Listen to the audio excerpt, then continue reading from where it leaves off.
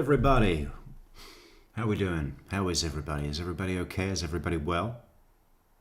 Anybody dead? Metrics is not dead. We're going to be looking at Wendi and all of her stuff that she does.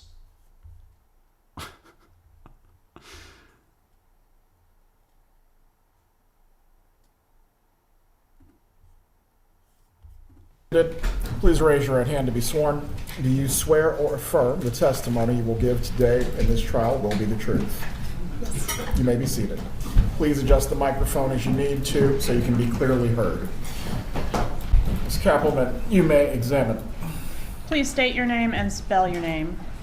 Wendi Adelson, Wendiadelson. Now spell it backwards. Ms. Adelson, where are you from? I'm from Coral Springs, Florida. And you live in another state now currently, right? I do, yes ma'am. All right. How are you employed? I'm an immigration attorney. How long have you been an attorney?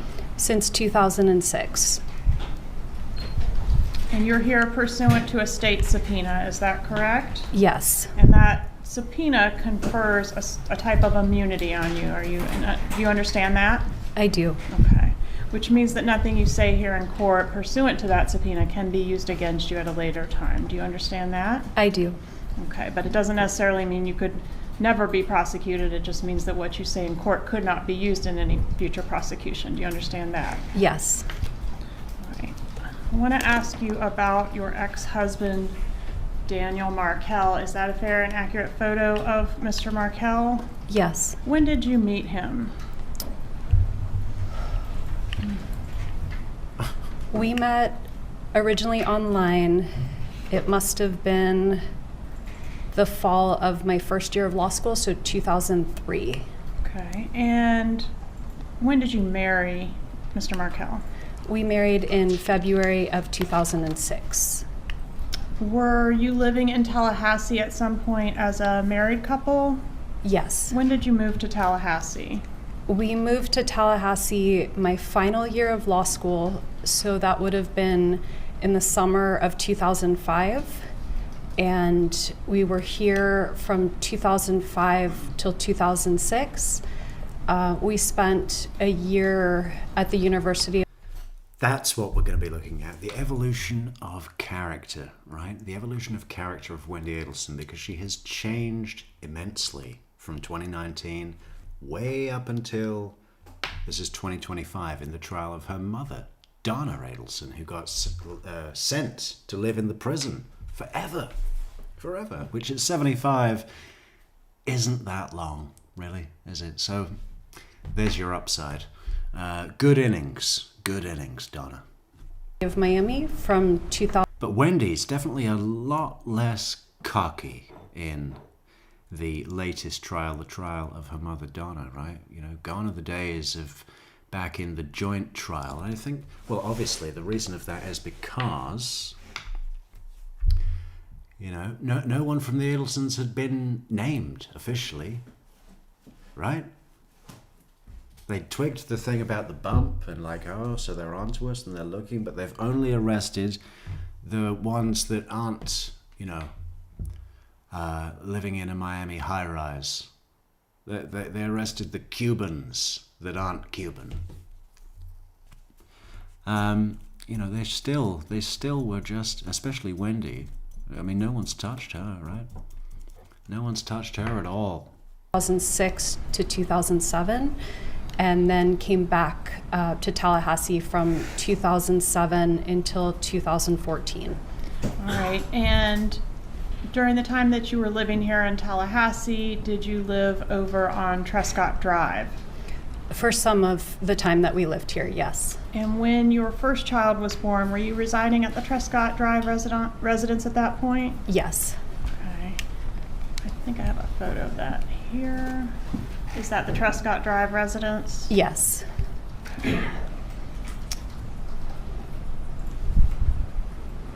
And how many children did you have with Mr. Markel? We have 2 children. What were their ages at the time of their father's death? It was 10 days before my older son's 5th birthday, so he was 4 turning 5, and our younger son was 3.5. The boys are 14 months apart. And did there come a time when you and Mr. Markel separated? Yes. When was the separation? It was in the fall of 2012. Whose decision was it to separate? It was mine. How did your ex... I'm here to help. You know, anything I can do to help. The murder of my innocent ex-husband, even though I thought he was a dick, the murder was wrong, and I'm here to help. Anything I can do, please. I'm the source of truth. Information, I have it. Pull it out of me, Kappelman. Here to help. Anything I can do. take that news? Well, we talked about it many times before it actually happened, but when the separation became... And the amount of reshaping that Wendi does, right? We need to make lists. We need to make a lot of lists, right? And those lists, what should they be? I want to make a list of every time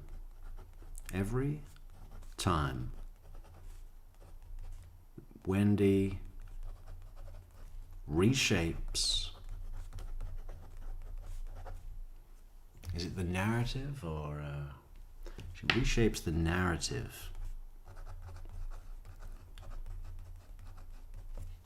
Specifically, we don't need to say that, to deflect from herself. Remember, the Wendi motto is, the best way to protect myself is to not protect them, right?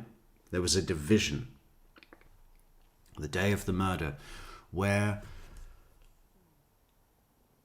any alignment, any loyalty died the same day, or maybe just before Professor Markel lost his life, which was actually today, July 19th, 12 years ago that he died, early hours. So little over 12 years exactly that Tallahassee lost its great legal mind, brother and friend, Professor Markel.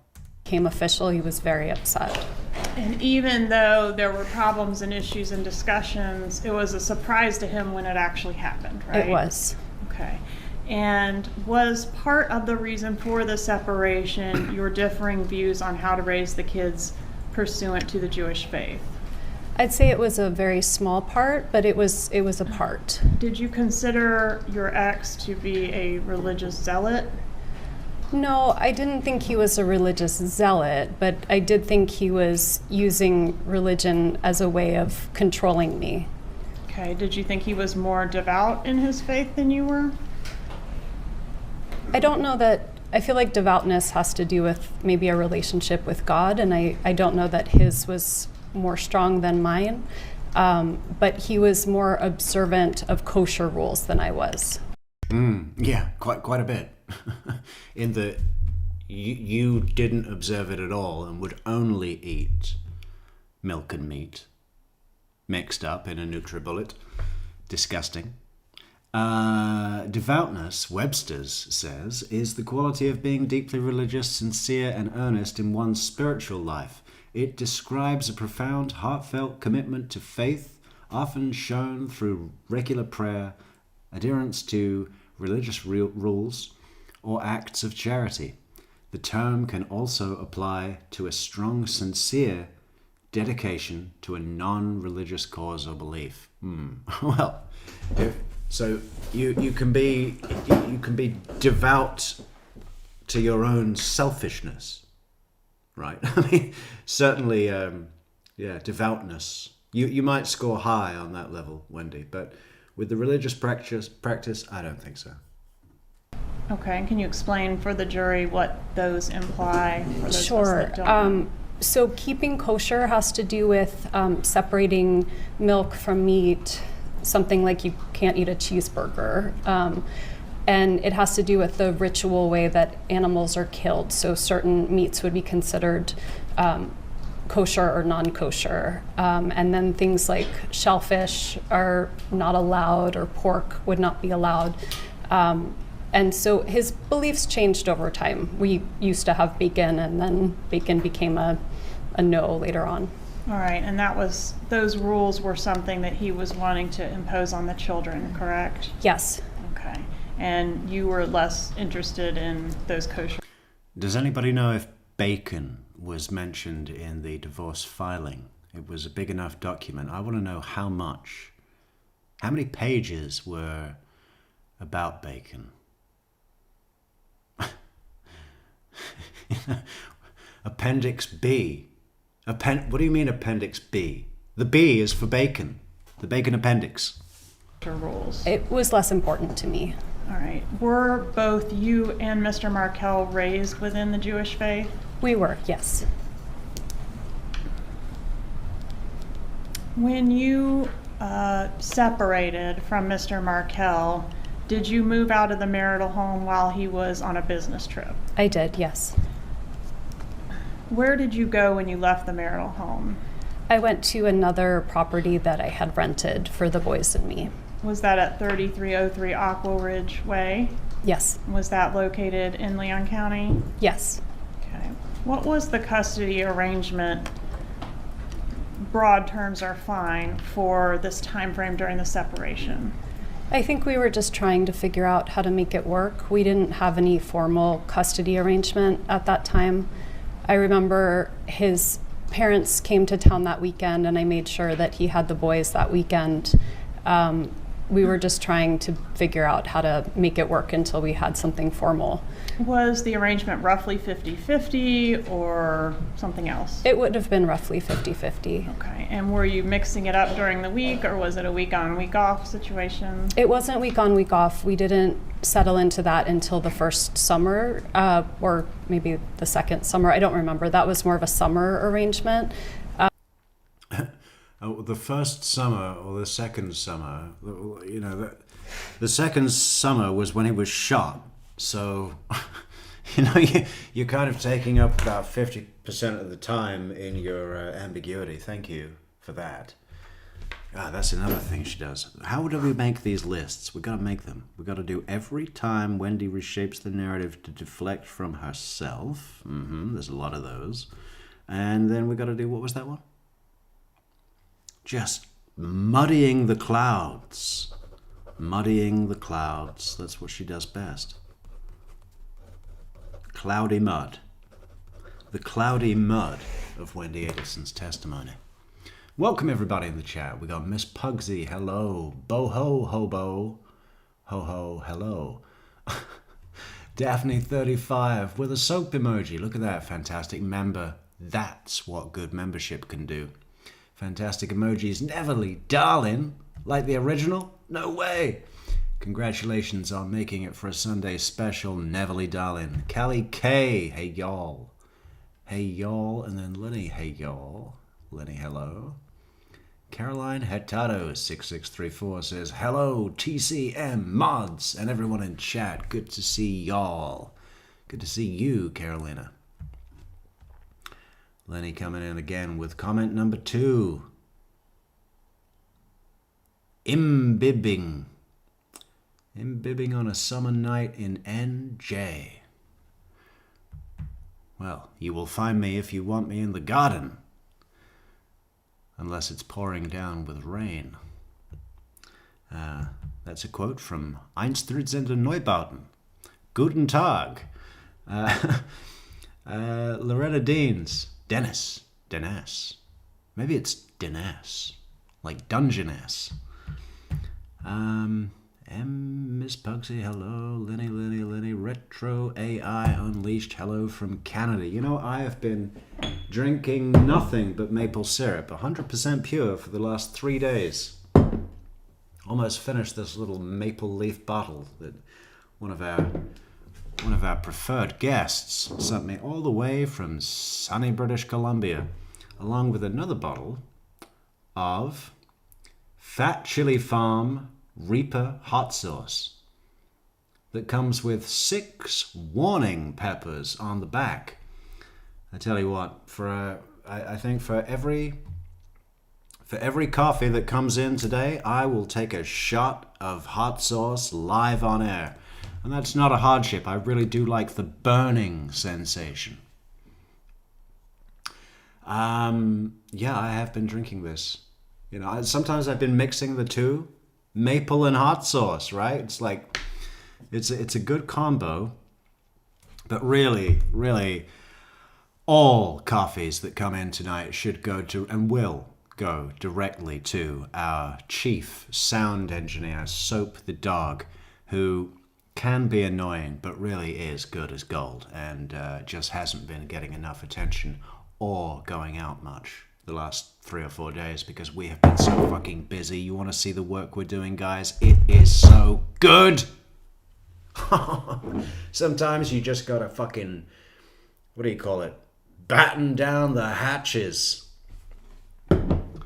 Latch the shutters and get to business, right? And I am happy to report that we have achieved our mission with a success rate of 100%. It's all about to drop. Don't fucking touch that dial. It's coming. But no, all coffees that come in tonight will go to the dog to get her something sweet because she's been really good and I've been a terrible, terrible workaholic prick of a dog owner this weekend, man. But yeah, we've got to take her to the water slide park, I think. That'll be good. But I have to buy 1,000 tickets because the only way they let us in is if there's no other attendees.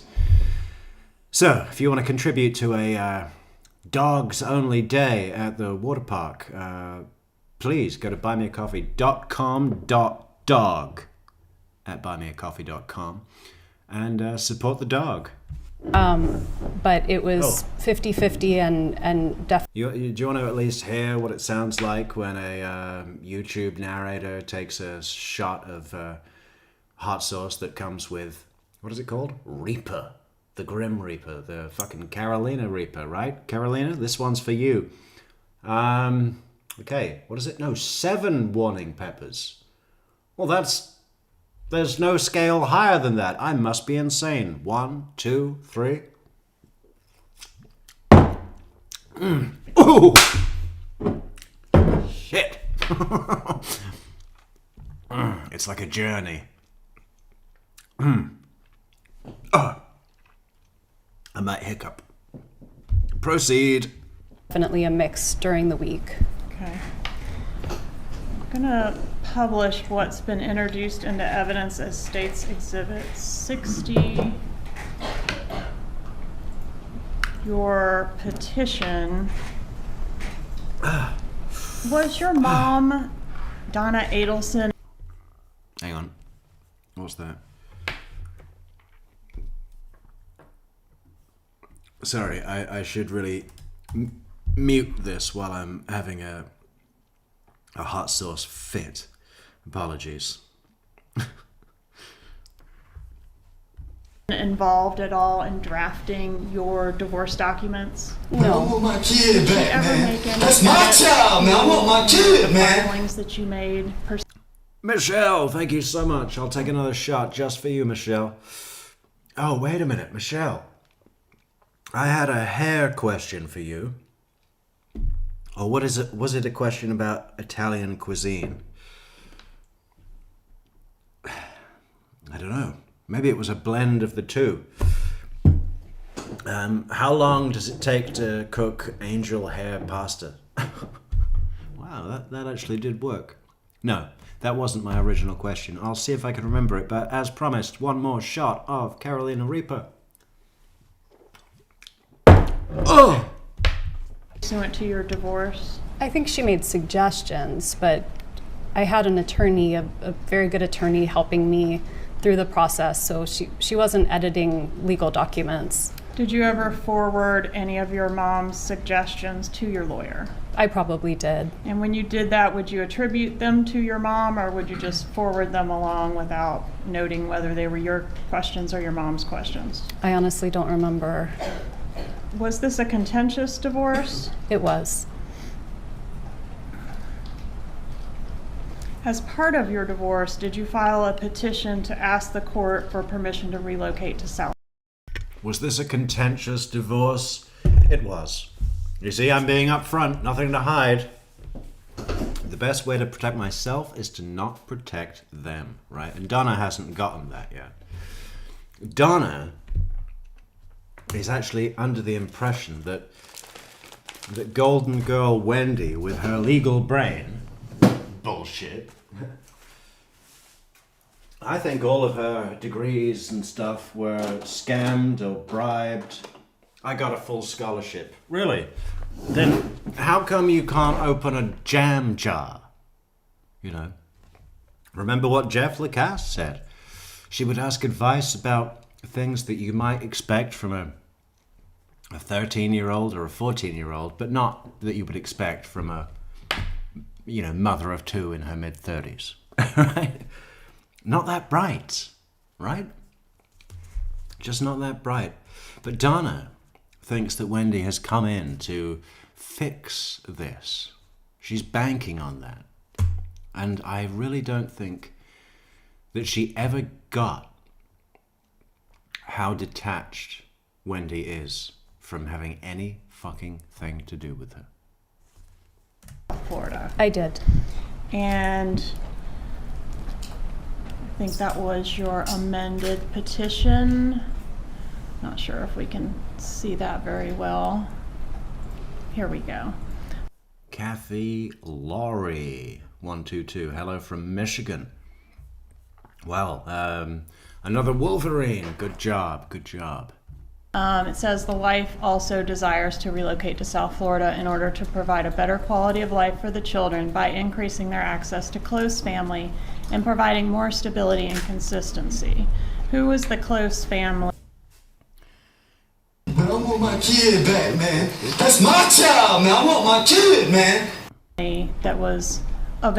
Gigi Bean, thank you so much, Gigi Bean, for the 3 cups of coffee. Do you mind if I take a break from the hot sauce? I think it's affecting my mouth and tongue, and those are my instruments, okay? I need those for the show. Plus, also, I may need to see a doctor tomorrow or as soon as possible. Available in South Florida for the boys. My mom, my dad, and my brother.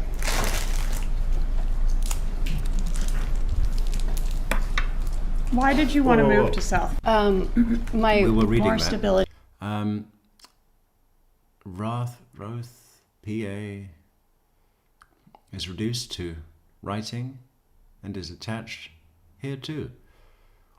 The wife also desires to relocate to South Florida in order to provide a better quality of life for the children by increasing their access to close family and providing more stability and consistency. Well, just stop driving up and down to Miami every fucking twice a week, you know?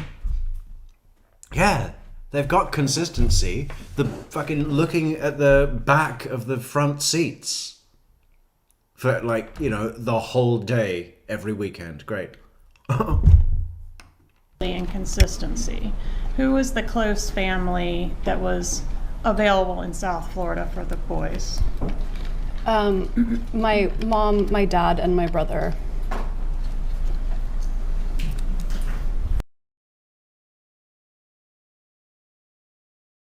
Look at this. First, neither the wife nor the husband, who is a Canadian citizen, what has that got to do with anything? Don't Canadians deserve parental rights? What do you think, retro AI? Should we let Canadians see their kids? I don't know. I mean, I don't want to get involved in the debate, really. It feels like any way I lean, I'm going to be up against it. So the jury is out. But you can start to get inside the mind, right, of the Adelson case in the divorce. It's like, first, neither the wife nor husband, who is a Canadian citizen. What has that got to do with anything? They're trying to get the judge to think, oh, typical Canadian, comes down here, starts telling us what to do.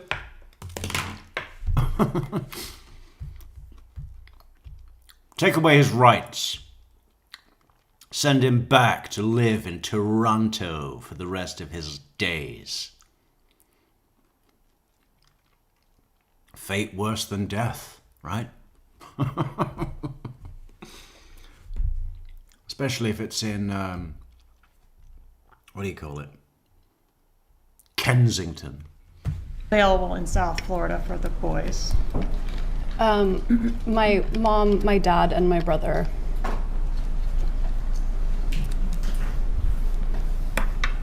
Why did you want to move to South Florida?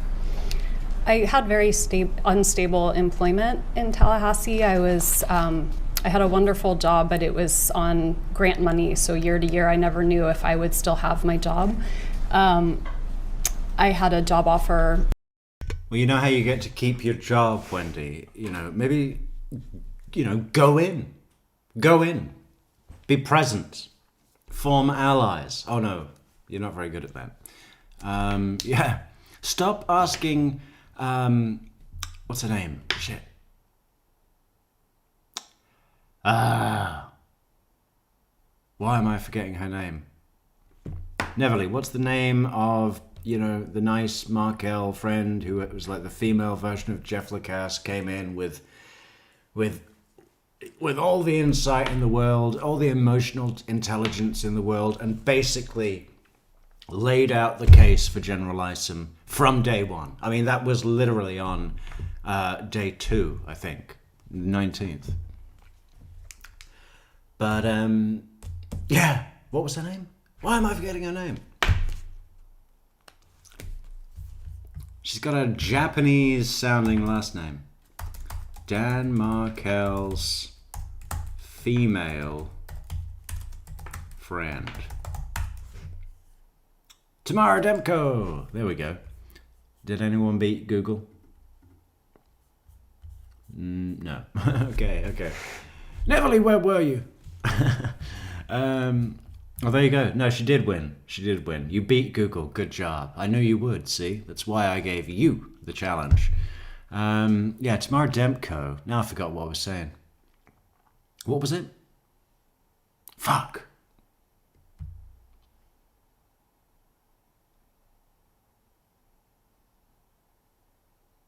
What were we just saying? Why did you want to move to South Florida? I had very unstable employment in Tallahassee. I had a wonderful. Oh yeah, that's it. Yeah, you had unstable employment. Probably didn't. But if you did, it would be because you never went in and always got someone to guest lecture for you. Oh, please. Oh, I must take you for lunch. I must to show you what a good friend you are, because we connect. We connect, and you can do favors for me. And then, no, I was going to invite you for lunch, but it's just been such a day with the kids. Oh, I have a single mother. Could you babysit while I go out? Would that be too much? Job, but it was on grant money, so year to year I never knew if I would still have my job. I had a job offer that was very good in South Florida, and yeah, very good that you didn't take. You know why she didn't take? Because it wasn't good enough for her. She wanted $1 million a year for not even going in at all, right? But at the pharmaceutical white-collar law firm, this is her job that she got turned down. She turned down, basically. Or did they pull it? I don't think she wanted it, right? Yeah. What was it? It was like suing pharmaceutical companies that have gone wrong on a drug test or something like that, right? But you can imagine the amount of money involved in that, right? I don't know how much. A kind of law where they just don't even tell you because the numbers are too big, the whole world would explode, right? But turned it down. Didn't want it. But no, the real reason is because when she was hobnobbing down in Miami with the family, and people would ask her the all-important question that you hear at every single cocktail party, what do you do? What do you do? What do you do? What do you do? What do I do? Well, I'm a clinical professor at Florida State University in Tallahassee. Tallahassee? What are you up there for? Is it true that they fuck their potatoes? Oh no, sorry.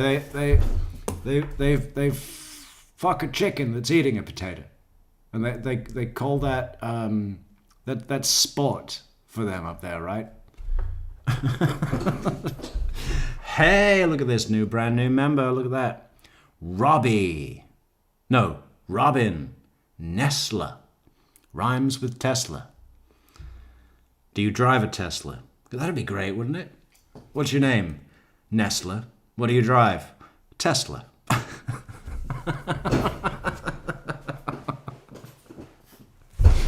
They call me Tesla Nestler. I love it. Thank you for becoming a member. And, 10 and 2, hands on the wheel. The assumption was that Danny was always going to be at a different school, a better school.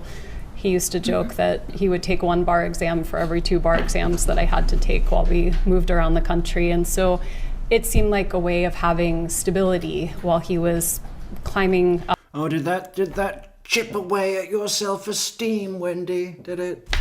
That someone who was fucking million miles better than you, was making a joke about how you were shit. He's treating me like I'm less. You are less. You have no legal mind.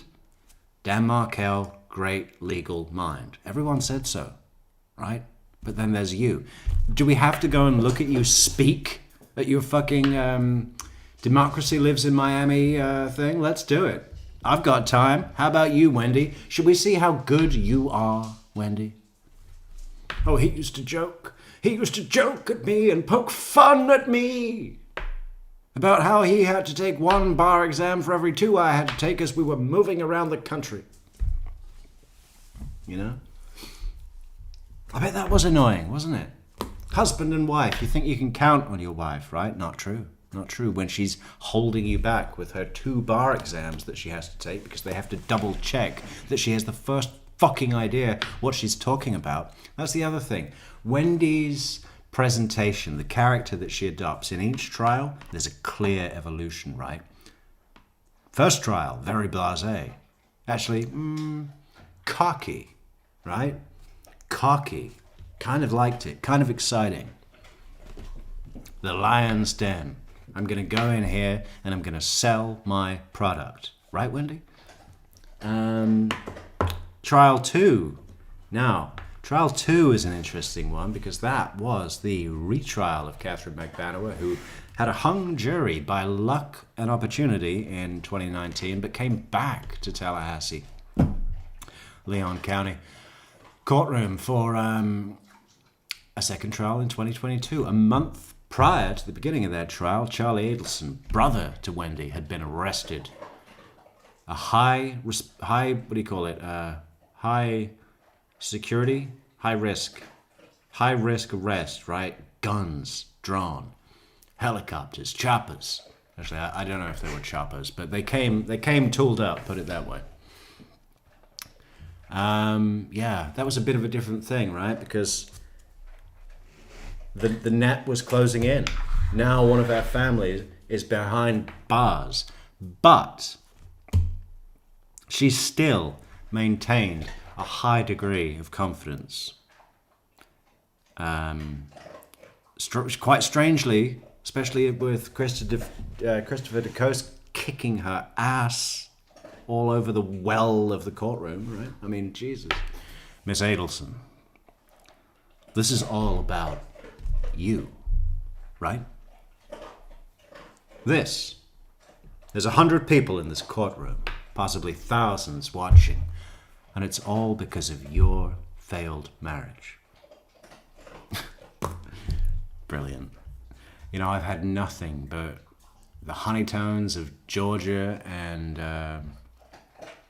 Sarah Catherine in my ear for days and days and days.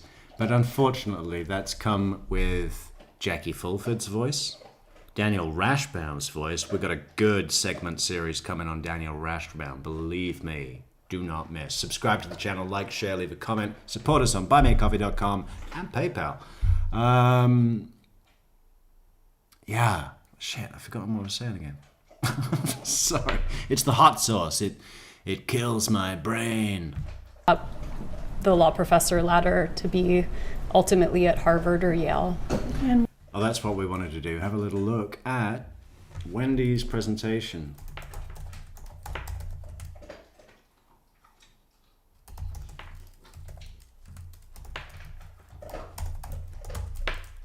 Democracy comes to Miami. Jesus Christ.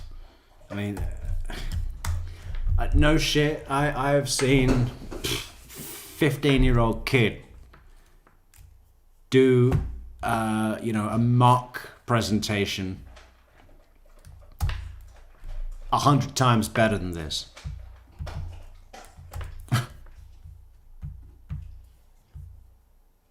Not even 100, infinite.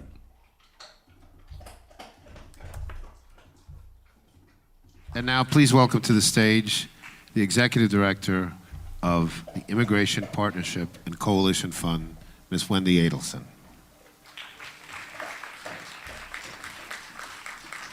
And joining her on stage, the District Director and Deputy Chief of Staff of Congressman Carlos Curbelo, Mr. Chris Miles.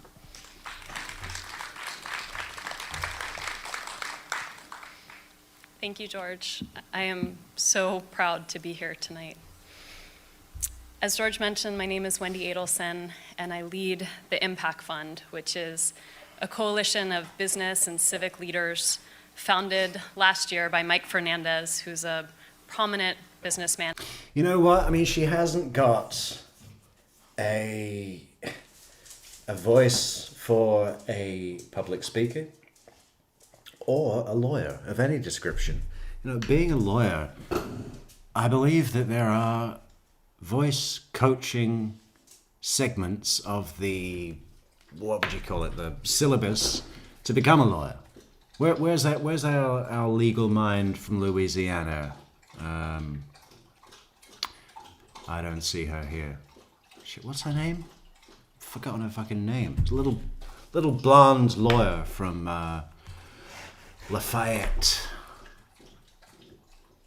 Anyway, yeah, it's about projection. Now, I know your family does a lot of projection, but that's a different type. Voice projection is where you make your voice carry to the very back of the room, even if you're speaking quietly. Yeah? Get that. That's what good conducting can do. You, Wendi, you don't have any of that. Not even a little bit. In our town with a very big heart and a lot Danielle Savoy, yeah, the legal mind from Lafayette, Louisiana. How many L's are in that sentence? Too many. of feeling for this issue of immigration. We are united in seeking sensible and humane immigration reform. Our work is bipartisan and solution-focused. And through our work together, I got the chance to meet Chris Miles, the lovely and talented Chris Miles. Yeah, who I'm not sleeping with, and not at all. No, that didn't happen. I'm the lovely and talented Chris Miles, and I work as a congressman. Yeah, I bet you're feeling extra lovely today, huh? Nice and complete. District director, running his offices here in Florida, and I get to work every day. Doesn't he look like he's playing Bugsy Malone in a school play? I mean, that suit is like a gangster, like it's a 1950s gangster pinstripe. Okay, I mean, put an Al Capone hat on him and we've got Bugsy. In a bipartisan manner on issues like immigration, climate change, and really just working to try to change the tone in politics, and I've been able to do some great stuff with Wendi, and I'm very excited to be here. So full disclosure, my parents are Democrats. Some of my best friends are Democrats. Full disclosure. Your parents. Full disclosure. Let's do that literally, shall we? Full disclosure. My parents are narcissistic, murdering know-it-alls that get involved in everybody's business but their own. Actually didn't meet my first Republican until I went to law school. But now party affiliation feels far less important to me than the values that we share across party lines. Chris and I didn't meet my first Republican till I went to law school. It's not like, we're living in pre-civil rights segregation, okay? In Delaware in 1958. Okay, it's like I didn't see a black man until I was 25. I didn't see a Chinaman until I was 35. I didn't meet my first Republican until I went to law school, where they were everywhere. Okay, well, you're talking shit. Because unless you've been living on a cave on Mars for the past 2 decades, with your eyes shut and your fingers in your ears, you've met a Republican. and I are both actively involved in the pursuit of a legislative solution for DACA, for deferred action for childhood arrivals, for young people, sometimes babies brought to this country, who've grown up here, growing up as American, and thought this country was their home and their present and their future. In my role with IMPAC, our partners in passing legislation are the reasonable middle, like Chris and his team, whether they're Republicans or Democrats, not the loud and often extreme voices at the margins of either party. This is a time when we need thoughtful dialogue. We need a willingness to listen and to compromise for the greater good, like the Dreamers. Dogged adherence to a party line is not going to move us forward as a community, a country, or a society. For me, growing up in Miami with Cuban grandparents, you know, when I met my first Republican, it was when I was born. But another thing that surrounded my childhood, being the grandson of exiles, was this idea that politics and government... Who was it that laughed at that? Someone who is daytime drinking, okay? There was one guy, right? Me growing up in Miami with Cuban parents, when I met my first Republican, it was when I was born. You know, that reminds me of the Jodi Arias joke where she ends it by saying, "Oh, we had so much fun. You know, traveling with Travis was sort of like traveling with your own personal comedian." And then she sort of waits for the person to laugh. But with Jodi, who does have skill, right? I know people love to hate on Jodi, but she's got skill. You compare Jodi Arias to Wendi Adelson in terms of sheer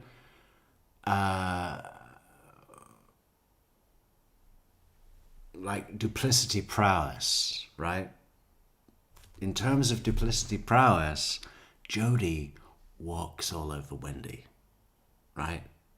Plus has a few style points, which, you know, it's difficult to, you know, when you're deriving that out of a murdering psycho like Jodi, you know, there's obstacles to giving someone like that compliments. But you know, we can't steer away from the truth, and the truth is that Jodi Arias has some inherent skills that Wendi doesn't have, never did, never will. She's basic. And the only way that she's managed to do anything in her life at all is by sleeping with the right people who opened the doors for her. And when I say the right people, that may include her own father. Perhaps. Were extremely important. That and education were the two most important things. And it was something that was very central to my childhood, whether we were at the coffee window or La Ventanita at Versailles or La Canarias later on when we moved out west, like most Cuban families did. I like how he still says it like Canarias. You know, we were at Canarias. do you know that thing that people do where they interject the pronunciation in a sentence that is entirely made up of a normal pronunciation? like when people get back from being on vacation, right? They've gone to Spain. They've gone to Spain and they get back and you say, "Oh, how was it? Oh, how did you enjoy a trip?" And they say, "Oh yeah, no, we had a really good time in Barcelona. Every day we had the huevos fritos. You should have seen the view from the top of the Sagrada Familia." It's like every other word that they say in the sentence is just them normal speaking, but when they say Sagrada Familia, they have to say Sagrada Familia. I hate that. This one theme of democracy being so important was just always reiterated. And part of what I was taught was that the United States was different because, unlike other countries, we didn't submit to authoritarian strongmen. We believed in our institutions, the separation of powers. The U.S. didn't submit to its, what was that? Being so important was just always reiterated. And part of what I was taught was that the United States was different because, unlike other countries, we didn't submit to authoritarian strongmen. We believed. Didn't submit to authoritarian strongmen. Okay.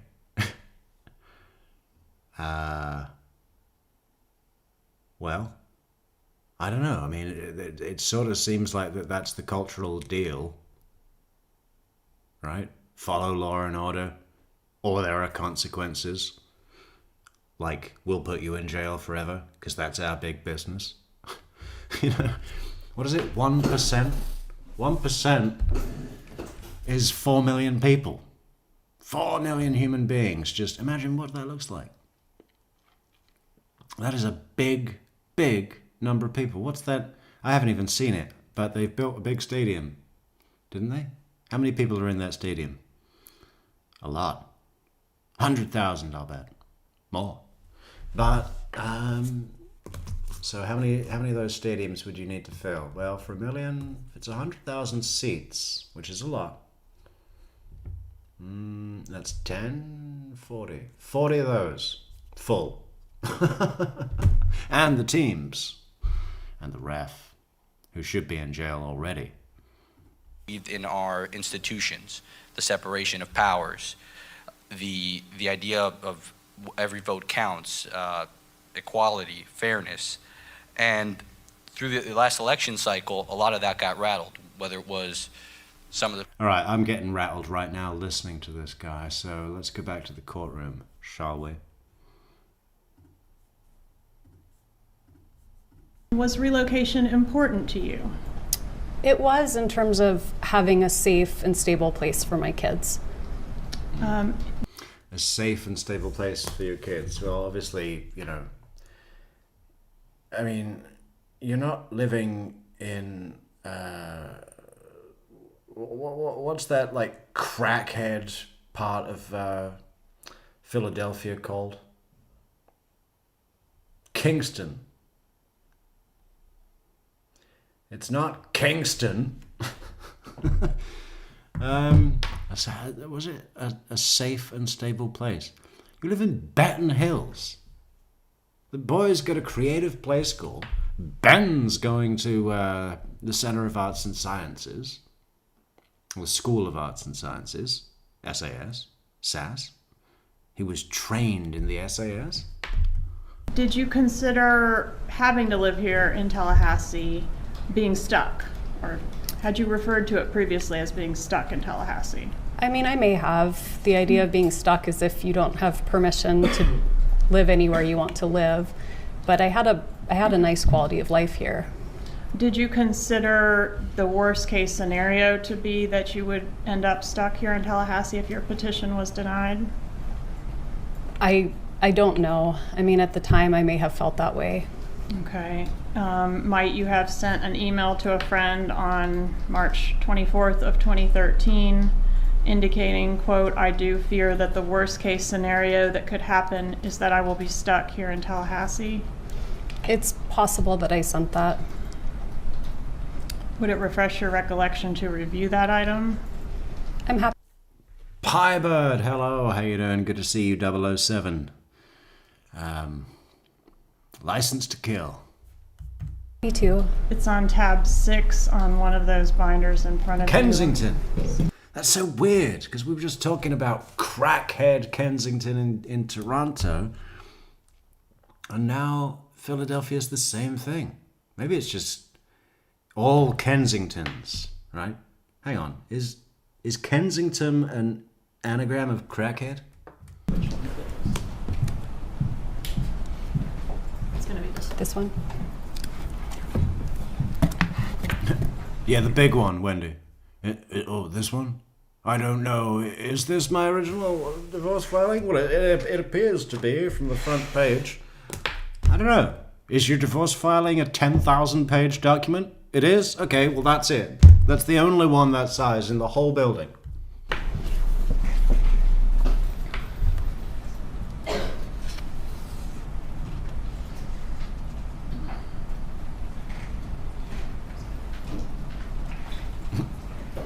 Look at him there. Hey, cheer up, Harvey. It's only 9:30. I'm afraid you're going to have to wait another 2 hours for pickles.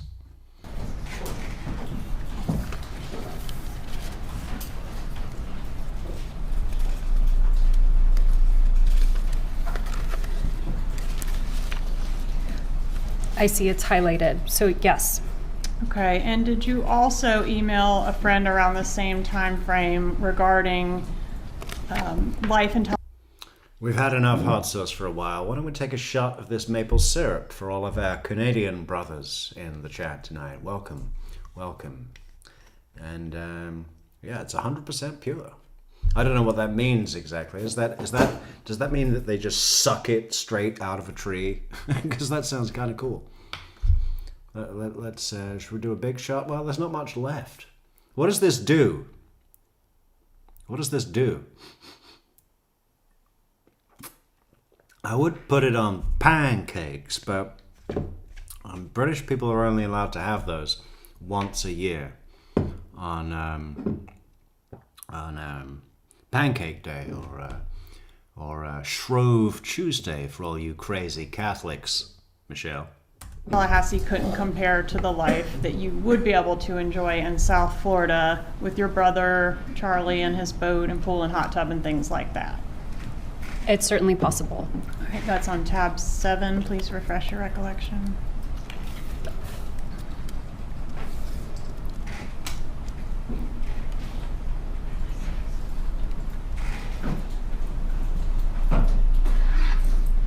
Yes. And in fact, didn't you use the word stuck in your actual motion for relocation? Now that I've had the maple syrup, I'm getting tempted by the hot sauce again, but I really do want to wait and reserve that for coffee alerts. So if you send us some coffee so we can finish the bottle tonight, right? Make metrics squeal like a pig.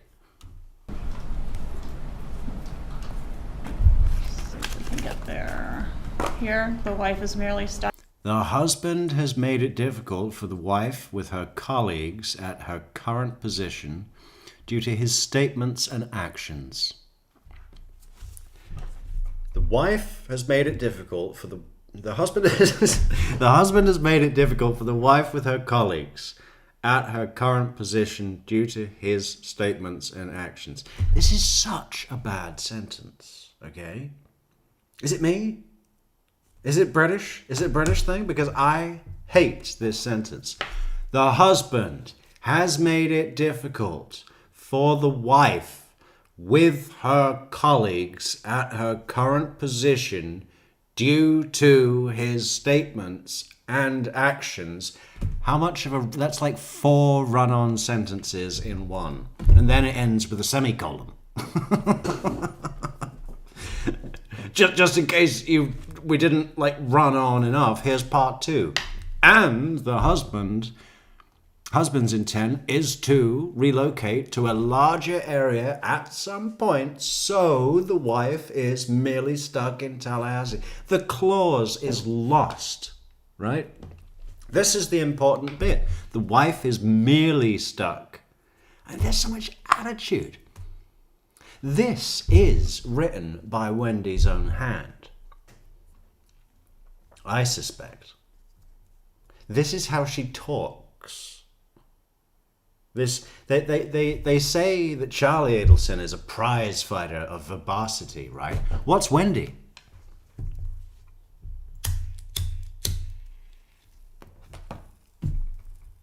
She's one of those people, and you can tell this by reading her fucking stupid book. Where's that? Let's have a look at that. Ah, we're packing up. We're packing up. Heading back to the studio. God, we're gonna have great audio in there. Wooden Walls. Let's go through some of her book. Random page. We're going to page 41. That's the same age that Professor Markel was when he was murdered. On 3 separate occasions, I had a cockroach fly into my ear. Do they fly? Or do they jump? On 3 separate occasions, I had a cockroach fly into my ear while I was trying to sit and enjoy some quality family programming on the television.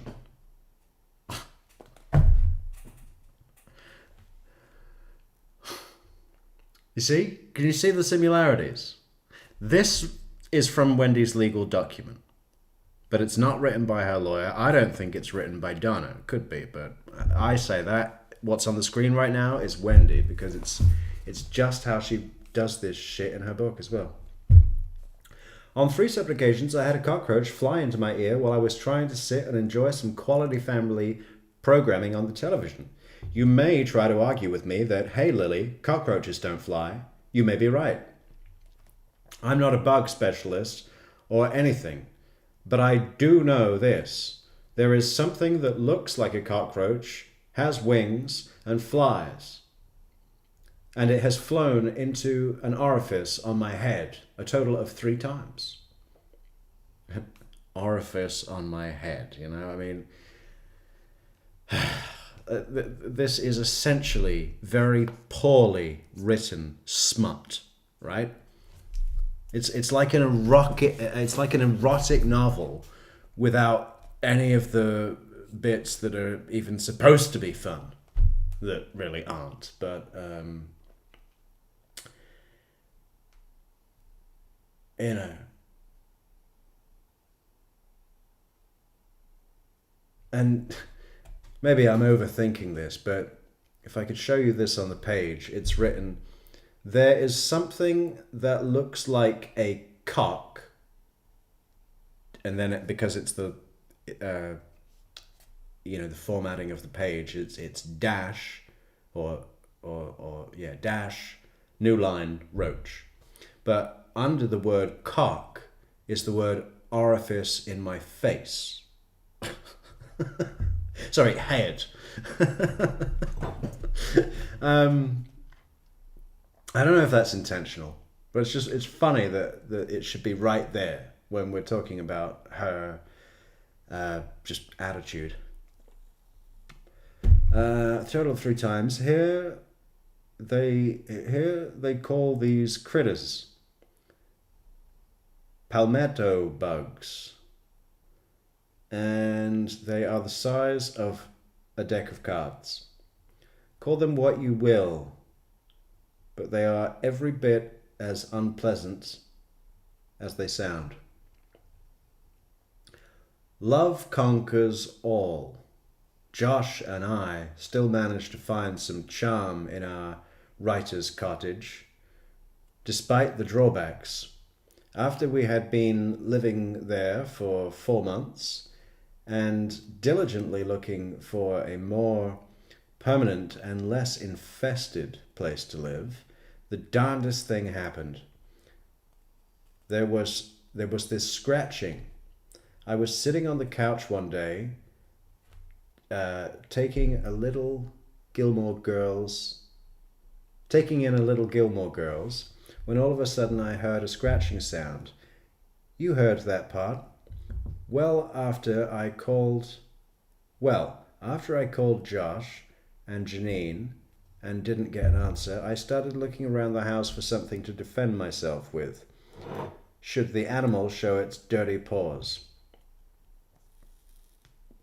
I managed to gather together a frisbee, a metal soup ladle, and a heavy box. Don't ask me what I thought I was going to do with that combination, but I re-entered the living room ready for combat. Just then, battle regalia in hand, Janine and Joe C's 2 young boys pounced through my front door, blabbering about their mom having sent them over, and scrambling over themselves to be the first to see the beast in the wall.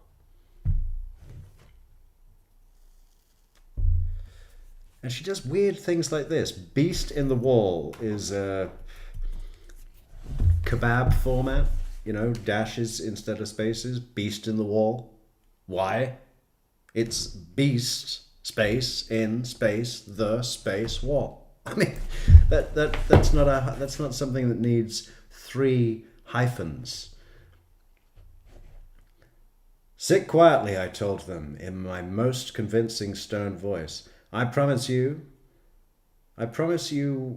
will hear something scratchy very soon. I can't read any more of this. That's the thing with this fucking book. You get 2 pages in, and then you say, fuck this. This is a load of shit. And you know what's funny? When Wendi is asked things about the book when she's on the stand, she says it's been 10 years, more than 10 years. I don't remember what I called the fictional university.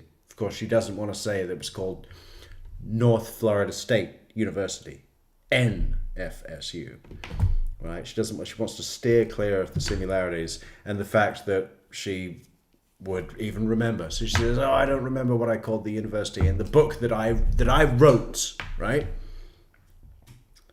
Has anybody ever read a book that they didn't write but really enjoyed? Do you still remember things like what's that horrible book that people read? The Wizards. What's the school in that called? Hog House. I think it's Hog Hall, right? With that Potter boy. Hog Hall. Fucking idiot. In Tallahassee. My point is that you don't forget the name of the fictional university that you wrote in your own book. Okay? That doesn't happen. That's not reasonable. Until the husband decides that the time is right for him to leave. So my attorney did write that, and that sounds right. Did Tallahassee feel claustrophobic to you?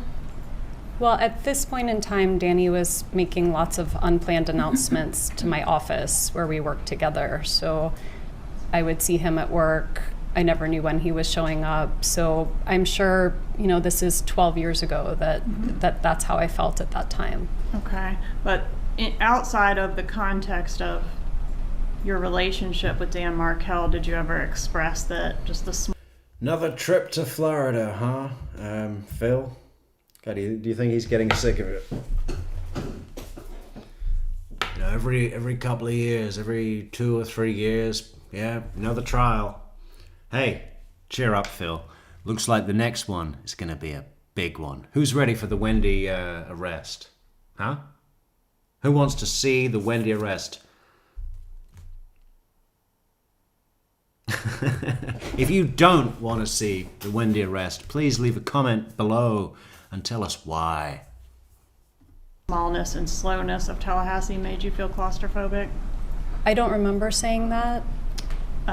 Please refer to tab 8 to refresh your recollection. Your Honor, if I may. Like, question, right? I should send you guys a picture of this because I didn't have time to make any hot water before the show, so I've just poured cold water onto coffee. What do you call it? Ground coffee, right? But it seems to be having a reaction.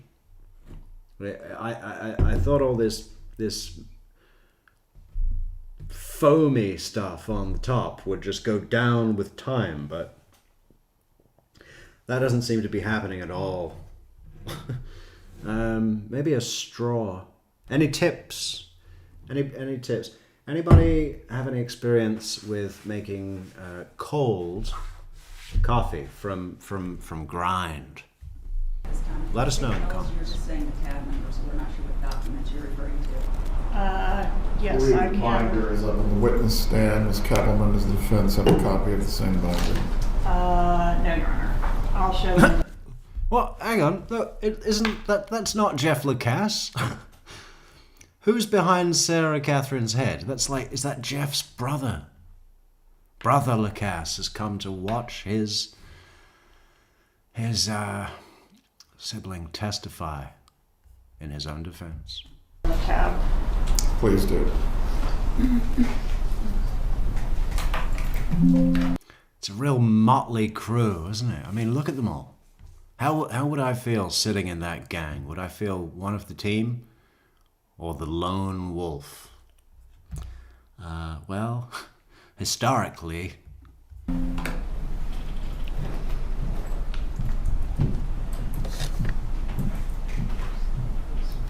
look at that suit, huh?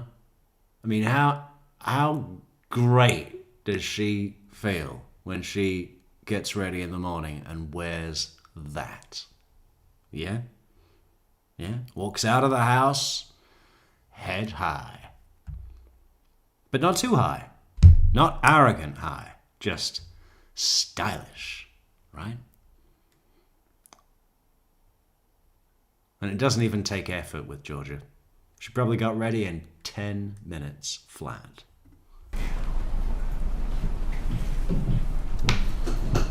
That's a dense one. Were you able to find it? I did. I found it's part of a sentence. Can I read the whole sentence? Sure. Tallahassee feels claustrophobic at times, given its smallness and slowness, and the fact that my friends cycle through here with transient regularity. So, yes, at that moment. You see what I mean? The fact that my friends cycle through here with transient regularity. Imagine saying that. You know, someone comes into you at work and says, hey, how are your friends? My friends? Well, I can tell you that they cycle through here with transient regularity. What? I don't even think it makes literal sense. Being a transient is something that happens consistently over time, right? You're not a transient for one day. That's called going for a walk, right? Transient means no fixed abode, right? Open road, much like me in a week or two. Ah, freedom is back. Freedom will be here. Boom! Transient regularity doesn't make sense. That's my case, because being a transient is dependent on something happening over time or with regularity, right? that the second clause that's supporting the first one is superfluous because the first one, by definition, is the second. What is the word? But well, you know what I'm saying. You see what I mean? It's unneeded. It's unnecessary, and legal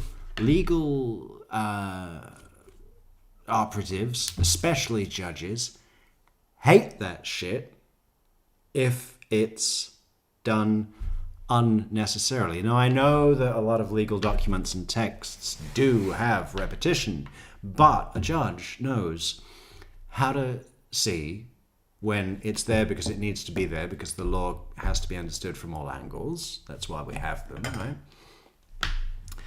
My friend's cycle through here with transient regularity is transparent and obvious. What is the word? It's look at me, look at my prose. Did you see my prose? Yeah. What's that other one where she did 4 words that essentially, I know there's a teeny tiny little difference, but she used 4 big long words that all mean exactly the same thing. What was it now? I think it'll come up soon, but it was scandalous was one of them. Scandalous. We'll wait. We'll wait, but we'll list it. We'll put it on the list. Moment in time, that's how I was feeling in 2013. And relocation was pending at the time that you were feeling that way in that moment, right? Yes, ma'am. Okay, and relocation was also very important to your mother, wasn't it? Yes, All right, and did you have some discussions with your mother about relocation? I did. And was that during that time frame when it was pending? Yes. Okay, and do you see your mother in the courtroom here today? Yes. Could you please point her out and describe what she's wearing? My mom is on right. I can't see her clothes from here, but she's directly across from me. All right, is she wearing a headset on her head? Yes, ma'am. All right. Let the record reflect the witness has identified the defendant. The record will reflect. Your mom didn't want you to be stuck in Tallahassee either, did she? She did not. She wanted the best for you, right? Let's unpack that a little bit, shall we? We may need to look at it twice more. That's the first eye contact that's happened since they've been in court, right? And of course, Wendi hasn't spoken to her mother since just after Charlie's verdict. Not one call. Can't. Yes. Okay, and do you see your mother in the courtroom here today? Yes. Could you please point her out and describe what she's wearing? My mom is on right. I can't see her clothes from here, but she's directly across from me. All right, is she? Okay, this is rehearsed, right? 100 times with an expert. An overpaid expert. Look at your mother and try and look forlorn.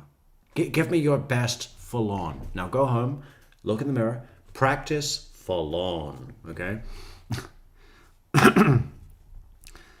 What Wendi is conveying, intending to convey, is that she is nostalgically but cautiously looking at her mother and thinking, oh my God, I can't believe what she did.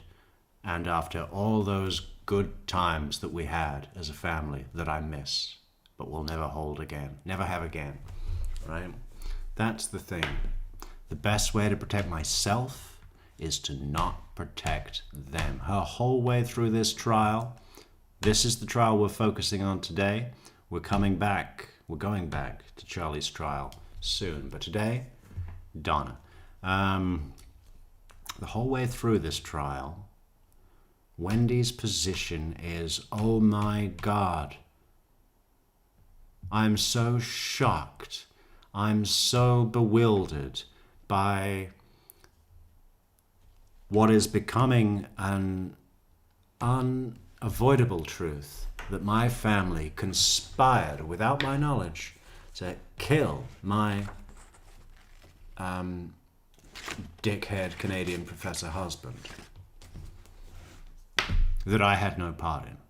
And I can't believe that they did this. I mean, there's absolutely 0% of Wendi sticking up for either of them. Not one thing. If we see any one thing, and I'm going to be very fair on this, right? There's no confirmation bias here. If we see something, I want everybody's eyes open. If we see one thing, I want to see all caps messages in the chat. Point it out, because it's not there, okay? That's my bet. Do we see one single element coming from Wendi that protects her mother or brother? That's the question. Is she wearing a headset on her head? Yes, ma'am. All right. Let the record reflect the witness has identified the defendant. The record will reflect. Your mom didn't want you to be stuck in Tallahassee either, did she? She did not. She wanted the best for you, right? She saw the best for me as not being in Tallahassee. Yes. That's right. Okay, splitting that one, huh? She saw in her Miami mind the best for me was not being in Tallahassee, but of course she didn't know how happy I was here at my job. I was happy at my job, but I'm also saying that it wasn't secure and I was worried about losing it. No, I was happy at my job, my insecure job, with lower pay. I liked lower pay. The court made its ruling and I respected the court's decision. I set up a life here. I was very happy here. She referred to being in Tallahassee, that you were a hostage and a prisoner, right? Yes, she did. She. Oh, let's just see it one more time. Either, did she? She did not. She wanted the best for you, right? She saw the best for me as not being in Tallahassee. Yes. That's right. Okay, so again, the best way to protect myself is to not protect them. She wanted the best for me. She saw the best thing for me was to not live in Tallahassee. No. That's why she was shortlisting men that she liked for me to date. Great. That's exactly the kind of thing that I want my mother involved in. Matchmaking. You know, what the fuck? She referred to being in Tallahassee, that you were a hostage and a prisoner, right? Yes, she did.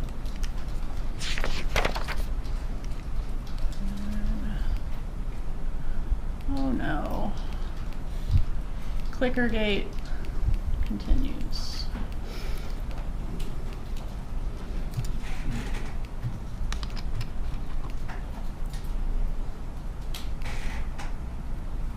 Am I clicking Marco Pony? I'm sorry. Is it when I type?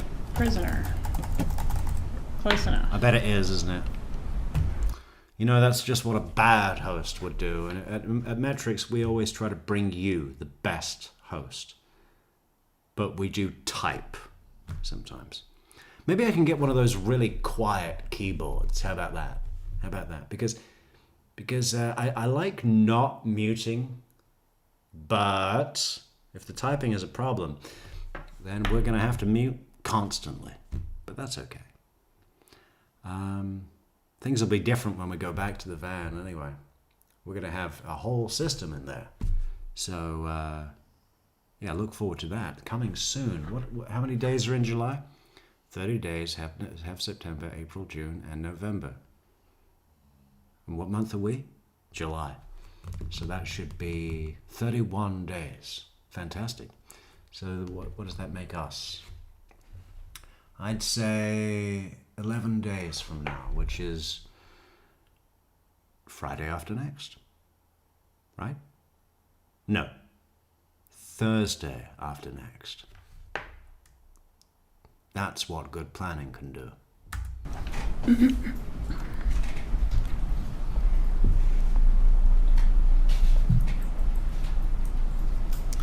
Did your mom express concerns that as a Tallahassee native, the judge presiding over your relocation motion would Negotiate! Let him know that you want. Let him know that you want him to see his children. How can we? You know how you could let him know that? By bringing them over.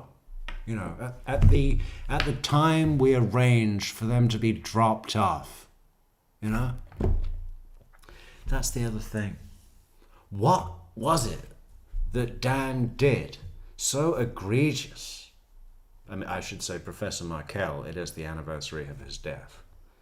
What did Professor Markel do to Wendi Shitbag that made her so upset that she needed to throw all of her toys out of the pram, pushchair, stroller?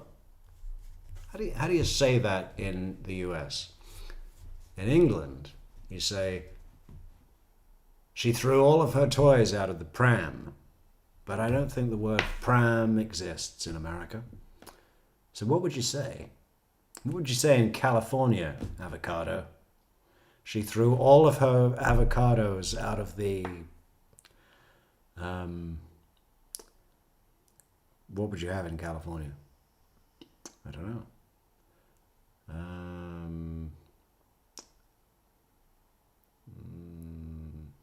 Miata.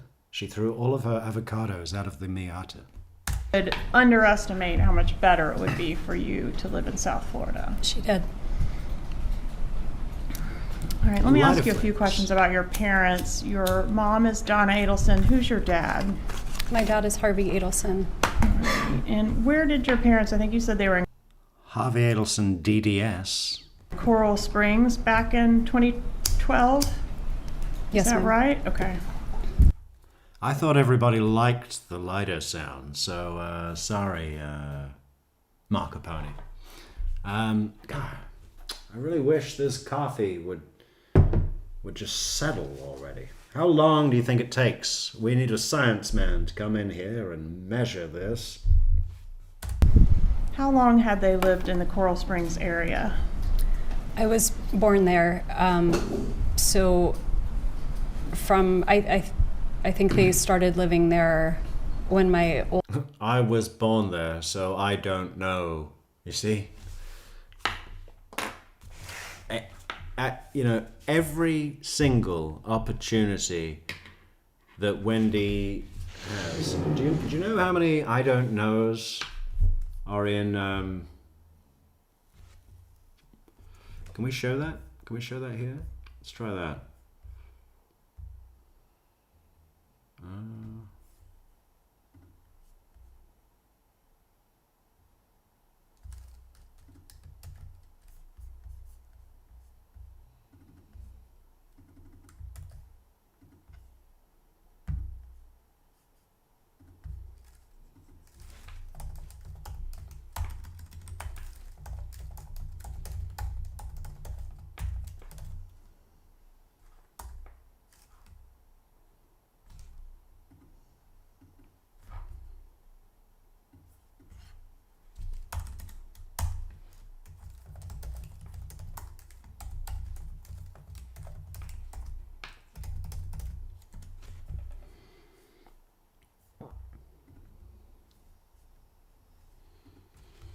I don't know. How many do you think are in?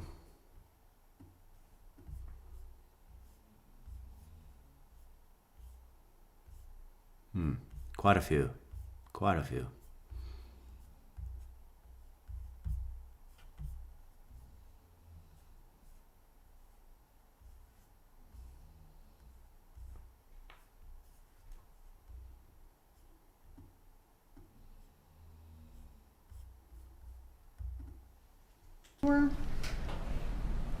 I don't know that. I feel like devoutness has to do with ship with God, and I don't know that his was more.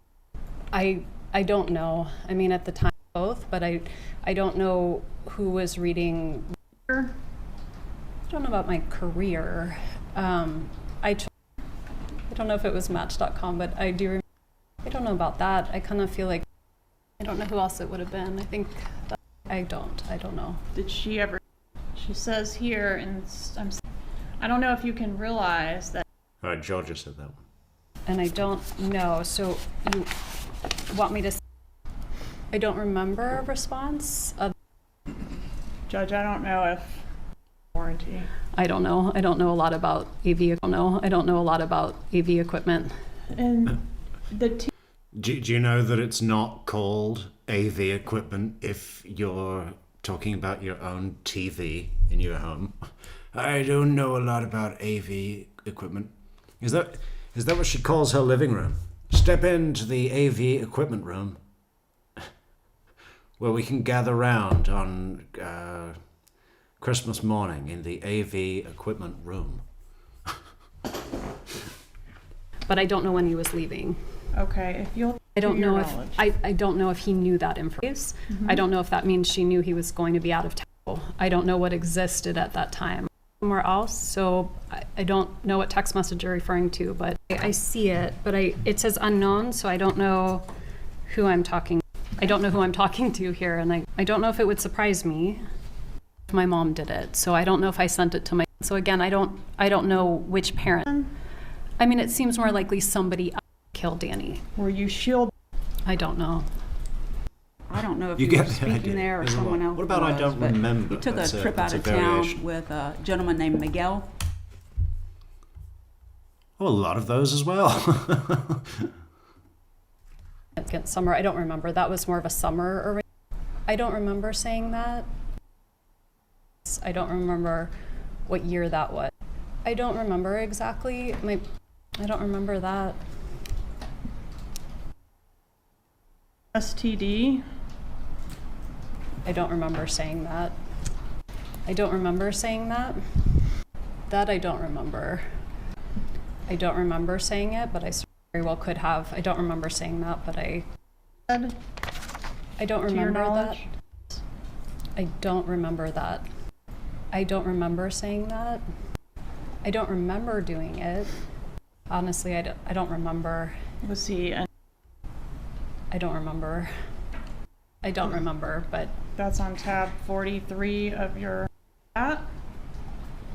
I don't remember, but I don't remember Wow. having to pay any of it. When you see I them don't all in a remember, row? but I can read there below. I don't remember. We're not who even was supposed to halfway file. through. Because you both Okay. filed I some mean, things fuck me. Look at this. Well, Danny was supposed to put his name on. I remember his first name being there, but I don't remember. I thought they put the. I don't remember that. And- That sounds right, but I don't remember that. Okay, and I don't remember that, but that 2013. I don't remember that. right? I don't remember a timeout. I'm sorry. I don't remember that part of her speaking. I don't remember. Hey, Wendy. Wendy, we're not even halfway through your I don't remembers from your 2025 testimony of your mother, of your mother's trial. And, have you got something wrong with your memory? Because maybe it's brain cancer. Have you seen a doctor to help with your brain and your remembering powers? Okay, because you don't remember much, do you? And all of the details that you don't remember, conveniently, will be the ones that implicate you. How does this fucking work? Yeah.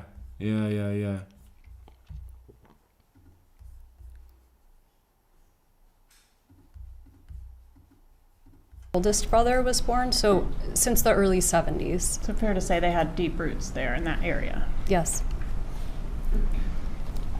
Can you describe the relationship that your mom had with your kids during the time frame we're talking about? So, separation to murder time frame? It was very close. My mom taught my boys how to read. She taught them how to play chess. It was very close. Were your parents employed during? Well, that's it. That's what she's now doing for the illiterate inmates that she's housed with. Apple. I eat the apple. That time frame? Yes. What kind of work did they do? My dad was a dentist, and my mom was the office manager for the dental practice. All right. And what about your brother, Charlie? Did he have a role there as well? He was a periodontist, and so I believe at some point he purchased the practice. I don't remember what year that was. But he would sometimes work from my dad's office and sometimes work from other offices around South Florida. Was the dental practice, the family dental practice, a successful business? I believe it was. My family never discussed money or finances with me, but... Oh yeah? You ever been out for a meal with them? You ever been shopping with them? You know? You ever been in one of their cars? How many cars does your brother own? Including an Italian supercar? Wealth is a relative term. If you have a Ferrari, you're wealthy, okay? Let me be the first to give you that life lesson, okay? Ferrari, money, they're mutually, you know, you can't have one without the other, right? I believe it was doing well. Did you discuss your marital problems and resulting legal issues with your mom? I Talked did. about relocation, but in general, you did talk about your woes with your mom. I did. You got an email from your mother that said, "We're discussing going as high as equal parts in a $1 million bribe." Are they wealthy? Well, it depends how you define wealthy. How does Webster's define wealthy? What does it mean to be wealthy? Wealthy means having an abundant supply of financial assets, property, or valuable possessions. All of the above. It generally describes a state of financial security and freedom where an individual or entity has a high net worth and the resources to maintain their lifestyle without relying solely on continuous active income. Well, ain't that the dream? Yeah, maybe someday. Okay. And I think you said you did send many of your divorce pleadings to her. Is that right? I did. What about your dad? What was his role in reference to your divorce pleadings? I don't remember exactly. My parents have a shared email, so when I send an email to one of them, I would send it. It was being sent to both, but I don't know who was reading what or at what time. Is it fair to say they were both welcome to read whatever you sent to that email address? Yes. And both welcome to reply as well? Yes. Who would reply more frequently, your mom or your dad, to those My mom types? would reply more frequently. Okay. Who took more of an interest in the day-to-day ins and outs of your litigation? Probably my mom. Okay. Is your mom overprotective of you? But I want my kid back, man. Is your mom That's my emotional? child, man. I want my kid, man. Yes. What about your Hey, thank you so much, Jamie, for these 2 cups on Biometrics, a shot of hot sauce. I've been waiting for that. Anybody just joining us, we are downing a bottle of what is this? Fat Chili Farm Reaper hot sauce with 7 warning chilies on the back. But they forgot one thing. I'm True Crime Metrics. You're going to need something, if you want to take me down, yeah, you know, you're going to need to use something that could take down a bear. Okay, here we go.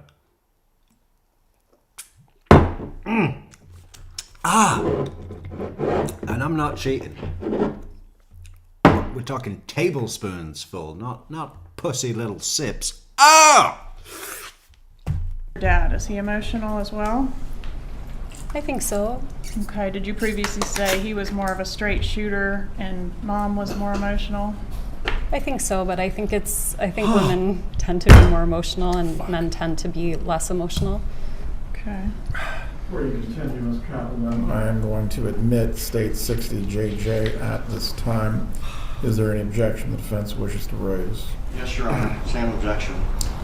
The court. You gotta hit it with a maple straight after. This has kept us going all fucking weekend, man. How much energy is in a bottle of maple syrup? 100% pure.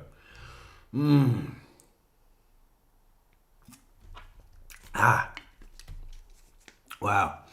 If that don't cool it down and heat it up at the same time. Or admits it over objection. For the record, you may continue. And I think that's the same exhibit that's in State 64AA, Judge.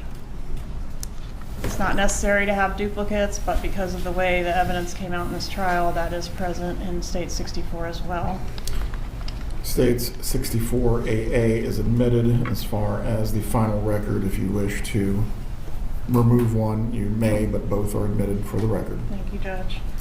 All right, is it fair to say that your mom, the defendant, is a controlling person? I don't think my mom is a controlling person.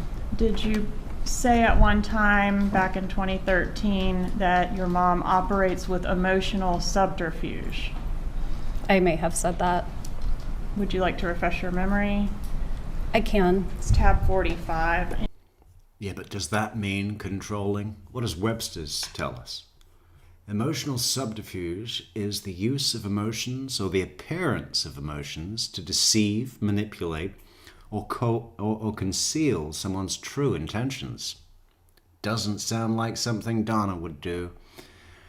The word subterfuge means deception or trickery, so emotional subterfuge involves hiding motives behind emotional displays or exploiting another person's feelings to influence them. God, doesn't that just spell bitch with every letter of the alphabet? In the binder in front of you.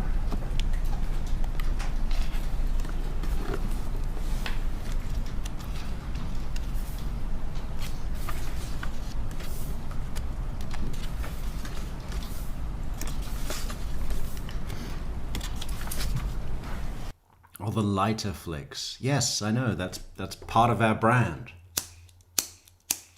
Right? 90% of doctors across America smoke Camel. The healthy man smoke. I'm not seeing it. Is it highlighted or is it just in the, it's a long, oh. No. Actually, you know, these aren't Camel. Just so today's sponsor doesn't get offended. These are Chesterfield Laranja. Chesterfield, like a roll-top desk. And I don't usually smoke tailor-mades, but why not? I'll try it once. 3.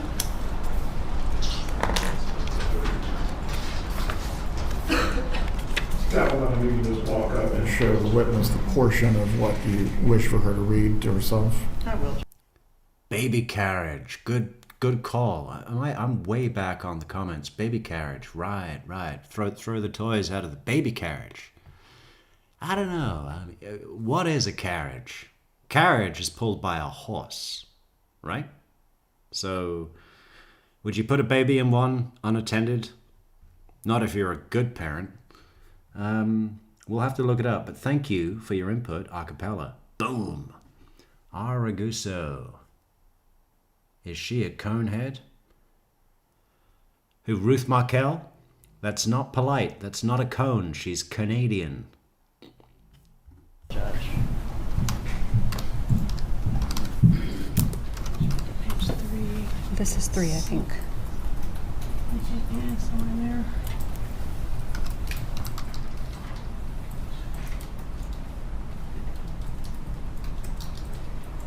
Let me get the other copy. Sorry, I lost it again. Oh, the hair. Wendy's hair. Wendy brushes her hair with a dead raccoon. You know the little human hands? That's what confuses the weave.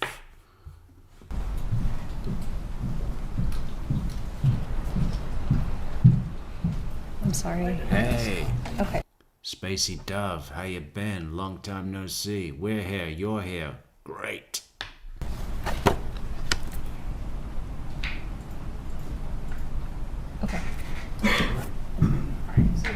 question was, did you previously say your mom operates with emotional subterfuge? Yes. What is meant by that? I honestly don't know what I meant at the time. But not that she's controlling.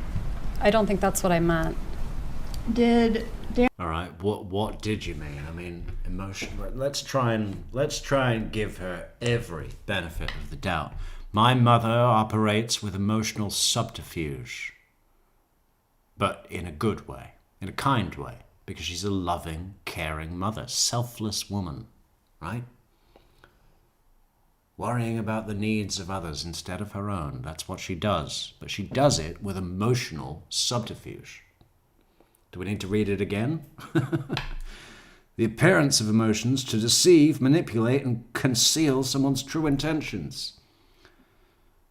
Involve hiding motives behind emotional displays or exploiting another person's feelings to influence them, but with love. Dan Markel have a hard time understanding some of your mom's behaviors? I don't remember that. I bet he Well, fucking did, did didn't he? she think... Poor Markel, Professor Markel. Innocent Professor Markel with that brilliant legal mind. But, you know, when you're confronted with, I don't want to use the word evil necessarily, but yeah, because I'm applying it to everybody, the world. But when you're confronted with bad actions that are like actually not even on your radar because you haven't found out that human beings can actually be that bad, right? It's always shocking when that happens, right? And then you go, oh my God, they actually did do that bad thing. Yeah, it can be pretty alarming when you realize the toilet world we live in. Happy Christmas, everybody. You incapable of driving to South Florida by yourself with the kids? This is back when they were little. Yeah, I don't think she thought I was incapable, but I was breastfeeding and it was helpful to have someone with me. So what was her practice to avoid you having to do that? One of my parents would come with me for the long drive. So they would rent a car, come up here, ride back with you, and then follow the same procedure to get you home?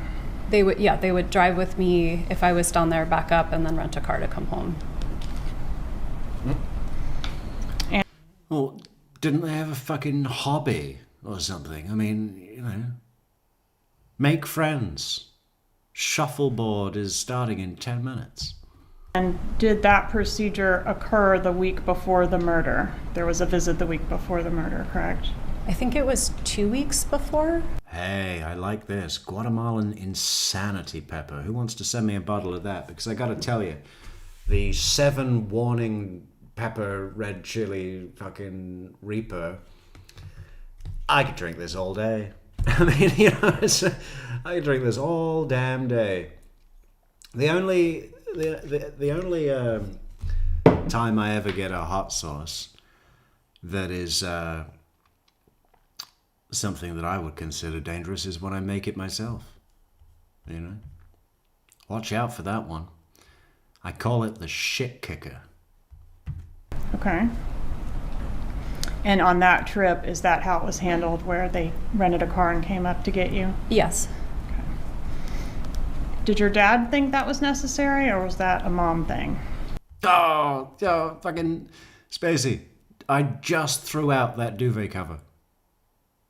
You know, I found it in the van. I was like, okay, well, that's been in here for a year and change.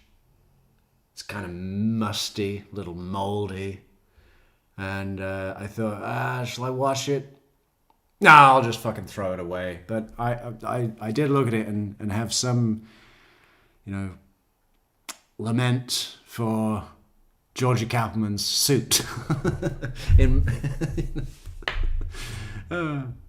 Because whenever I was under that duvet cover, I could just pretend that someone had draped Georgia Kaufman's jacket over me as I slept, which always made me feel a little safer, a little warmer. No, my dad probably thought it was more necessary.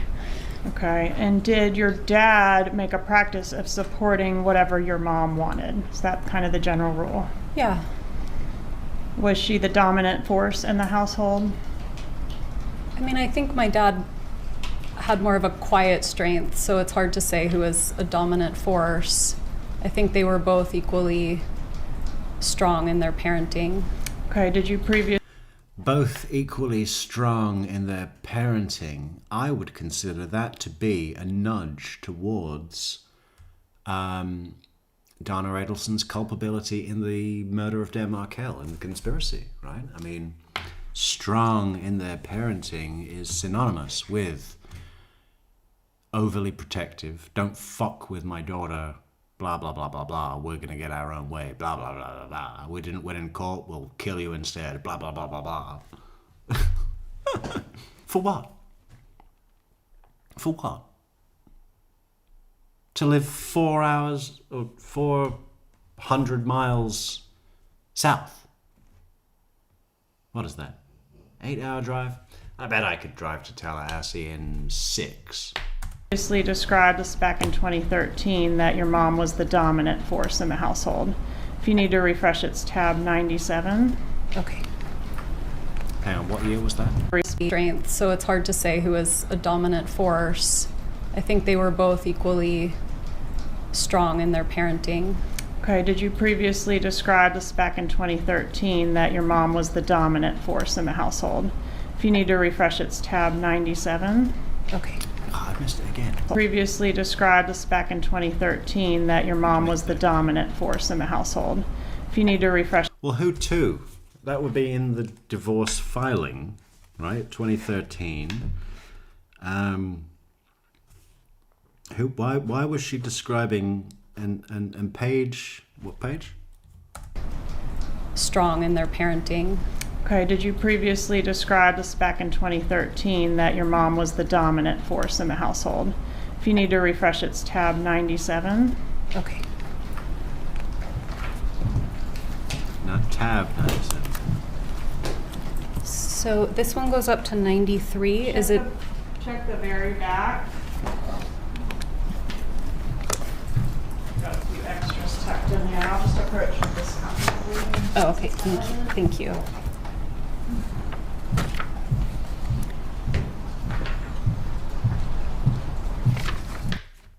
See, what Wendi was doing there, I mean, possibly she couldn't see. Georgia did say that there were a few pages kind of tucked at the back, but what Georgia was aware of was that Wendi loves to create space between the question and her answer, right? Whether that's space of her looking for something or whether that's space of her, trying to confuse the question.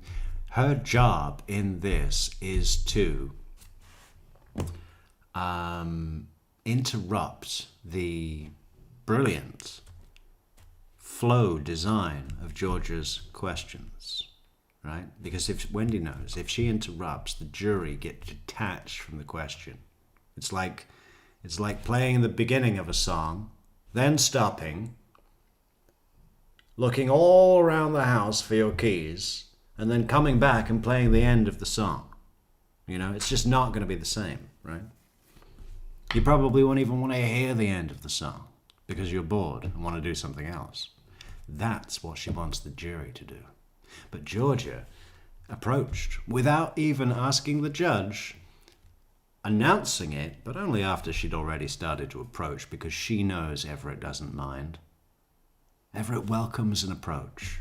Against this defendant? Are you kidding me?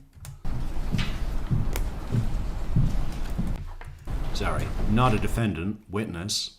State's witness, ooh. Yes. You did say mom was the dominant force in the household. Yes. Did your mom ever try to micromanage your life? Yes. Your career? I don't know about my career. I chose to be a lawyer. It wasn't a very popular choice in my household. Yes. Oh yeah? Wasn't a very popular choice. It was. I don't think they had a problem with the fact that you were a lawyer. You know, that's not a common. I don't imagine that Donna and Harvey said, "What are you becoming a lawyer for? There's no future in that." What are you kidding me? You've been given every opportunity, and you want to be a lawyer? Why don't you try and do something respectable? Wasn't the most popular choice in my household. Really? No, it was the Tallahassee part that wasn't the popular choice. You know, it was the teaching thing. What do you want to teach others for? Why don't you go and sue some pharmaceutical companies and make some real coin? Put a stack of that in the bank? And there were different types of areas of law that she would have preferred you practice. Do you agree with that? I actually think they were really proud of what I was doing. Not to suggest she wasn't proud of you, but she was encouraging you to pursue a different type of law that would be more lucrative. Do you remember that? I do, yeah. And what about your dating life? Did she meddle there? Yes. Did she create a dating profile for you on Match.com? I don't know if it was Match.com, but I do remember a dating profile at some point. That she created for you? I didn't use it, but yes. And conducted searches for men in the Miami area and sent them to you. I think this was when I was living in DC, maybe. Okay, let's go forward a little bit here. Wow. Let's catch all of that, Georgia. I think this was when I was living in DC, maybe. Okay, let's go forward a little bit here. Huh? Area and sent them to you. I think this was when I was living in DC, maybe. Okay, let's go forward. He wants some of the joint assets back. That would be a possibility. Not if you remain in tally. And if you decide to give any of it to him, it should be in a trust account for his children's future expenses. So it's not a challenge for him to pay towards things he's promising to do. Jesus Christ. Now she wants to financially manage her daughter's ex-husband. That's just what every son-in-law always wanted, Donna. You know, not only do you meddle in my marriage and dissolution of said marriage, but now you want control over my financial assets moving forward. To safeguard those assets to pay for things that you say are necessary for my children. Yeah, where do I sign? A little bit. Where do I sign? What about this one? Here. As far as Gary is concerned, Dad and I both feel it would come across better if you speak with him. Well, thank God I've got you there to guide me through that. Yeah. I've heard that prospective employers tend to frown upon only having a speaking relationship with the parents of their job applicant. You know, just, hello, is this Wendy's mum? Yeah, no, that's fine. I just wanted to know if Wendi will be coming in today, or is she still feeling poorly? She is. Okay, well, tell her to get well soon, and please, if there's anything we can do. Okay, Mum. Bye. Love you. Bye. What was that last one? This was when I was living in DC, maybe. Okay, let's go forward a little bit here. As far as Gary is concerned, Dad and I both feel that it would come across better if you speak with him. If he hears directly from you, that obviously, if you are offered a position with Grossman and Roth, you would be happy to learn the business from the best. You see what I mean about the Adelsons? They cannot write anything. As far as Gary is concerned, Dad and I both feel it would come across better if you speak with him. If he hears directly from you that obviously if you if he hears directly from you that obviously if you had a job offer, if you are offered a position with Grossman and Roth, you would be happy to learn the business from the best, and that if you are able to move down here, you'd work for him in a heartbeat, there's a good shot that he can get this offer placed in your hands. It's better than Dad calls and says, Gary, can you do me a favor? Which is absolutely what was happening, right? Can you do me a favor? Yeah, can you hire my know-nothing, lazy slut of a daughter? Yeah, no, $1 million a year, that's fine. No, fine. No, we can do that. $1 million a year, and she only needs to come in 2 days a month. Okay? Yeah. 2 days a month, $1 million a year. Thank you, Gary. Sent them to you. I think Remember this that? was when I was living in DC, maybe. Okay, let's go forward a little bit here. Danny's list that he sent via email. Why is list in inverted commas? Danny's list that was actually more of a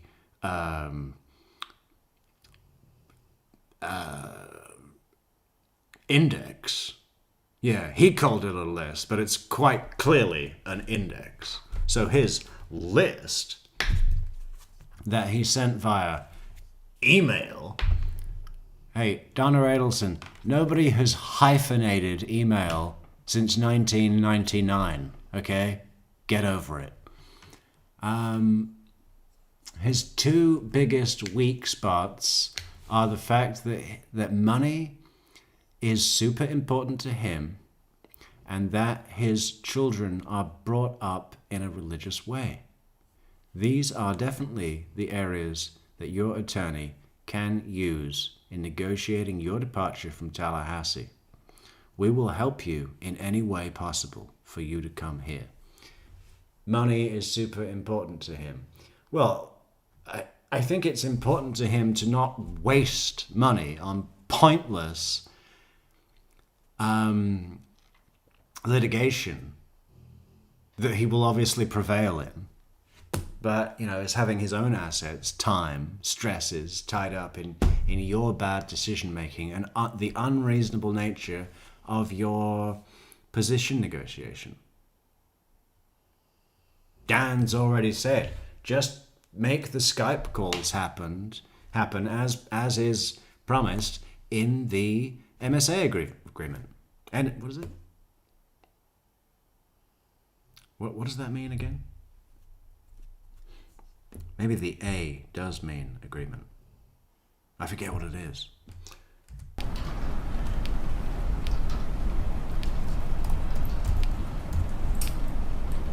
Sorry, we'll get there.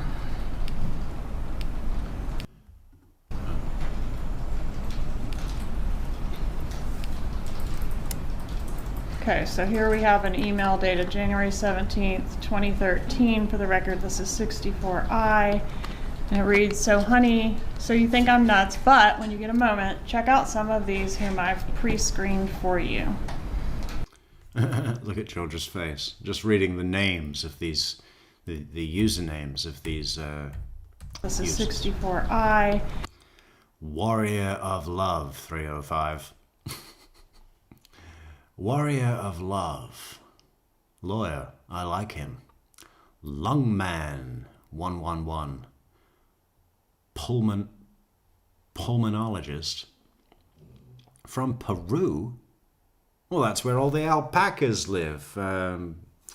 where you can take your brain cancer surviving father to see Machu Picchu to have his picture taken with an alpaca. Going to Machu Picchu was always a dream of his. AAPMD, another pulmonologist. Looks interesting. Does it say more on his profile than pulmonologist? Because if that's all you're going on, it could be a wide range, right? And who puts pulmonologist on their dating profile? I mean, I'm a pulmonologist. Parentheses, major ladies man.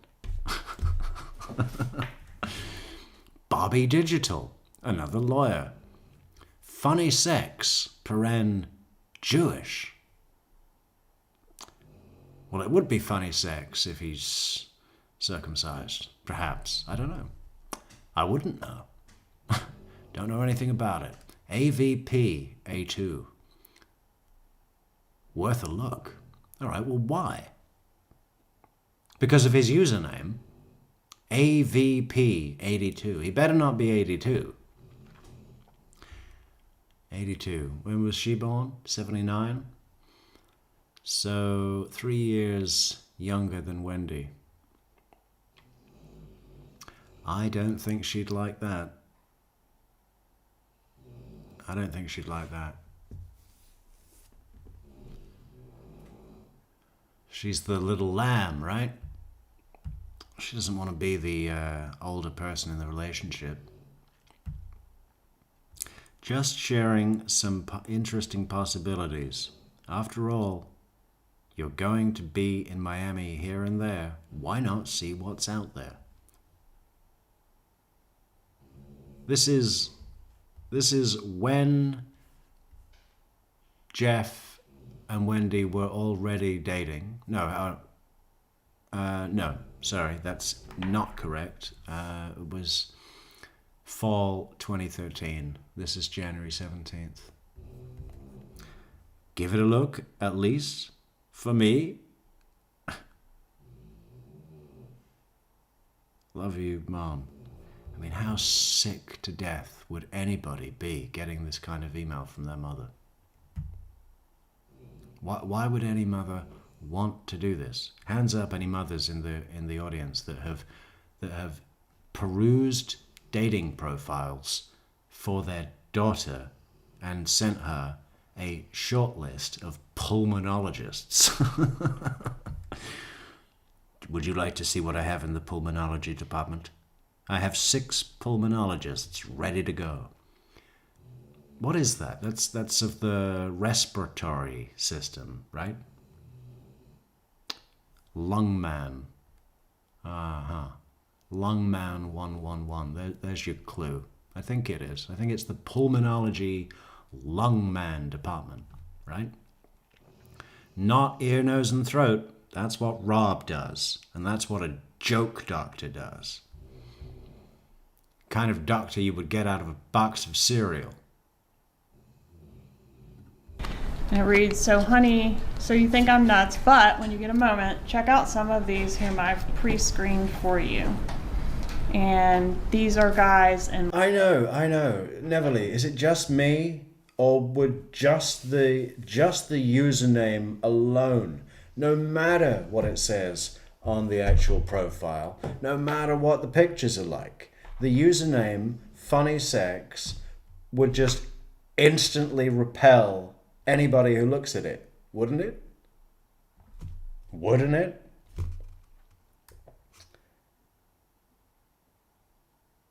I can't believe that she even put that in an email. What's your opinion, Neverly?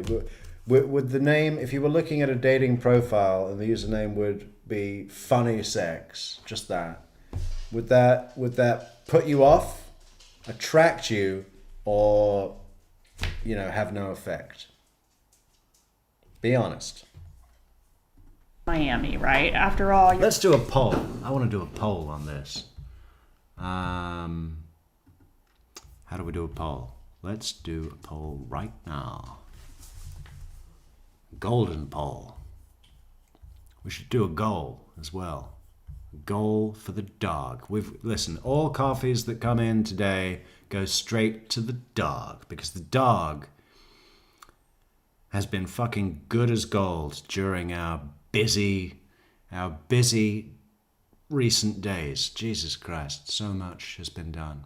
So much is just about to drop. It's amazing. I can't believe it. The result of 20 years of random careers has all come into effect in one golden moment here in my life. It's like I suddenly have a purpose. It all makes sense now that we've done what we've done. And it might be just about to fucking pay off. 20 years. More than 20 years. What is it? Well, 22 years, I guess, really. 22 straight years of endless struggle finally coming to fruition in one singular moment on Earth. But anyway, all coffees go to the dog because she's been good as gold, and we need to get her something sweet, something special, something to show her she matters. You're going to be in Miami here and there. Why not see who's out there, right? Yes. Okay. And here's some options that she sent you. Here's an interesting guy, etc. Okay.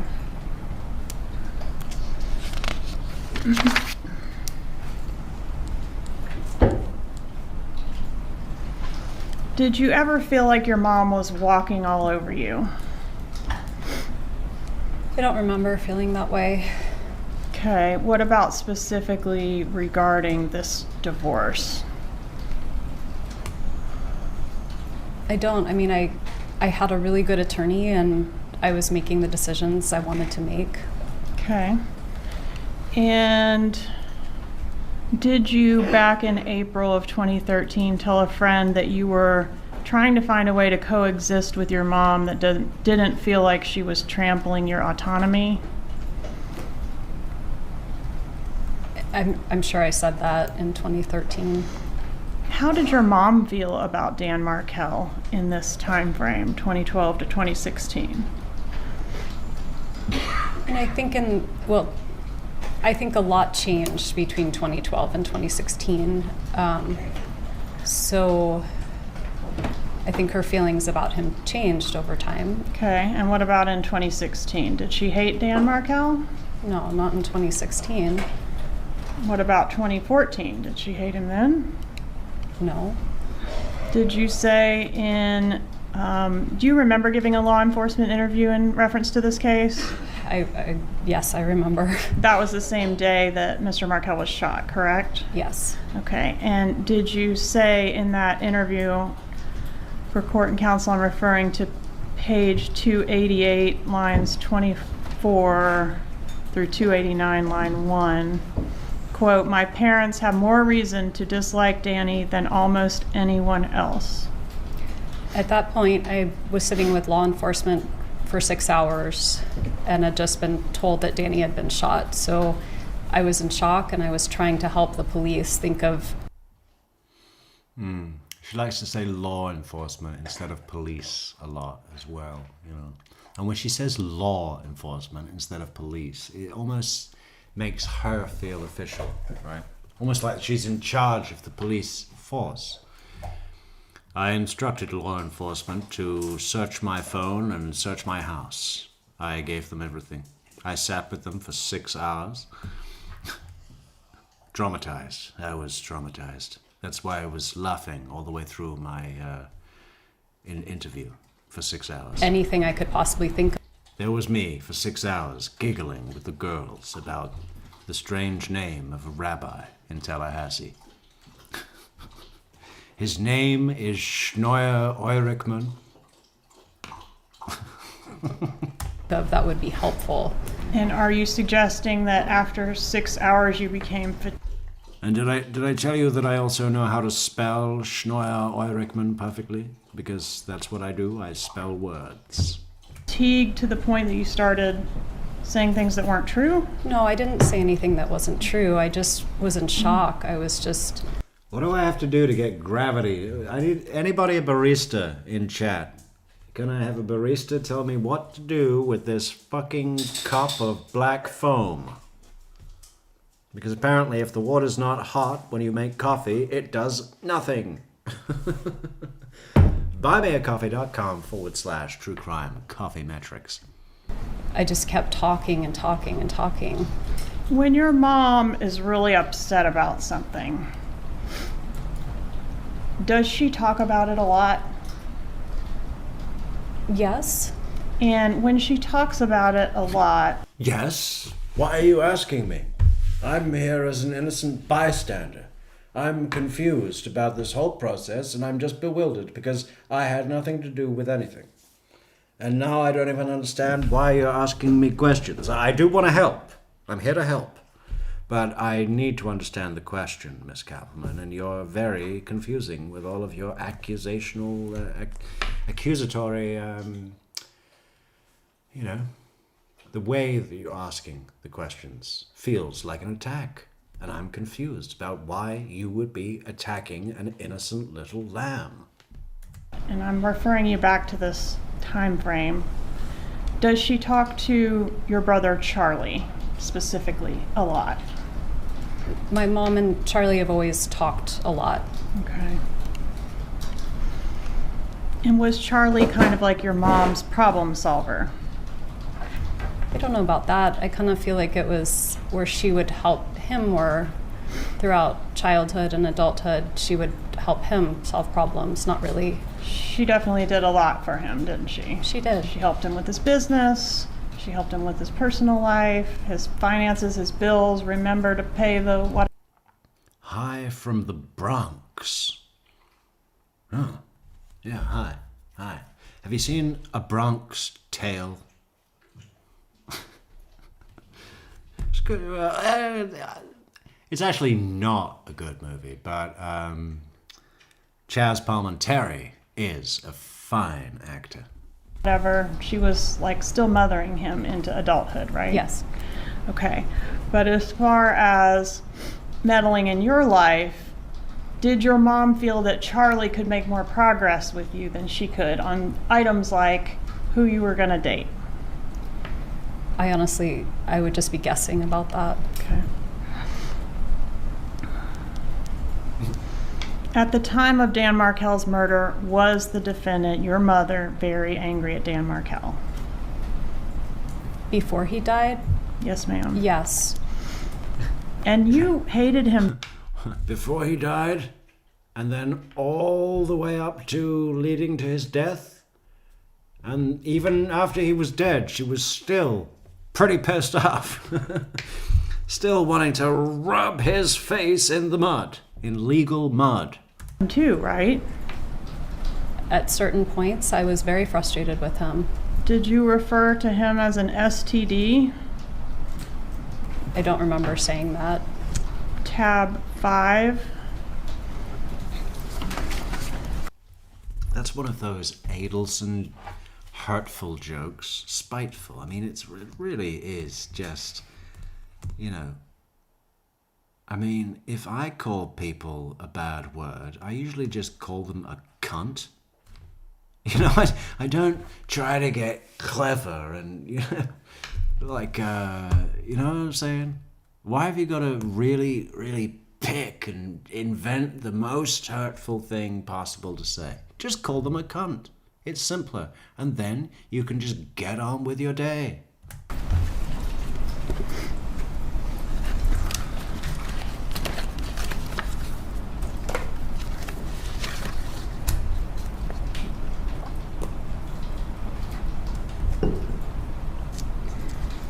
It looks like I made that analogy. Danny is an STD. One wrong mistake, marrying him, and this will never go away. Is that what you said? I did. And did you share that kind of sentiment with your mother? I don't remember ever saying that, so I don't think it's something I said very often. Yeah, yeah. Were you angry at that? Because as far as I remember it, Wendy, you know, it was Donna that made the big push for Markel in the first place, right? So it wasn't Dan that got you stuck. Yeah, I'm using that word, stuck in Tallahassee, right? It wasn't really Dan at all, was it? It was Donna. And how did Donna do that? What kind of tactic do you think would be in Donna Adelson's wheelhouse, so to speak, for convincing Wendi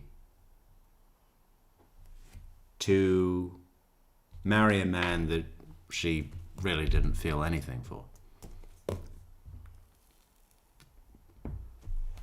Because in my mind it goes like this. Wendi, just marry him. He's Harvard educated. Do you know how good that's going to sound when I tell my friends who my daughter's with? A Harvard professor. We need this to happen, Wendi. Listen, we'll bring him over to our way of thinking.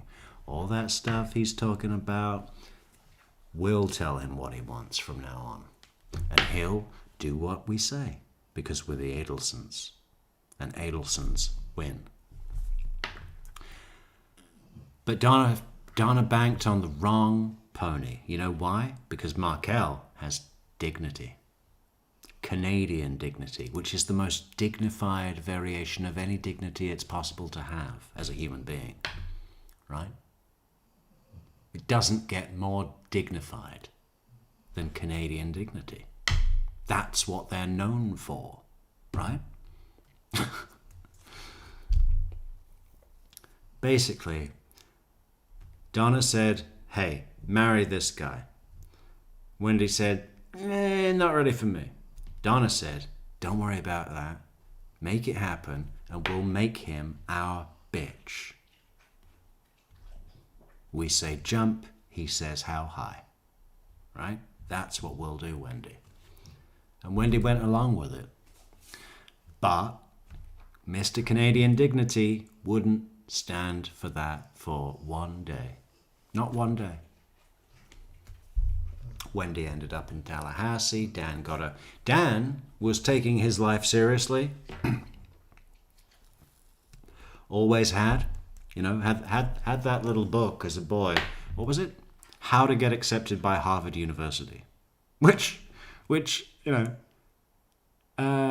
testament to whoever wrote that book. In fact, I'd love to get a copy. Where do we get that book? How do we find out the name, author, and everything about the book that Dan Markel had? Because I do have a T-shirt. What's the newspaper called at Harvard University? It's called something like... Shit, what is it called? Is it like the Harvard...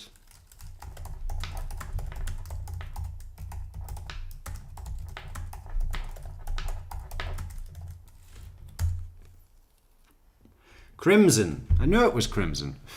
But then I was thinking the colours are crimson. Or claret. Yeah,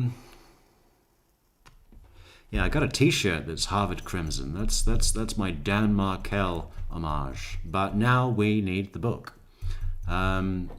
Let's get a copy of that, and then we can read it on air. Because it sounds, I mean, what a great testimonial to that book. Because Dan, as a young Canadian citizen, read that book, followed the instructions, and got in, right? What better showcase than that? It's like Oliver Twist. Yeah.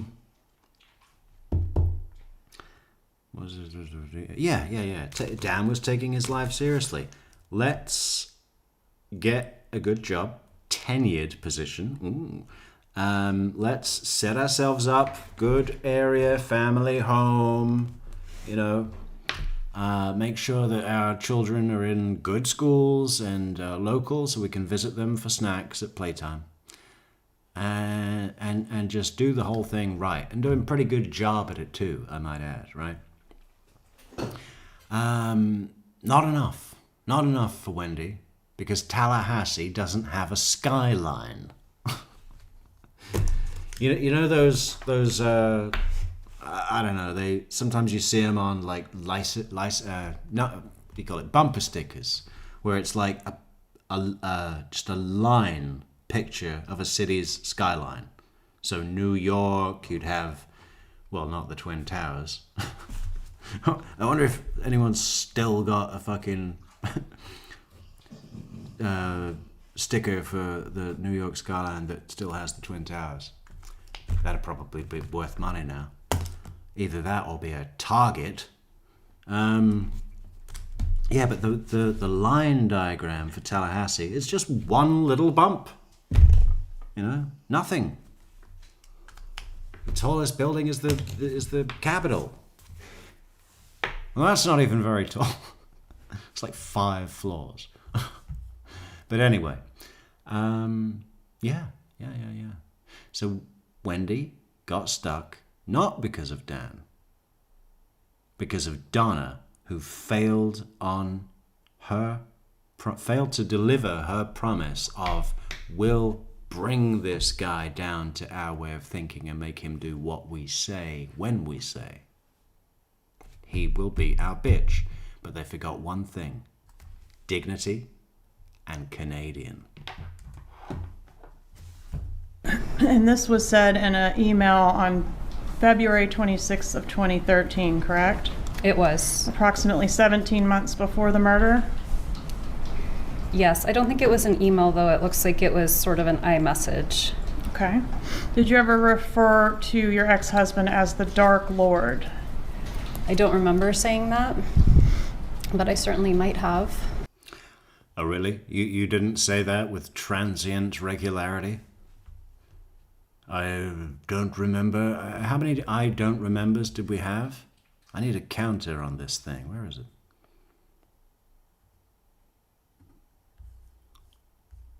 How many I don't remembers are there?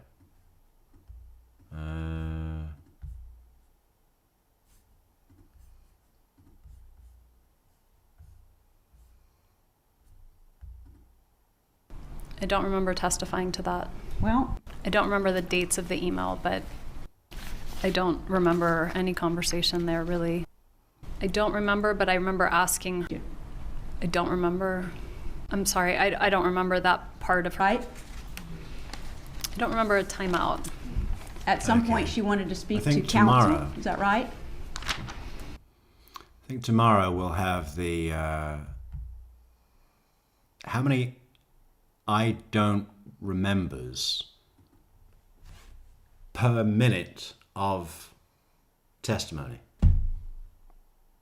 All right, that should be the what do you call it? What do you call it when you define that? The statistic, right? The statistic should be how many don't remembers per minute, and then you compare Wendi's testimony to the average testimony of any other witness, right? Do you think Wendi will be more I don't remembers or less I don't remembers? I'm betting it's high.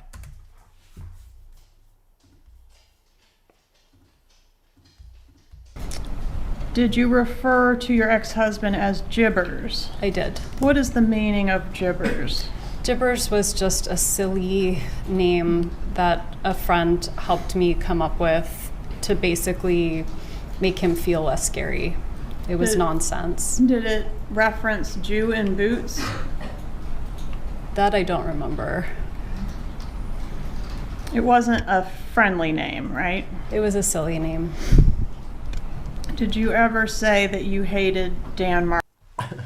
I love the artwork that they found for Jew in boots, which I still don't even get and have never heard of. Obviously, I've heard of Puss in Boots, which this is obviously depicting.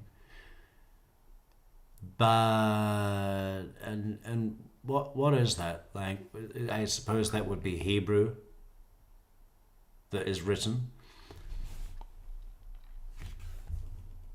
Markel. I don't remember saying it, but I certainly could have. Tab 31, please, to refresh your memory.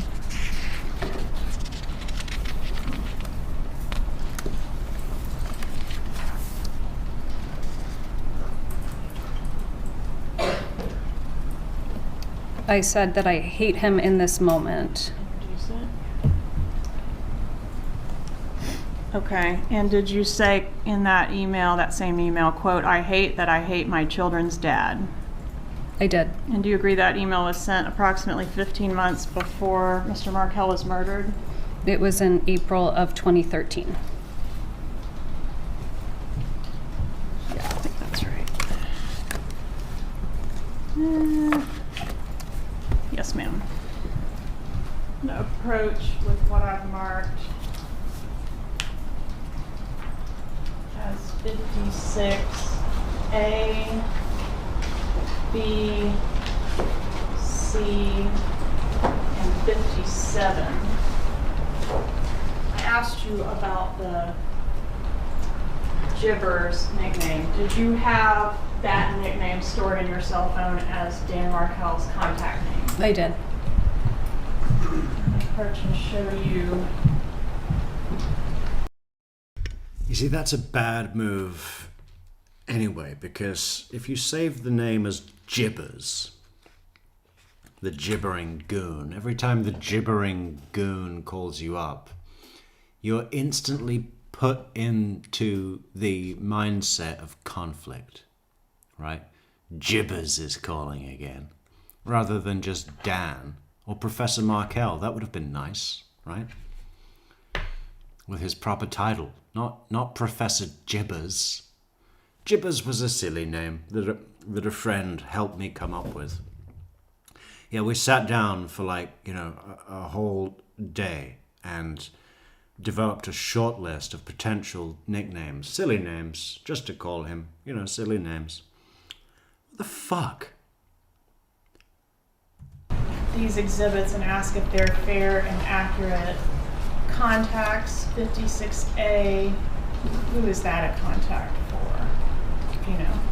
It's my mom's phone number, so that would have been, it's a picture of Ben as a little guy and my mom. Okay, so fair and accurate contact. Yes. From your phone for mom at that time. Yes. Okay, and then 56B. That's my dad. And that's his phone number. It is. Okay, 56C. Well, that's the last time I try to cool the house down with the fridge. I put it on high or low, whatever's the coldest, and now my couscous is frozen. That's my brother. Charlie. Yes. Okay, fair and accurate phone number for him at that time. Yes. And then 57, is that the contact you had in there for your ex-husband, Dan Markel? Yes. Okay, Judge, at this time I'd ask. Check it out. Isabel Rivera says, please hit that thumbs up for metrics. Rivera, huh? Any relation to Louis? Lulu Rivera. I was just thinking about Rivera today and thinking how much I would like to invite him to my home for a meal, just to break bread, you know? I think Georgia Kappelman really likes him, and investigator Newland, Jason Newland. Every time they get together, they have a pizza. I always imagine them sharing the same one out of the same box. And it comes to the last slice, and Luis Rivera, he's so polite. He probably just waits, offers it to the cop. The cop says, "Oh, go on, you can have it, man. You're in prison. I can get a pizza anytime I want. You take it. Take the last slice, my friend."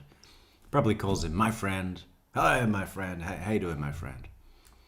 He just gets on with everybody.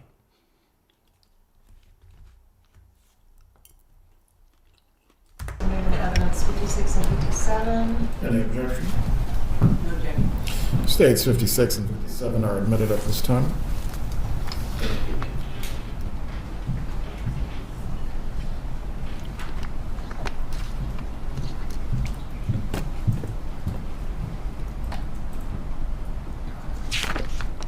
Did you ever refer to your ex-husband, Dan Markel, as an emotional terrorist?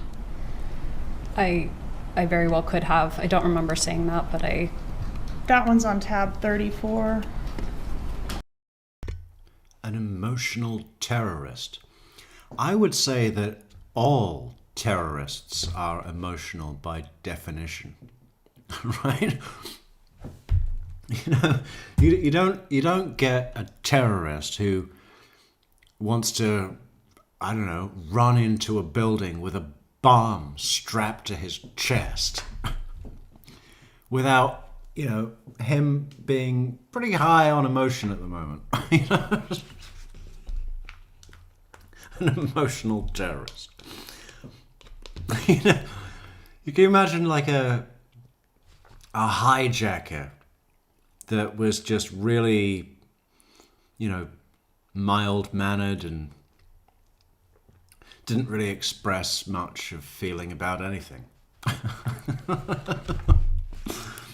Listen, Wendy, all terrorists are emotional by definition. Again, you use a phrase that is so transparently trying to sound cleverer than you are. You can tell that by the use of place names and people names that feature non-Anglo alphabetic characters in the spellings. Right? Example. Page 1. Where is it? Okay.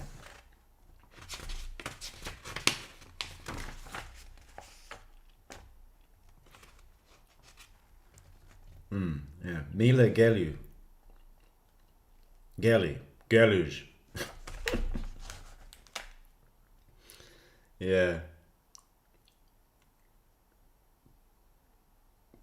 I can't find the place name. It's just so obviously, it's like paint by numbers for wanting to sound above your own level of intelligence, right? Oh, well, if I write a book and, don't worry about how it's actually structured or whether any of it is enjoyable to read at all. But if I use place names that have a funny letter in them, funny character, foreign character, that'll make it sound really highbrow. And anyone that doesn't like it, I can blame my notion that they didn't actually understand my literature because it was above them. Well, it's a piece of shit book. How are sales? It's probably the only book I've ever started to read that is even worse than Annie Guthrie's, what is it? Something Dark. The Good Dark. Don't buy that. Worst $30 I ever spent in my life.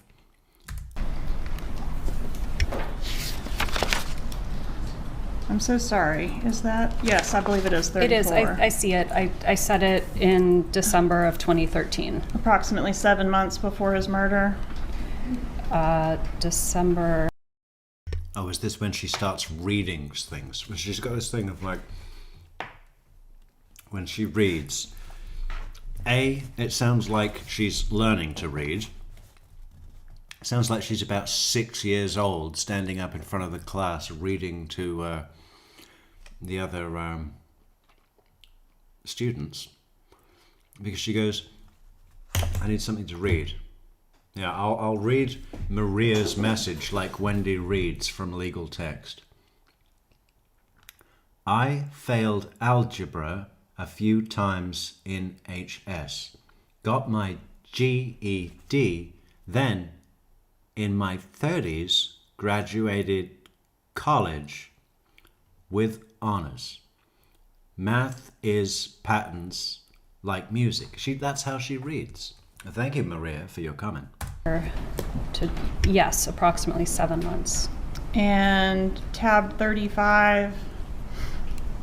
in June of 2014 did you say of your ex-husband, "I hate him so"?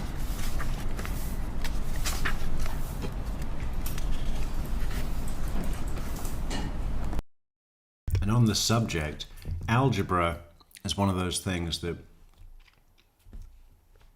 every kid says, what the fuck am I learning this for, right? When am I ever gonna use this? And it's funny because I've been using it for like, I don't know how many days it's been, 3, 4? I've been coding the super project for 3 or 4 days, and now we're decoding Wendi. So it really does apply to everything. I mean, algebra is the best, right? Variables, and the other thing.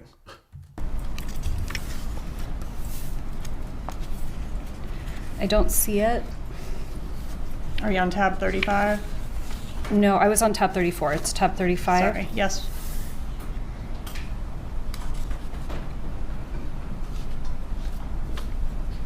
I did write that. And that was approximately 3 weeks before Mr. Markel was murdered, correct?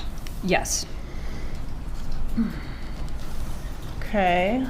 Lost my clicker.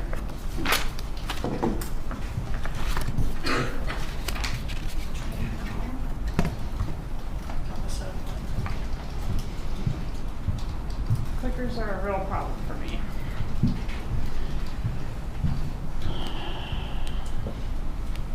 All right, next I want to ask you about Mr. Markel's response to your petition to relocate. Is it fair to say he was adamantly opposed to that motion?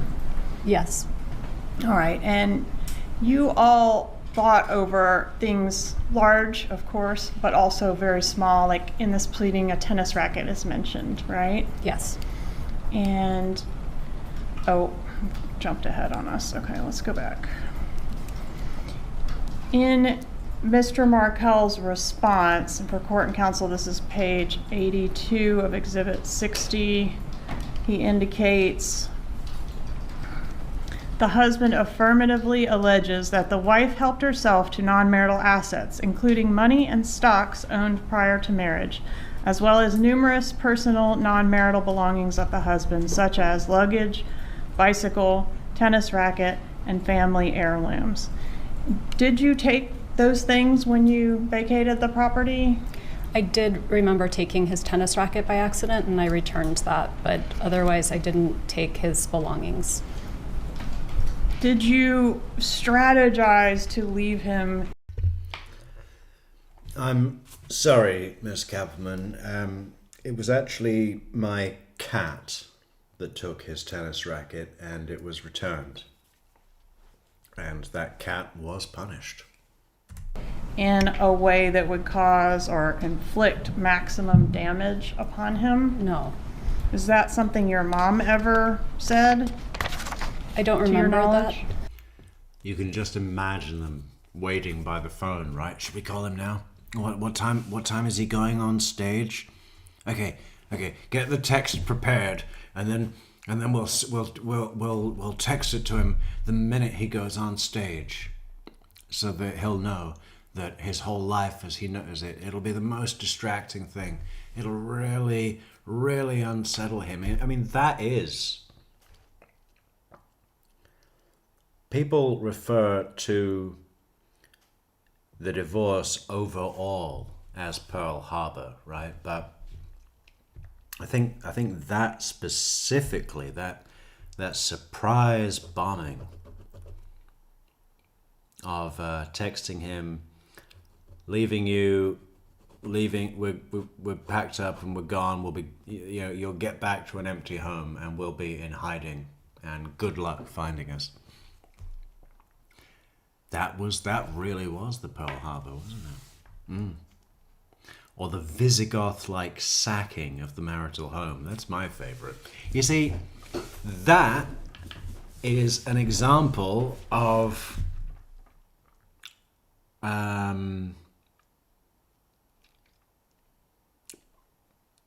what do they call him?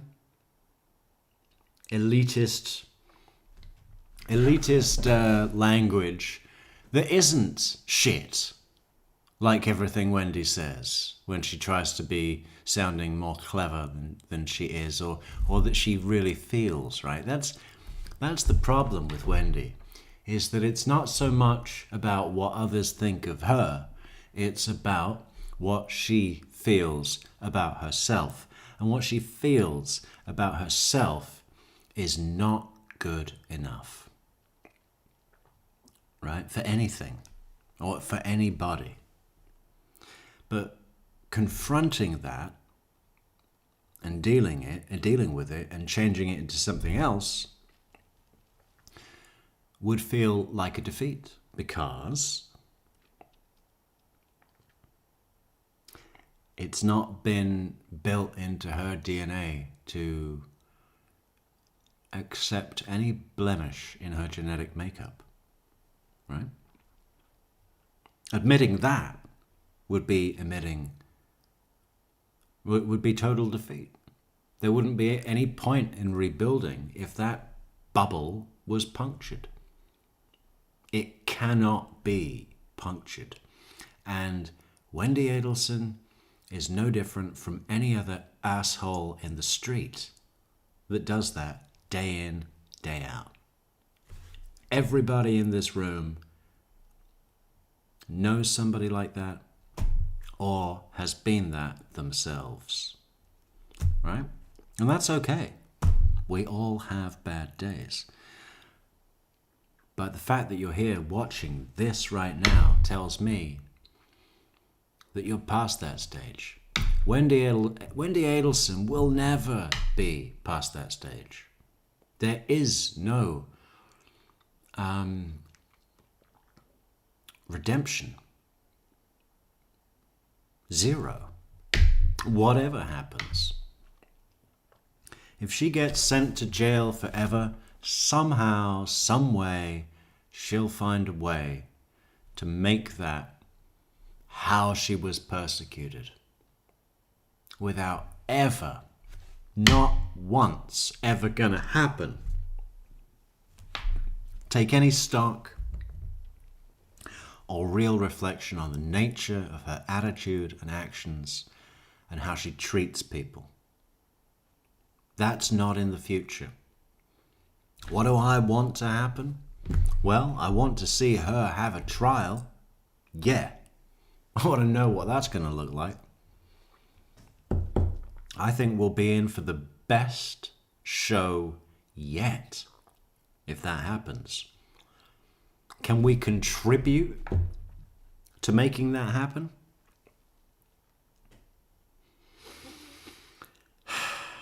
I think so.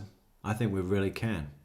With what we've got building behind, I know no one knows about this, but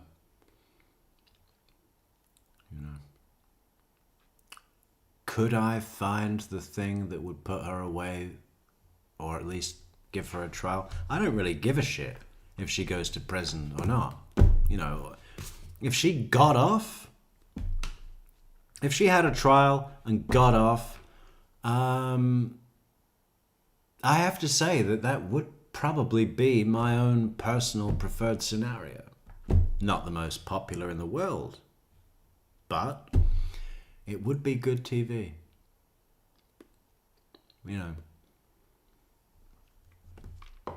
It would be good TV, and we'd see a lot more of her afterwards, which isn't anything I want, really. I mean, I kind of do, because she's an interesting case study, as much as she sickens me.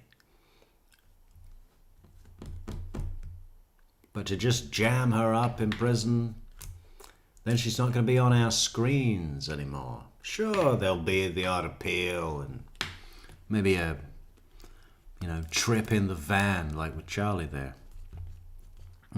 When they got him Wendy's. But, I'm not personally invested in justice for the Markels or whatever. I mean, yeah, I think I support it. But do I prefer justice for the Markels or, I'm here for the content. You know what I'm saying? I don't think anyone should get away with it, but what do I want in terms of resources? I want content. What's good content? Wendi content. So put her in trial and then let her go. So she can go on Good Morning America. So she can go on 24 hours and etc. Maybe we should start a campaign. Arrest! Then free, Wendi. Arrest, try, release. 2026. Did you discuss with your mom how and when you would leave your marriage? I did. Do you recall a November 2nd, 2012 email where Dan Markel was saying to you, let's put all this aside. This is all about the kids. Let's act toward each other in a way that they can be proud of. Did he say that to you? I remember reading an email like that. All right, and we talked about they can, where Dan Markel was saying to you, let's put all this aside. This is all about the kids. Let's act toward each other in a way that they can be proud of. Did he say that to you? Let's put this aside. This is all about the kids. Let's act toward each other in a way that they can be proud of. And what does Donna Adelson say about that? Oh, using his children as pawns in his game, his manipulative game. Sick. Yeah? We were talking about projection earlier, voice projection, and how Wendi Adelson has none. So her voice on stage was breaking with nerves, audibly. And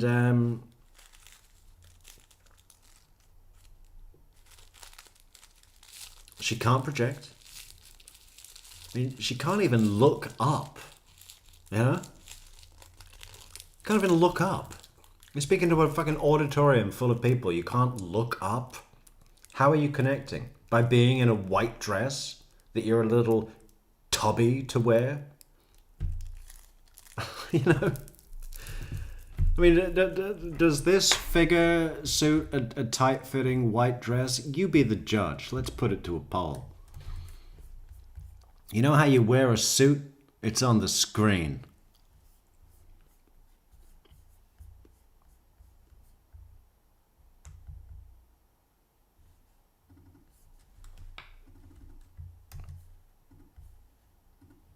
And now please welcome to the stage the Executive Director of the Immigration Partnership and Coalition Fund, Ms. Wendi Adelson. Hang on. Now, what's the job title again? This is such a bullshit job title, isn't it? How many of these things I've sat through. Like, you get to know real quick who's good and who ain't. The stage, the Executive Director of the Immigration Partnership and Coalition Fund, Ms. Wendi Adelson. The Executive Director of the Immigration Partnership and Coalition Fund. So what do we got? Executive Director of the Coalition Partnership. Does that all fit on a business card, Wendi? Partnership. And did they have the word executive twice in the same job title? Hang on. And now please welcome to the stage the Executive Director of the Immigration Partnership and Coalition Fund, Ms. Wendi Adelson. No, I got it wrong. Okay, so it's the Immigration Partnership and Coalition Fund. That means nothing. They wanted something to sound really high up, right? The Executive Director of the Immigration Partnership and Coalition Fund. Uh-huh.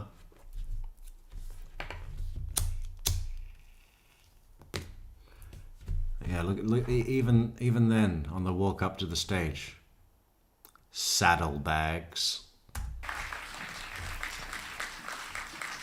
And joining her on stage, the District Director and Deputy Chief of Staff of Congressman Carlos Curbelo, Mr. Chris Miles. And I lead. Okay, I mean, I just don't think she's got the right kind of upper arms for an armless dress that's tight-fitting. I mean, she looks like a bodybuilder.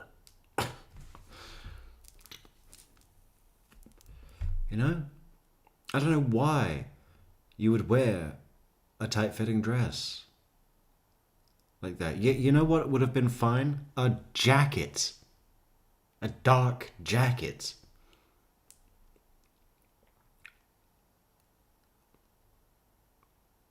I mean, there's the amount of styles.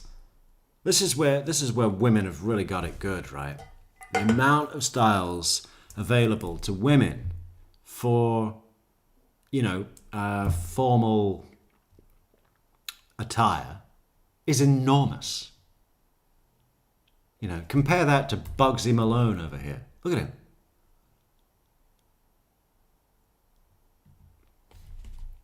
He looks like he's about to jump into a 1953 Bel Air. Okay. Look at him. And with the hair as well, like that what's that kid on the Little Rascals? Change the tone in politics, and I've been able to do some great stuff with Wendi, and I'm very excited to be here. Okay. Used to. Dude, you're 26. So full disclosure, my parents are Democrats. Some of my best friends are Democrats. Okay, I'm not fucking watching this again. Full disclosure. My parents are assholes. Murdering assholes.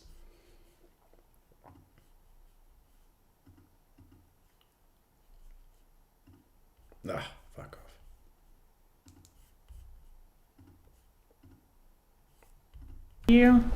I remember reading an email like that.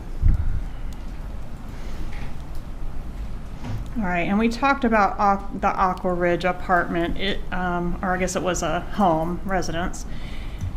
Is this a fair and accurate photo? I've blurred your kids' faces, but of the living space there? Thank you for doing that. Yes, that's our home. Okay. And did your mom? Oh, hang on. This was a really good touch I saw earlier from Georgia, and I want to know what you guys think. Okay, let me just go over that again. All right, and we talked about the Aqua Ridge apartment, or I guess it was a home residence. Is this a... We talked about the Aqua Ridge apartment. Oh, and I guess it was a home, a residence. Now, Georgia Kappelman is aware that Wendi moved into an apartment in Miami, right? And although it is in Miami, it's considered an apartment, which, even though it's in a Miami high-rise,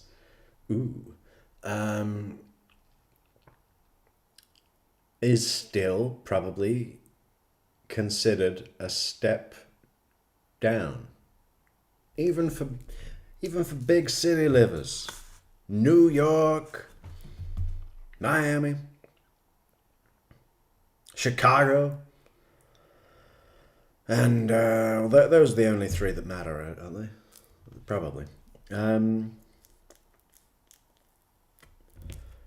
don't hear people talking about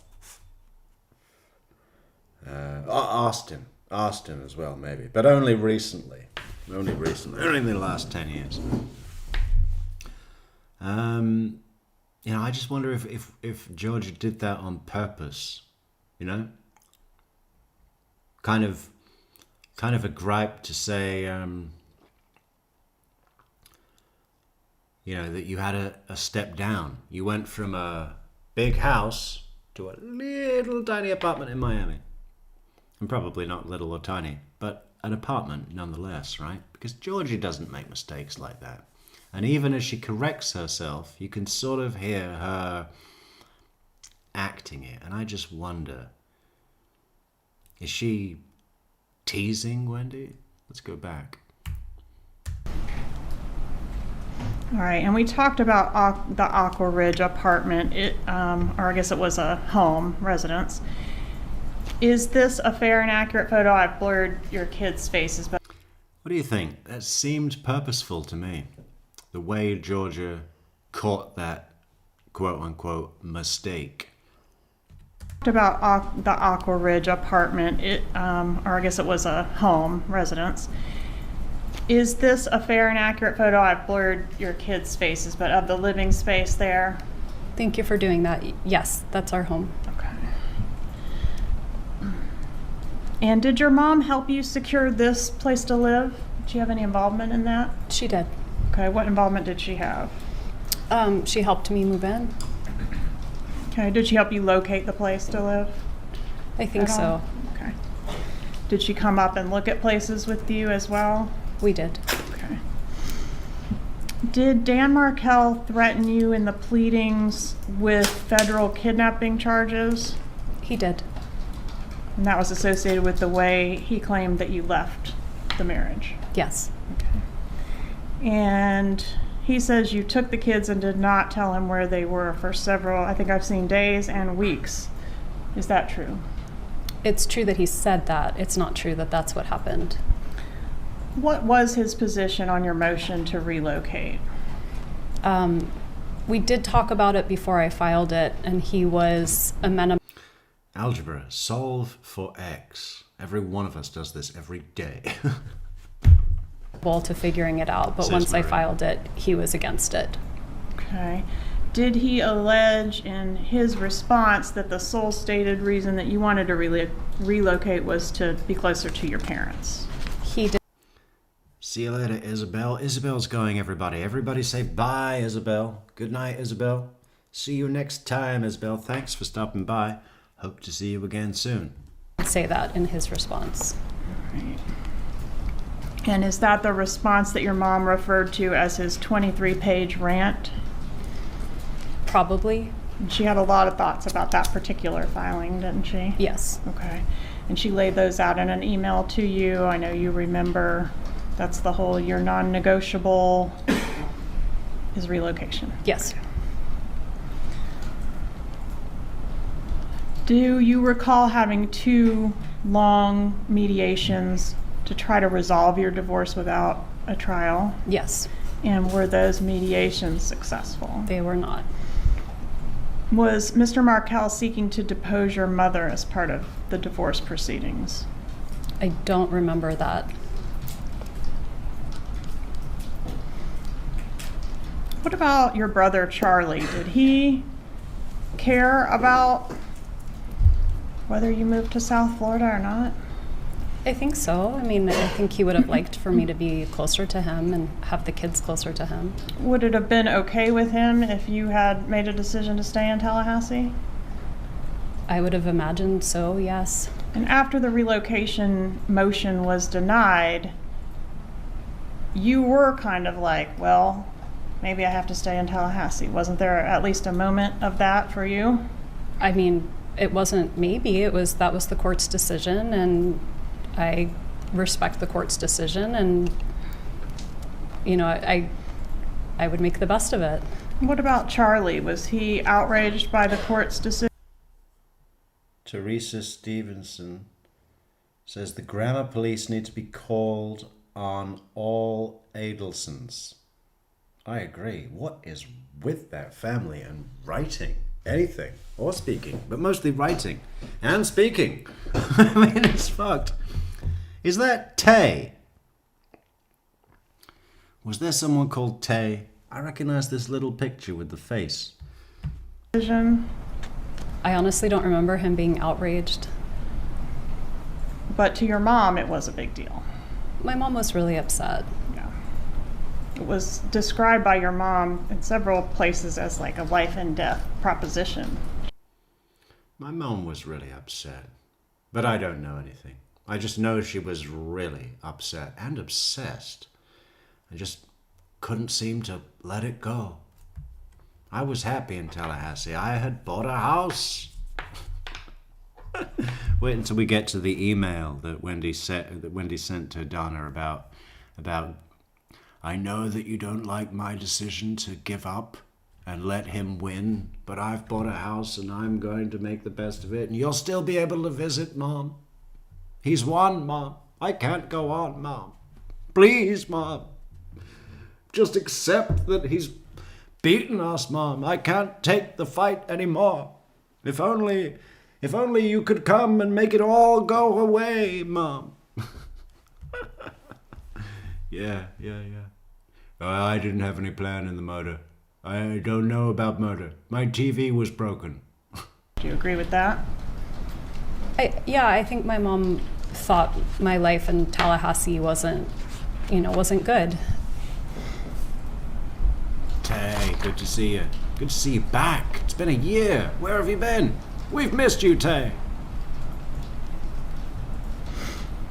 Is it true that you never would have left Dan Markel without your mom's suggestions? Objection, lady. Overruled. She may answer the question based on her own knowledge. I would have left Danny regardless of anyone else's input. I was very unhappy. Did you ever write that you would have never left him without your mom's suggestions? I don't remember saying that. Please refer to tab 41 and see if it refreshes your memory.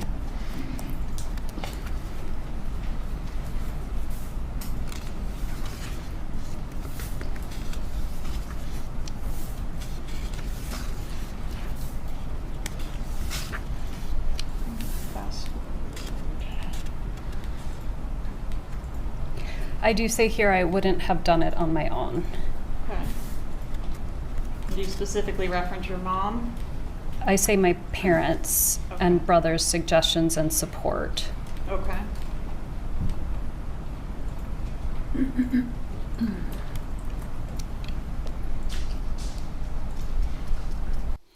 I just got off the phone with Zach at SEI. Obviously, I pretended to be you. He was, in fact, able to tell me that on November 8th, 2010, when Danny asked if he could forward him your account so he could... Another run-on sentence. Here we go. Fucking every text I need to read 3 times just to get in the flow. I just got off the phone with Zach at SEI. Obviously, I pretended to be you. In fact, he was in fact able to tell me that on November 8th, 2010, when Danny asked us to forward him your account so he could control and invest it in your mutual account with Schwab, it had $46,345.11 in it. And we're taking every penny. That 11 cents, it's coming to us. I think because I wasn't happy, but part of me thought maybe I would just stay until the kids grew up.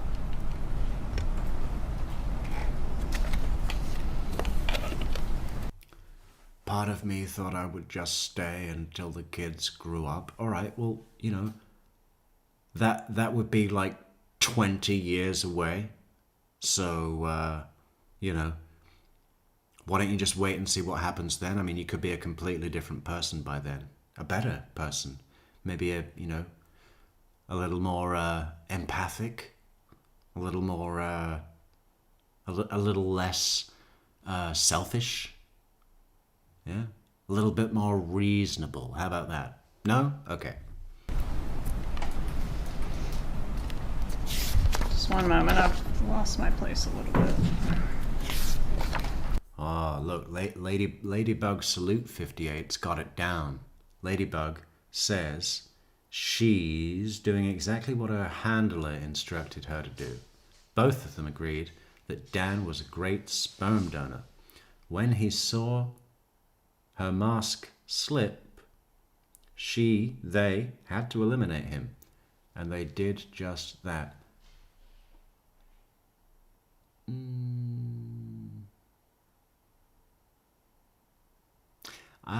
Well, I don't really think that they gave a flying fuck about him seeing the mask slip.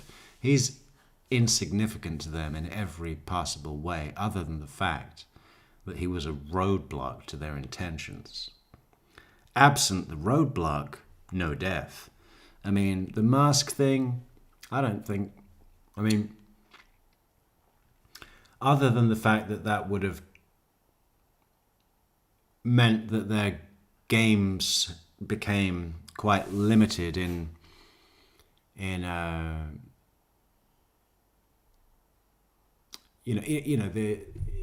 once you see a sick narcissist in front of you,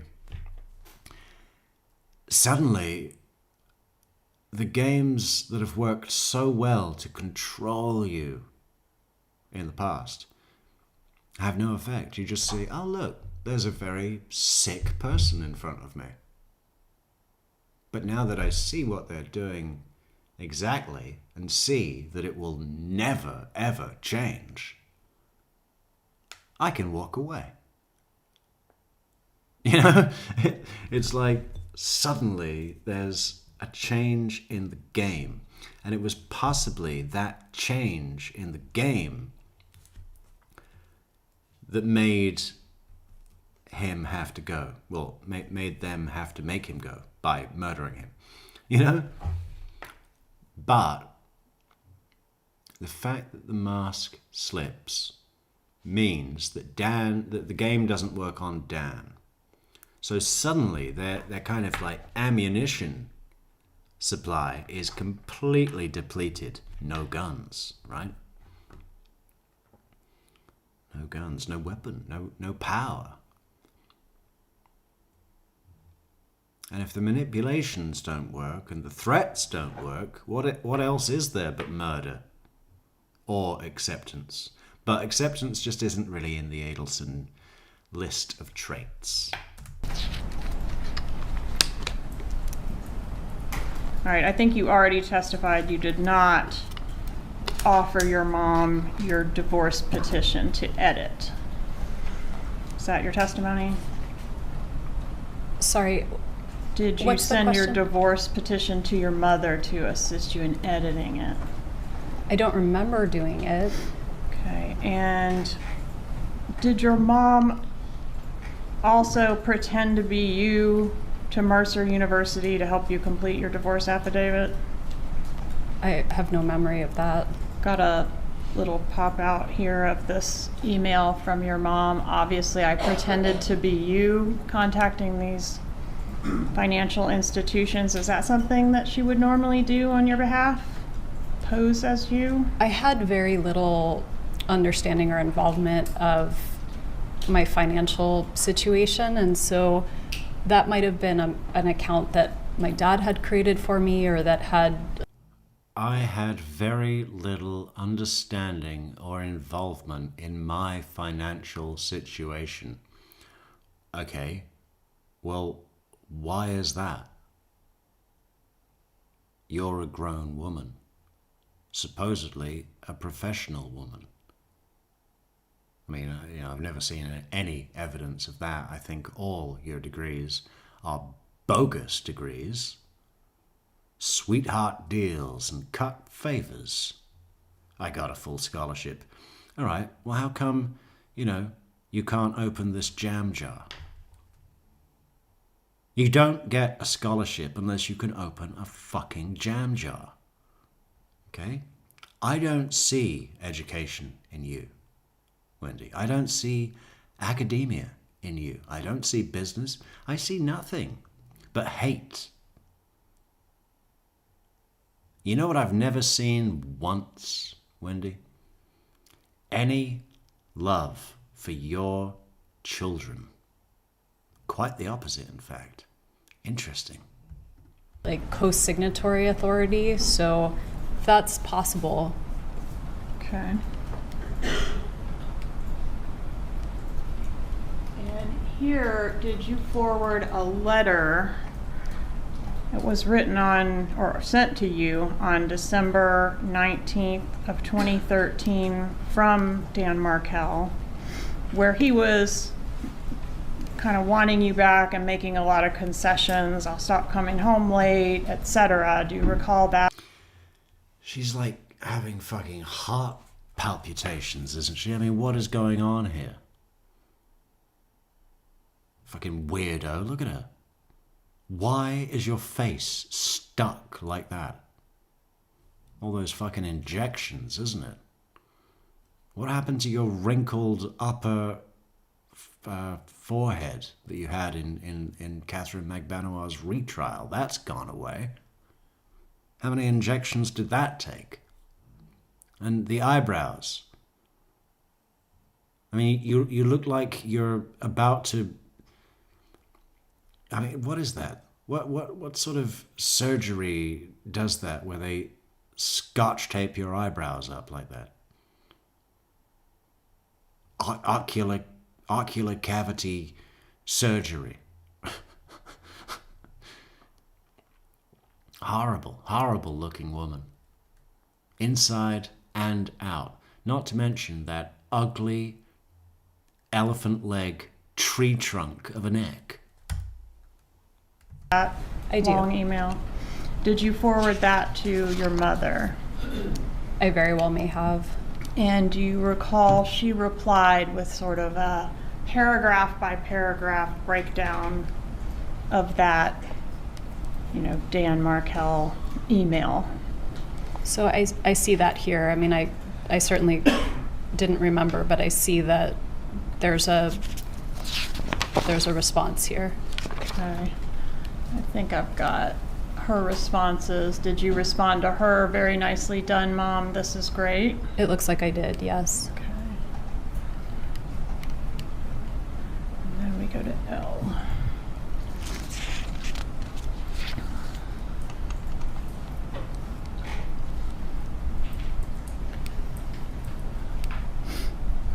In her responses, I guess they've got a joint email, so how do we know it's Mom and not Dad? Do we? I don't. Does Dad send responses like these? This is all the response. Would Harvey detail like that in a response? No, but it could be that my dad and mom were talking and that she was the scribe, right? That they were, that it reflects both of their thoughts and that my mom's the one writing it. And many of the emails are signed Mom and Dad, or they reference Dad and I feel this way. Was it common for your mom to express for the two of them a certain position? Yes.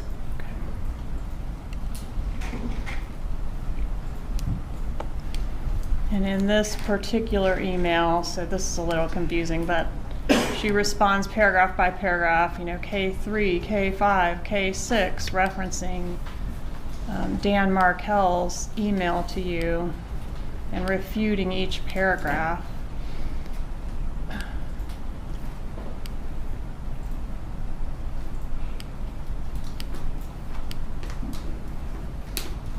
And she felt that his position was outrageous, right? Yes. And she thought his religious practices were extreme, didn't she? She did, yes. She was extremely concerned about the well-being of the children in reference to his religious practices. Yes. She wanted a psychological evaluation of Mr. Markel. Yes. He didn't need a psychological evaluation, did he? Honestly, I don't remember. Was he an extremely intelligent, accomplished law professor? Yes.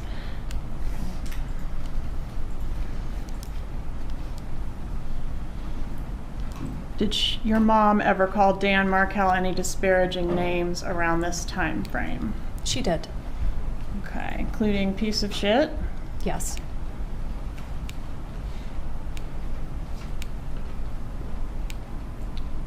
Asshole? Yes.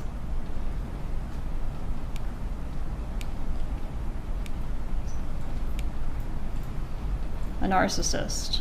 Yes. A bully? Yes.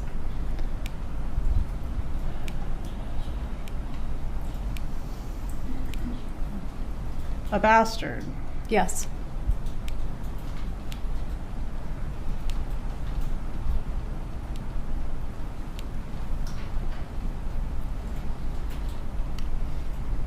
Did your mom help you prepare for your meetings with your divorce lawyer? My mom offered help, but I don't think I needed help preparing for meetings with my divorce lawyer. Who was your divorce lawyer? Kristen Adamson. Your mom, in an email dated January 9th, 2013, indicates that she thinks the job opportunities that you had in South Florida was a major bargaining chip in your divorce. Did you agree with that? Did I agree with it at the time? Yes. I don't remember. And she did a lot of work sort of making arguments to that point, didn't she? I believe so. And did you forward your correspondence with your lawyer to your mother? I did. Publishing 64. I'm going to skip to J. She wanted to be kept informed, right? Yes.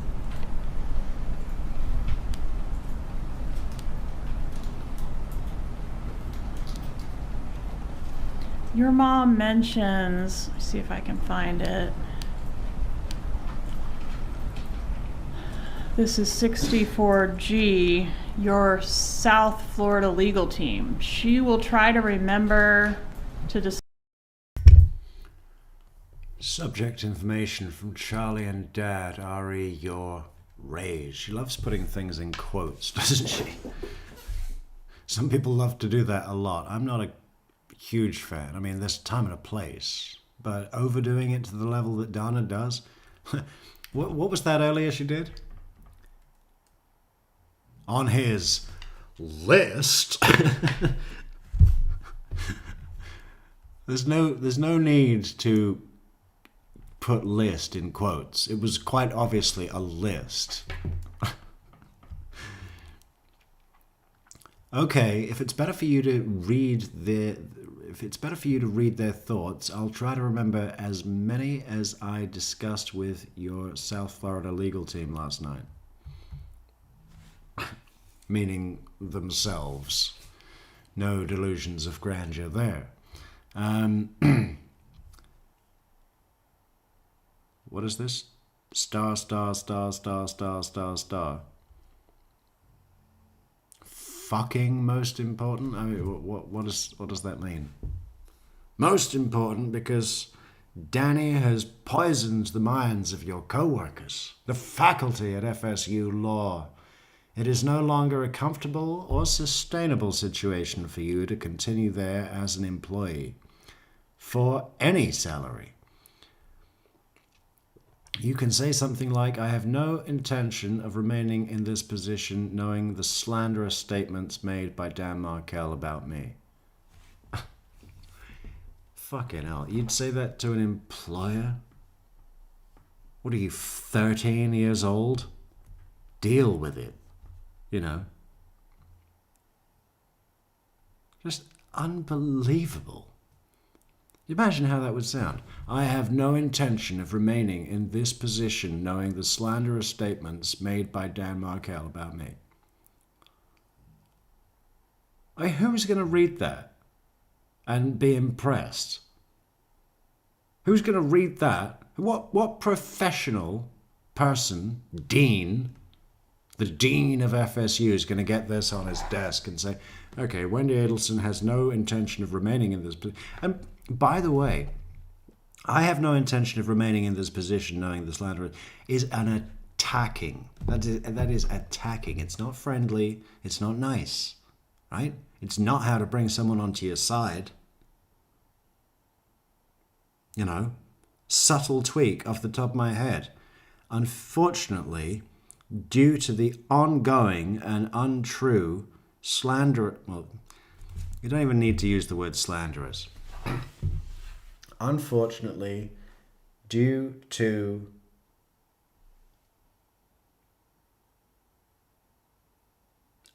my ex-husband,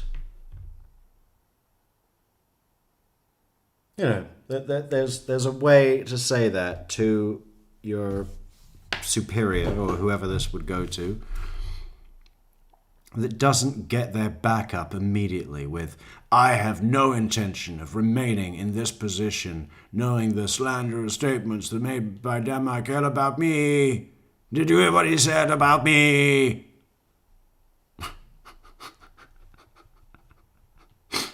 Unbelievable.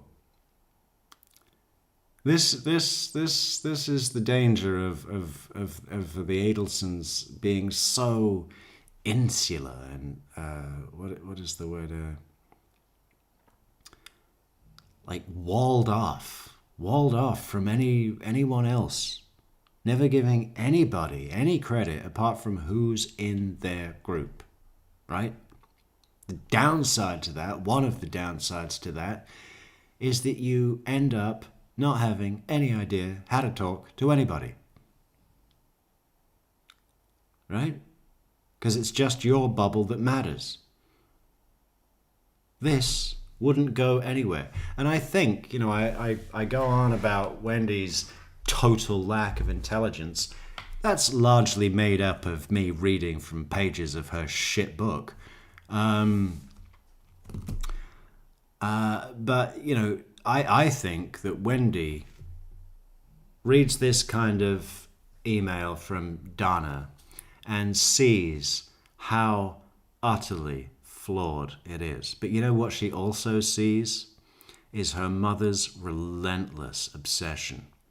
And what Wendi sees when she sees her mother's relentless obsession is a thing that she can exploit and use how to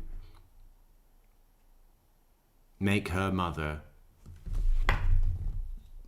sacrifice everything for her, which to Wendi's mind would be the perfect medicine for her mother to swallow, given the lifetime of meddling and pushing and just marry him. He's Harvard.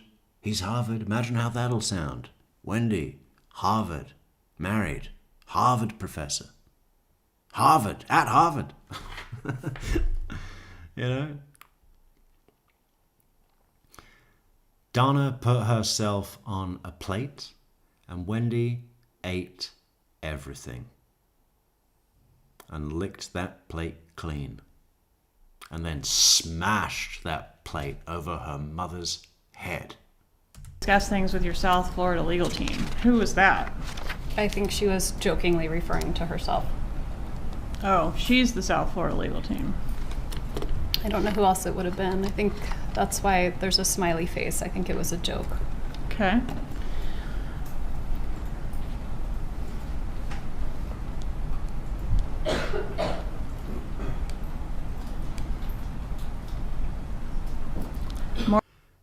She had a nose job?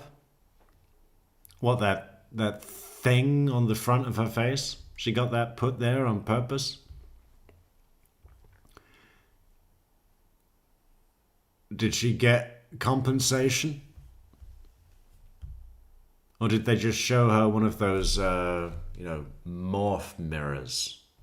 Everything good? Everything good? Quick look? Okay, good. Send me the bill. More questions for your upcoming hearing with your attorney. Did you forward your mom's questions or ask your mom's questions when you met with your attorney? Probably not all of them, but if there was something that I thought was useful, I probably forwarded it or had a conversation about it. And here you can see in paragraph 2, your mom referred to Dan Markel as Gibbers as well, right? It was a silly name, yeah.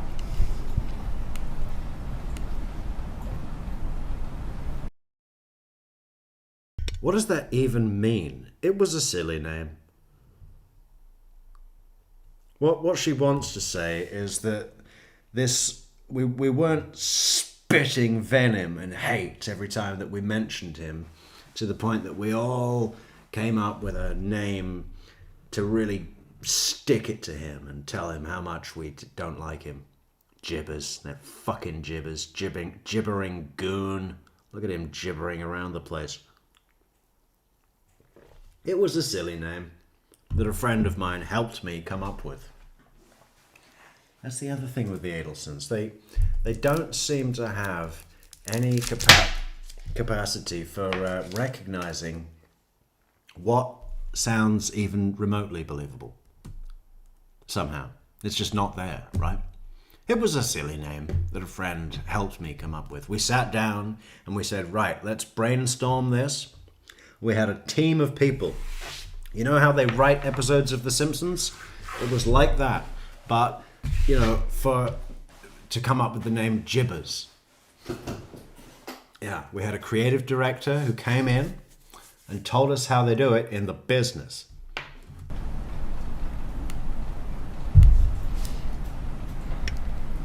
right. Let's go to the order denying your petition to relocate.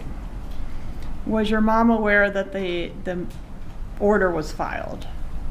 Yes. Okay. And this is language from the order denied with prejudice, meaning you can't re-raise it, right? Right, you can't refile.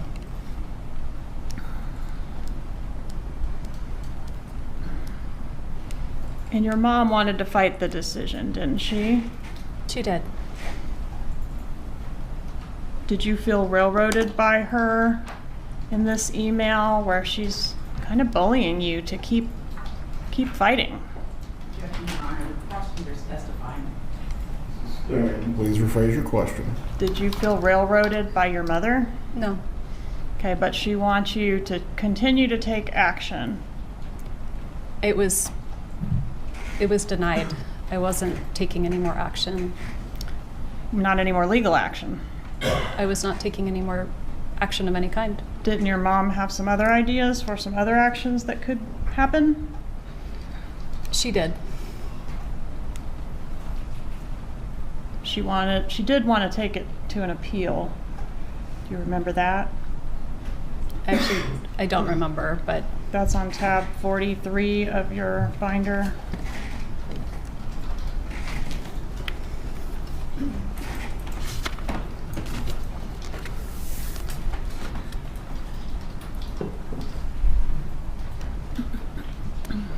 yes, I see. Okay, but she also wanted to develop this plan of action that could be implemented between the time you learned of the relocation denial and your final hearing in court to maybe strong arm Mr. Markel into agreeing to the relocation. Do you remember that email? Yes. Okay, and she had some ideas for how to do that, right? Yes. And she said Gibbers hasn't beaten the Adelson family yet. Yeah? Yes. Okay. So what was her plan of action? What did she suggest you could do to get...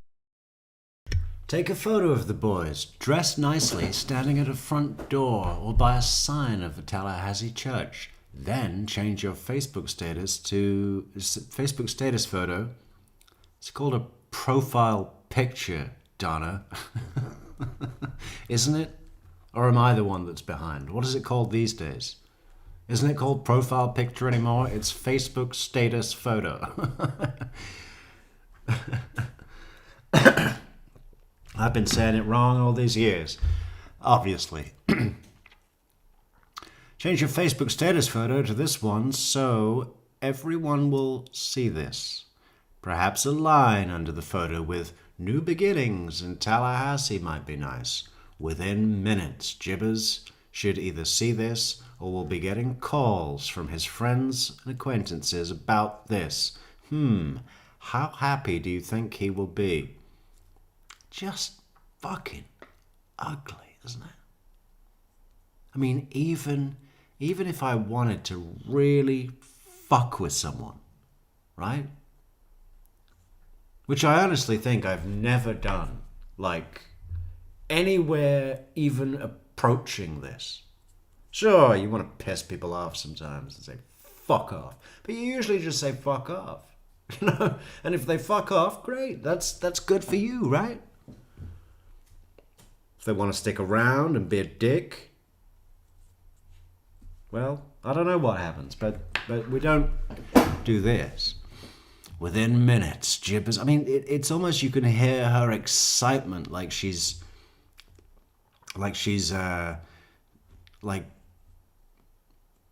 about to be served her favorite meal, right? Within minutes, like she's salivating. Within minutes, Gibbers should either see this or he will be getting calls from his friends and acquaintances about this. How happy do you think he'll be? What a bitch. Just an utter fucking evil, spiteful bitch. And with no redeeming qualities, you know. Jodi Arias, hateful, spiteful bitch. But little bit of style in there, right? And balls. You know, real balls. Arizona balls. Cojones.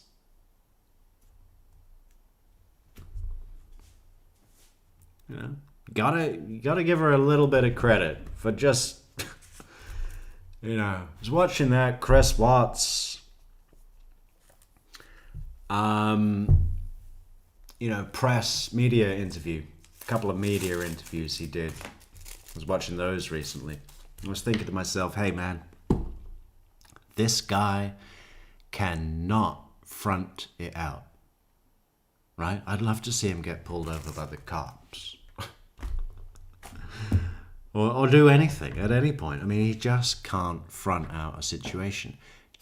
Jodi, all right, I'm not making a fucking fantastic let's build a statue in honor of Jodi Arias thing or anything like that. Terrible, murderer, very bad, horrible, obsessive, crazy twat. Put her in prison. Great. Good. Support. And psycho. Real dangerous psycho. Not making any big case for, I think, Jodi Arias is a great person. But man, and she made a lot of stupid mistakes as well. But don't forget, I mean, she was 27.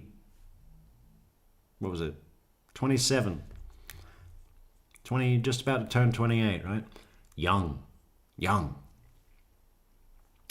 And she made some stupid errors. Phoning Detective Flores.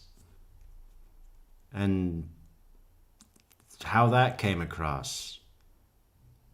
But Chris wouldn't have even tried. Wendi wouldn't have tried. But I'll tell you something. If Jodi was Chris Watts, she'd have been out on that front porch making all the journalists weep at her display of authentic emotion and concern, right? She'd have been able to do that, and that would have been a great show.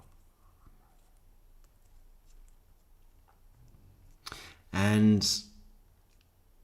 the ninja story, you know, to put it on that,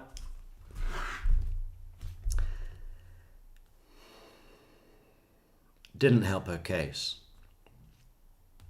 It was the wrong decision. The right thing for her to do at that point was to do nothing. Go silent. Wait for trial. But, especially with her age, I can definitely understand the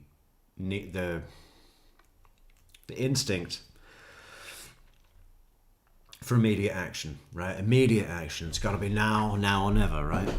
Wait for trial, too late. But it was the right move, and she would know that in retrospect. But the ninja story was wrong. Wasn't even really done well. But, I mean, who could do that well? As far as things go, the only thing that really made it unbelievable was the fact that it was unbelievable. That the story changed from one to the other. It wasn't necessarily the fault of the story or how it was acted out in that little interrogation room in Siskiyou County, Northern California, right off the I-5. But, it wasn't necessarily the fault of the story or the fact that it was acted out in the way it was, which actually wasn't necessarily that bad. Another mistake she made was the reliance on the sweet, God-fearing, never heard a fly, girly little voice thing. Because a lot of murderers will take, and Wendi Adelson included, if she is a murderer, blah, blah, blah.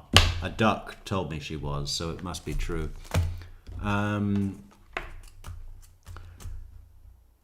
If Wendi Adelson is a murderer, she also did the same thing. The false reliance on girly voice, never heard a fly bullshit.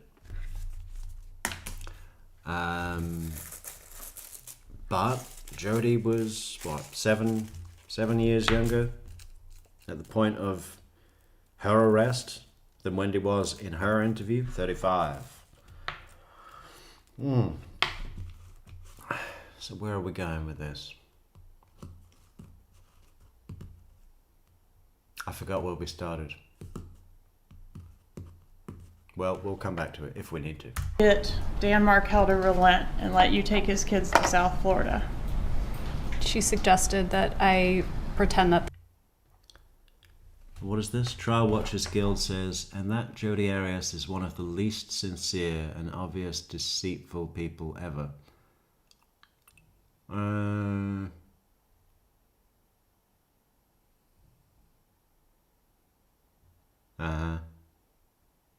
So, what are you saying? That you'd put her in no different a category than Chris Watts? She's in the same exact boat as Chris Watts when it comes to having any style in her lies. Is that what you're saying? The boys had become Christian. Is that something you would ever consider doing? No.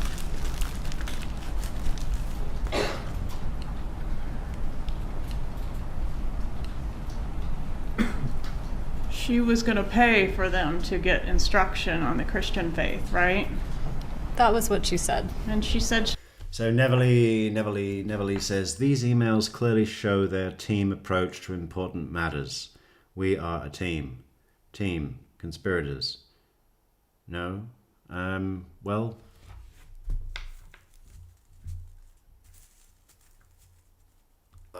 it's not... Them being a team on important matters doesn't automatically include murder, does it? I mean, in terms of... obviously, we know that's the truth, but in terms... I mean, you wouldn't go into court and say, look, they exchanged email about other important matters, so obviously they all knew about the murder. I mean, important matters isn't an automatic umbrella term for everything up to and including murder, is it? So,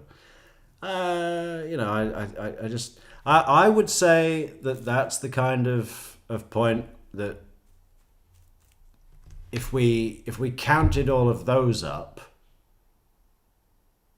there would be too many to count. So I kind of discard those ones, to be honest, because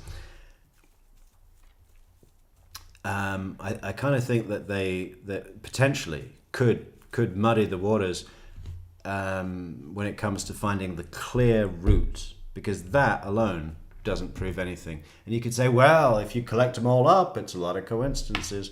Even then, I my personal feeling, generally don't like that kind of evidence. What's this one? I'm looking into summer camp programs for the boys. We will pay for it, even if the boys end up going only the few days they're in Tallahassee, on the days you have them prior to the hearing. Unbelievable. So they're willing to pay, they're willing to disrupt the boys' routine, supposedly just to make sure that the boys have prior engagement appointments on the days that Dan Markel is actually close enough to visit with his 2 sons. Yeah, thanks, Mom. Yeah, great. Fucking unbelievable. I mean, I really wish that they had given her the death penalty, to be honest. I think I've really come round to the death penalty. You know? Doing a true crime YouTube channel. You just see too many examples where you're like, yeah, fucking kill him. Fucking kill him. Fuck it. You know? Get this guy off our streets. Kill him. Next. Kill him too. She looked into it and she could get them baptized in a couple weeks. Do you remember that? I don't remember, but I'm sure it's here. Do you remember her imploring you to... Okay, Trial Watchers Guild. Trial Watchers Guild says, I'm not saying she's in the same boat as Chris Watts, but she's no more believable. Well, let me think about how to a way to phrase this question that won't make anyone bolt. But you say that she's not more believable. Is she any more likable than Chris Watts? And let me confirm what I mean by likable. Is she capable of displaying her own appeal to others? Can she connect with other people that are standing in front of her and offer just enough of something that's in some way appealing to become likable, even a teeny tiny part? Because I don't think Chris Watts has any of that at all, right? Charm is a big thing. And charm feeds into likability, which in turn feeds in to believability, at least statistically, right?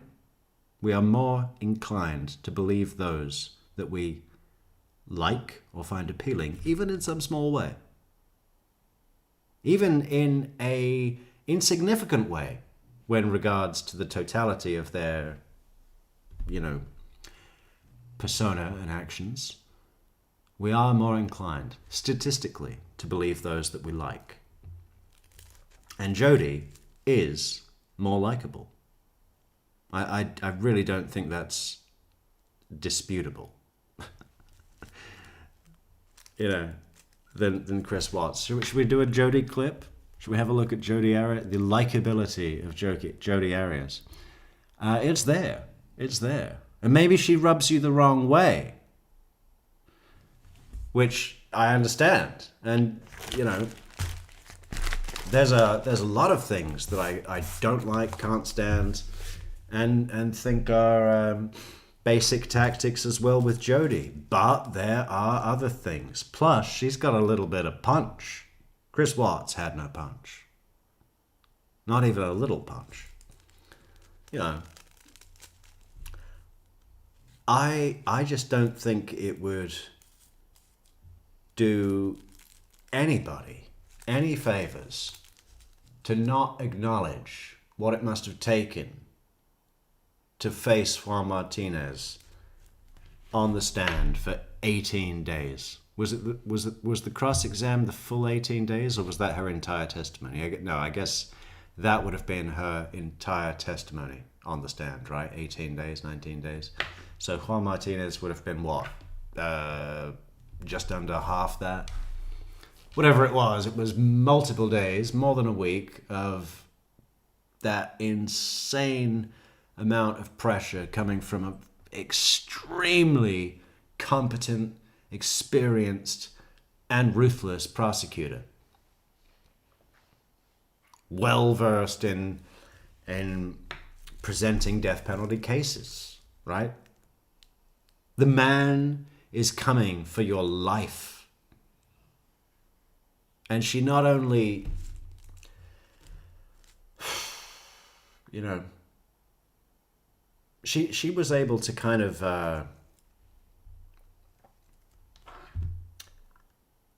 let the pressure of that situation develop the fight that needed to come out of her.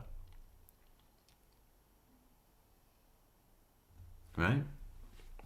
And I just don't think anybody's doing themselves any service in not acknowledging at least that. I mean, it's incredible. It's amazing.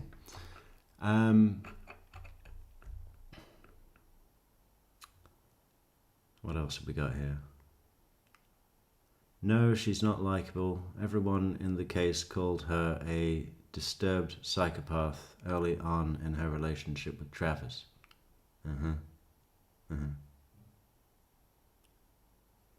Yeah. She's not believable on any level. Yeah. Well, you know, I'm not making a case for her believability. I'm making a case for her, for a partial case for her, what do we call it at the beginning? Duplicity prowess, right? She has prowess. Chris Watts, no prowess. Wendi has prowess, a little bit, not much, and it's what do you call it? Faltering. But you know, Jodie really. You don't agree that she has charisma?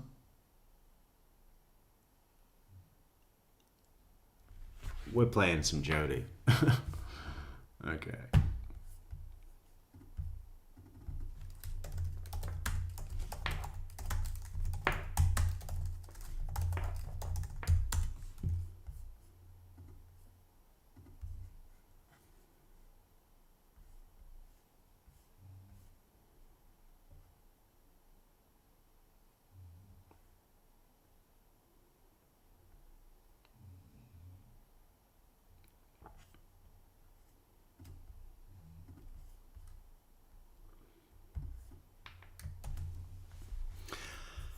You know, I think it's a real shame that she murdered Travis because, you know, she's got some skills that can't be taught, and you know, if it wasn't for the disaster of her own actions, you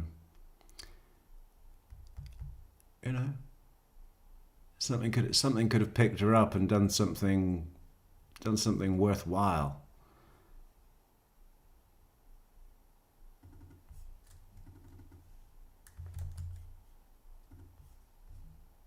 Really all I needed. Sorry. Don't roll the tape yet. Jody, how did you meet Travis and when?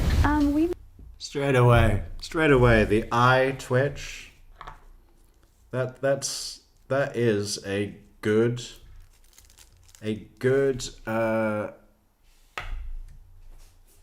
What is even the word? A good. And I cannot think of a word. It's just like something that you can pull out. What's something that you can pull out? Like a tool? I don't know. The eye twitch. I guess that's really all I needed. Sorry. Don't roll the tape yet. Jody, how did you meet Travis and when? We met at the Rainforest Cafe in the MGM Grand in Las Vegas. You know, she's clearly spent some time brushing her hair, but don't they all? What else are you going to do on your bunk? But she's made it look nice. I wish Michelle was still here. She could tell us how long she thinks it took for Jody to get her hair all shiny and nice. Right? With the jail shampoo? Are you kidding me? How long ago was that? That was in September of 2006. What was it about him when you saw him that kind of drew you to him? You know, there wasn't really any initial magnetic attraction. At the time, I shook his hand. He said, "Hi, I'm Travis." I said, "Hi, I'm Jody," and his name was just another of many names that I had to remember. I was meeting hundreds of people that weekend. We were all there for a big convention, and so it was right after I had finished.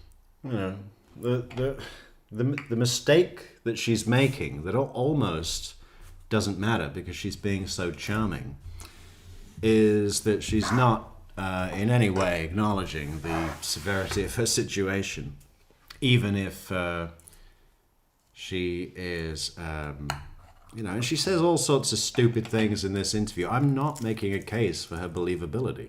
I'm saying that being likable, even in the small way that she manages to do, she's engaging. She's open to engaging, right? Chris Watts, closed off, go away, don't talk to me, not engaging. Jodi Arias, shiny hair, big smiles. We met at the MGM Grand. Finished eating with a group of people, and we got up and shook hands with a few people. He was among them, and then we began to walk throughout the casino, and he made it a point to keep walking next to me and keep me engaged in conversation, and we just, you know, by the time we made it around to the big gold line in the front of the lobby, we had discovered a couple of common interests and that sort of thing. How did your friendship develop more? Well, we hung out throughout the weekend, had a lot of fun, exchanged phone numbers, and it was one of those things where I didn't expect him to call, but he called me the very next day, and so I was like, "Oh, hi," and you know, he's a good conversationalist. He just kept me engaged in conversation constantly, and you know, he wanted to know about me, and people like to talk about themselves, so you know, it was just one thing led to another, and we became great friends. Did you two work together? We worked together on occasion. We were with the same company, but we sort of worked in different departments. Is that how so you to two speak. met at the same? Yes, we met. Was that a little bit of psycho asymmetry there? Let's see if we can catch that on a freeze frame. We worked together on occasion. We were with the same company, but we sort of worked in... Oh, almost. What, a split second more?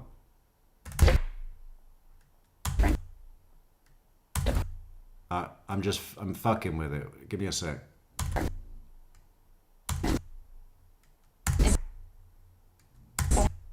Here it comes. You know, again, this is muscle memory training, right? All she's done is follow what has worked historically, right? And that's happened over, what is she here, 28? We're talking, could be as much as 20 years, but at least 15, she's been running the same game, right? And it ends up with this muscle twitch, the guilt twitch.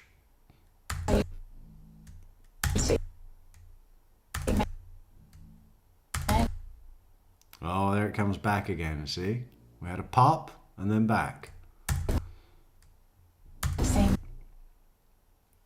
Really interesting eye movements as well. Did you catch that? It was like up left to the side, down.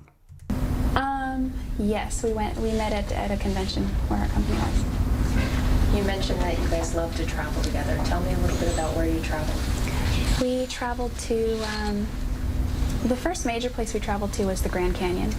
Hey, Brian's here. Hi, Brian. How you doing? Good to see you, man. Trial Watchers Guild says, no, she's not likable. Everyone in the case called... Oh, we read that one.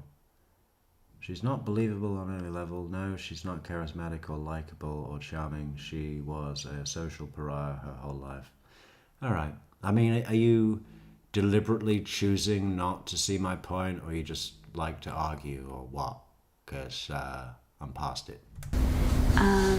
We went there on a few occasions, Havasu Pie, with some friends, and we went to Sedona. We went all over New Mexico. We saw the Carlsbad Caverns, we saw Roswell, we saw the Balloon Fiesta. We went to a spa that was kind of renowned in Santa Fe. Why was he a good traveling companion? Oh, he was a great traveling companion for many reasons.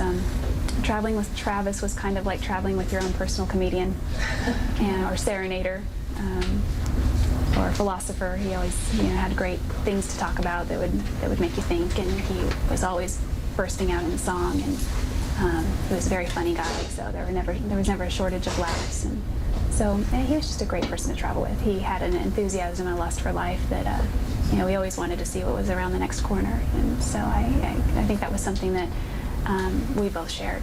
Can you talk a little bit about your faith? I know. Yeah, and what was round the next corner was a psycho ex with a knife and gun. Not just a knife, gun. Oh. That's how to finalize. What was her story? That she shot him first because the gun... She dropped the gun and it went off, so she had to stab him to death after he'd been shot in the face, because typically when people get shot in the face, they do get mad. They do get pretty angry. He said, "Fucking kill you, bitch."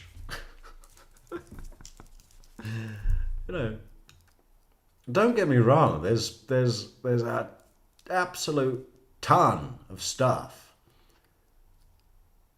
that I felt was really beneath Jodie's abilities.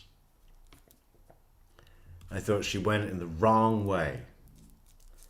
But, how much of that was the advice of her lawyers?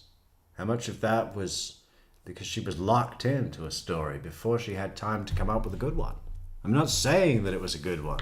I'm not saying really anything in support of this woman at all, other than she clearly has natural charisma. And anyone who fucking denies that needs to open their fucking eyes, because it's like, what the fuck? That's her thing?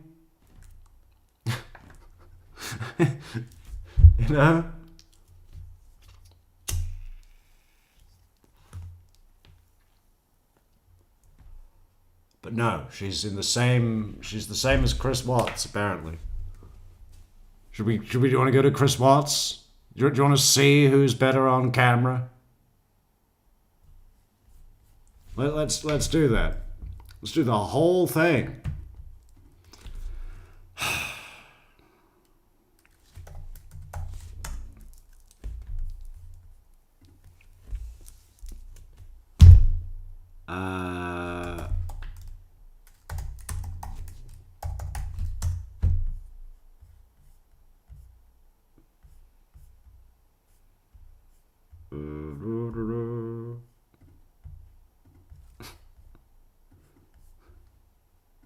Nick and Amanda came around, showed support. Right now we got K9 units. See if they can get a scent. Right now, I don't want to throw anything out there, but, if someone has them and they're not safe, I just want them to be safe. Yeah, I can't tell the two apart. Last name? Chris Watts, W-A-T-T-S. Wow. What's going on right now around your house? Right now it's you got K-9 units, the sheriff's department, everybody. Jody would have fucking sewn this up, man. I would have loved to have seen the display of what Jody could have done with an on-porch media interview. That would have been a show and a half. I'd have bought a ticket to that.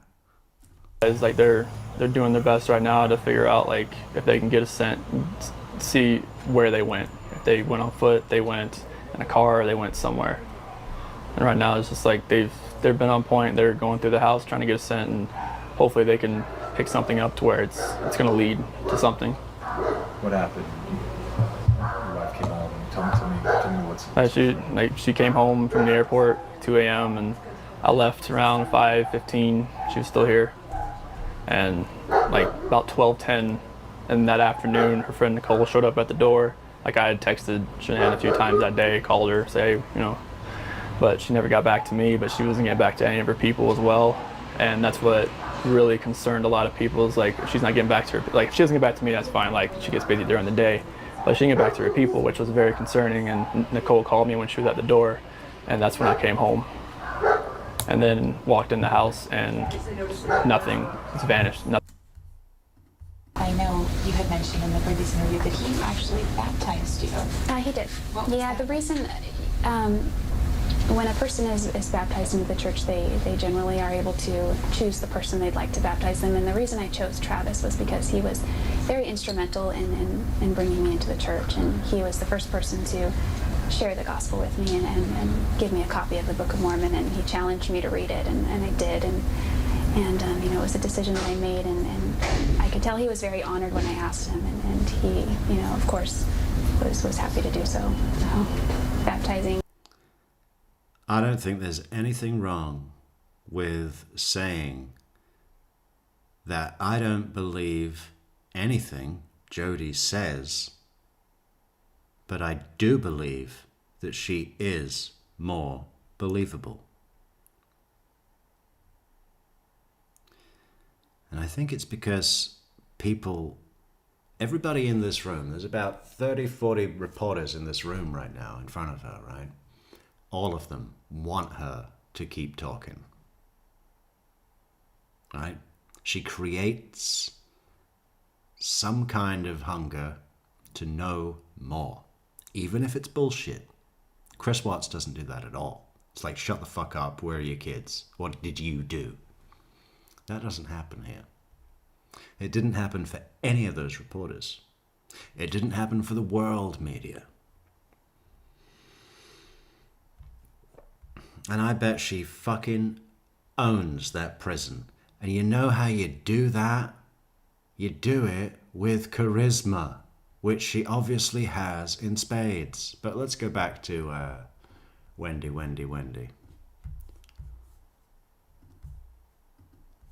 To put on a good act. I do. Did your mom, I don't know, do you have any acting training? No. Do you know why your mom would Google how to teach an actress emotion? I don't know. Did she ever share with you or forward you any tips on how to bring emotion or fake emotion? Not that I remember of any kind. All right. What about a financial offer? Was that? This actually might be a good subject for a video. Auntie Ree says, yep, I think she's more believable than Wendi. It might be a good thing to do, to go and grab, and we'll be fair, no bias. Whatever we see, we'll grab, and whatever we grab, we'll test, and whatever we test, we'll get results, and we'll spit them out into our supercomputer, and our supercomputer will say what believability score Jody has on the stand with Juan Martinez for however many days, many days, many, many days. And we'll put out Wendi. We'll try to get the top 5 most believable lies of each, and we'll get the the 5 least believable lies of each. And then we'll put it to the group, we'll put it to a poll, and we'll say who is more believable. That part of it as well? Yes. We'll let the audience decide. The audience will be the ones to straighten this out. What was the financial offer to be? I think it was $1 million. Who was going to pay the $1 million? My mom, my dad, and my brother. And they were going to pay $1 million. You didn't have to pay any of it? I don't remember having. Okay, you see some gift in Jody that I do not. I have the same gift as Jody. I'm just, thankfully, not a murderer. Or that much of a psycho. I can probably still be saved. With the right guidance, I could do anything. But, yeah, you know, I've always seen myself in Jody. And sometimes even in Wendi. That's a difficult thing to admit.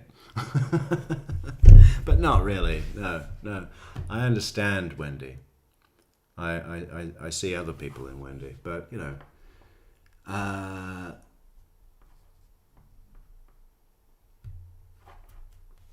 whatever Jody has, she's born with. And we're all born with something, right? To pay any of it. Okay. And they were going to give Dan Markel $1 million for what? So that I could relocate. Okay. Did you ever make that offer to Dan Markel? No. To your knowledge, did anyone make it to him? I don't think so. Would it have worked? I don't think so.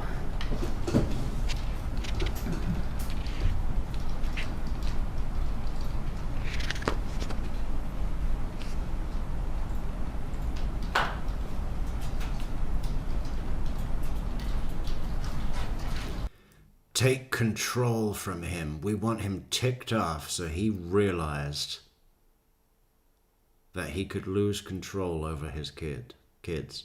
Realizes, Donna, realizes. Don't you teach English? Okay. As they get older and more involved under Jibba's religious influence, they will be able to request which parent they want to live with. Don't allow Jibbers to have this power and control over them. Then, in reality, he's going to have the same control over you. It's all about getting control from Dan Markel, right? Yes.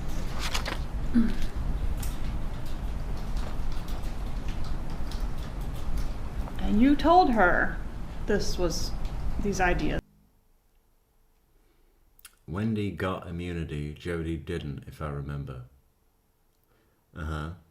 Well, Wendy's not been arrested. So, you know. I actually count that as another point to Jody, to be honest. I mean, Wendi, you might say that Wendi was cleverer than Jody by getting others to do the work, right? But as horrible as a plan and as psycho the reasoning of that plan, and this were crazy, didn't you? I did. I will not be. Sorry about that. We lost connection. We lost connection because the phone battery went off. But I blame Mercury in retrograde, damaging communication and technology, apparently. Fortunately for us, only one of those is true today. Introducing my children to Christianity, I truly believe it will backfire. Again, Your Honor, the prosecutor is testifying and leaving. As the counsel testifying, sustained, please make sure you're asking open-ended questions to the witness. Ms. Kappelman. I'm reading from State's Exhibit 64V, which is in evidence. Please proceed. Did you say it would backfire? Yes, those are my words. And what did you mean by backfire? I don't remember, but I can read there below what I was saying. Did it have to do with this will give him ammunition to pursue things in court? I might have meant that at the time. Did your mom respect your decision not to use her suggestions? I mean, she had to have, right? I'm a grown-up. Mm-hmm. Had to of.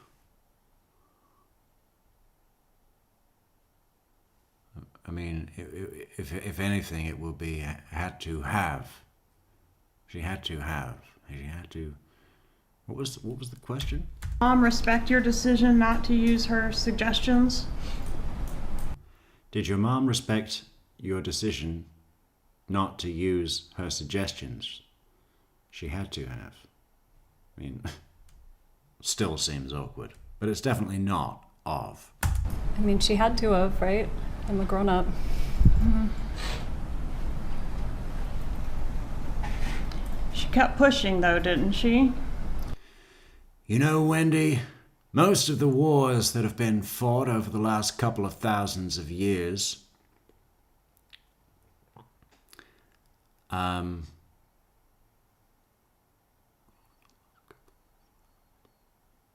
couple of thousands of years, couple of thousand, over the last couple of thousand years. That would be how it's written.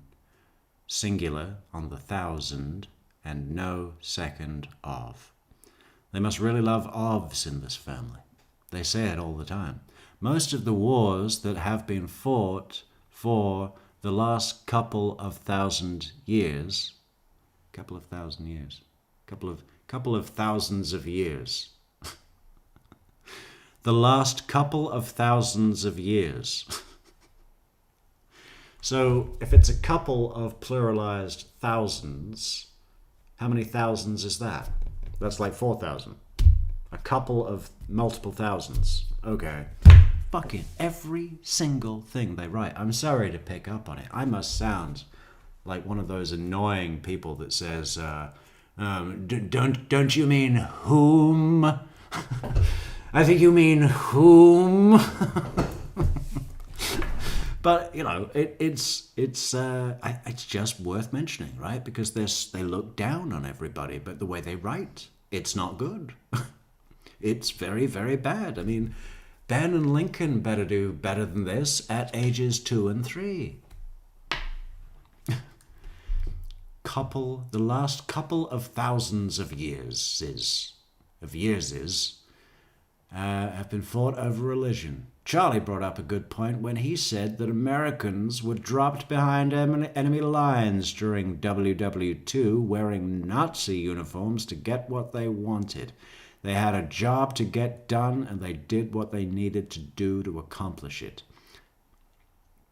You have a job to get done, and a very short time frame to accomplish it. If you dressed your kids up in Hitler Youth uniforms and brought them down here, I could care less. Couldn't. It's couldn't. If it were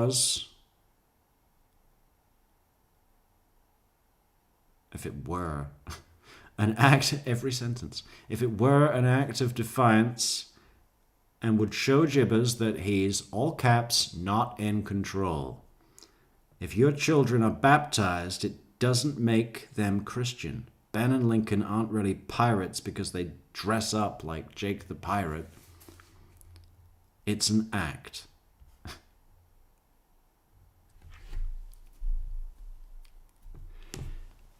You know, this is so insulting to Christianity, to Christians and Jews and Nazis.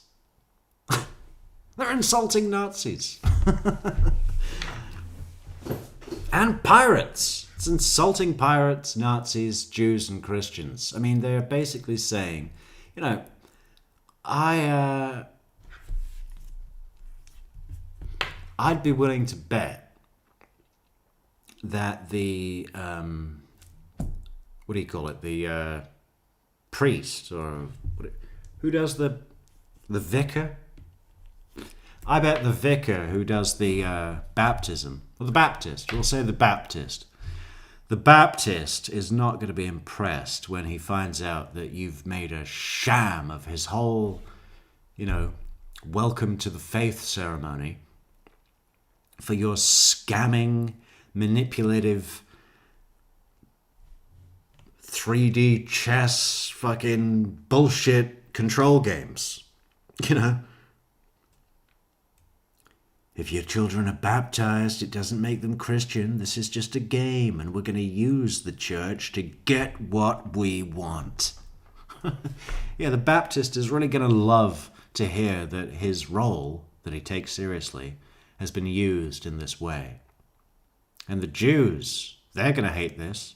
They're going to fucking be going on about this for years. Pirates, even longer. Nazis. Well, what? And do you think that was said by, obviously the thing that she quotes, Charlie brought up a good point. Definitely no reason to disbelieve this. You can hear him saying it. Americans were dropped behind it. He's been watching Saving Private Ryan. When is he going to start with a mafia reference? Paul Castellano was killed in Little Italy because to get what he wanted. And then this other thing about bringing the boys down in Hitler Youth things. That to me feels also like something that came originally from Charlie that she's repeating, right?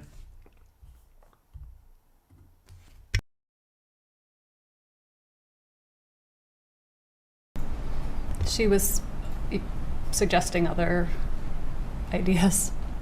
Okay. January 27th, 2013 email 64W. Charlie brought up a good point when he said that Americans were dropped behind enemy lines during World War II wearing Nazi uniforms to get what they wanted. They had a job to get done, and they did what they needed to do to accomplish it.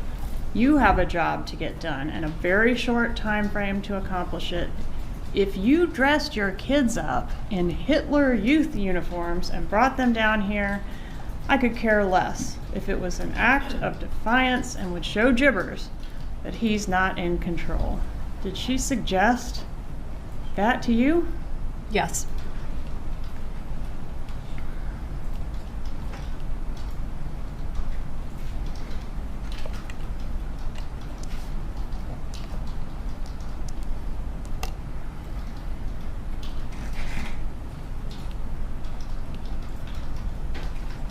She urged you to rethink your decision not to implement her suggestions, didn't she?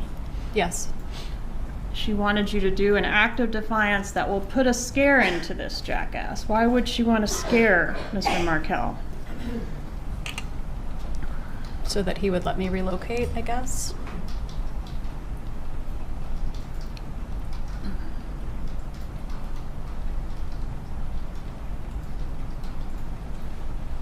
Okay, she didn't refute that, did she? There was no refuting of that. And actually, you see, this is another thing that Wendi does in Charlie's trial and in Donna's trial, which is subtle nudges. The only time that she concedes a prosecutor's question, or two of prosecutors, I can't think, it's 524, is when it's leaning towards the suggestion of the defendant's culpability, not her own. The best way to protect myself is to not protect them, right? And she sees this whole thing. I mean,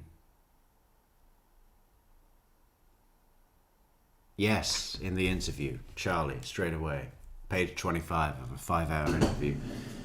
Yeah, Charlie, the one that I'm really close with, I mean, my parents would be more angry at Danny than anybody. He hurt their daughter. He hurt their daughter. Do you know what he did to their daughter? Me. He hurt their daughter. Yeah. Well, my mom seemed really surprised, so I guess that's a relief. Yeah. And anybody's going to tell me that she wasn't wanting... You see, from Wendy's point of view, this was not, hey, if I arrange this really clever plan where I don't say anything about the murder, it's all done by, suggestion, and I get them to arrange it, then none of us will ever get caught. That was never on her agenda, right? Before Danny was shot, it was Wendy's intention that Charlie go down and her mother go down. And not just as collateral damage, but as a final fuck you for messing with me, for meddling.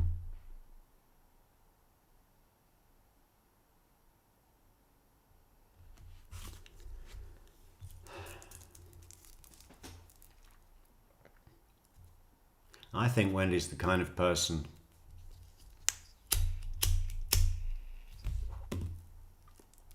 you think that she was not that she was clueless about all the meddling that Donna and Charlie were doing then?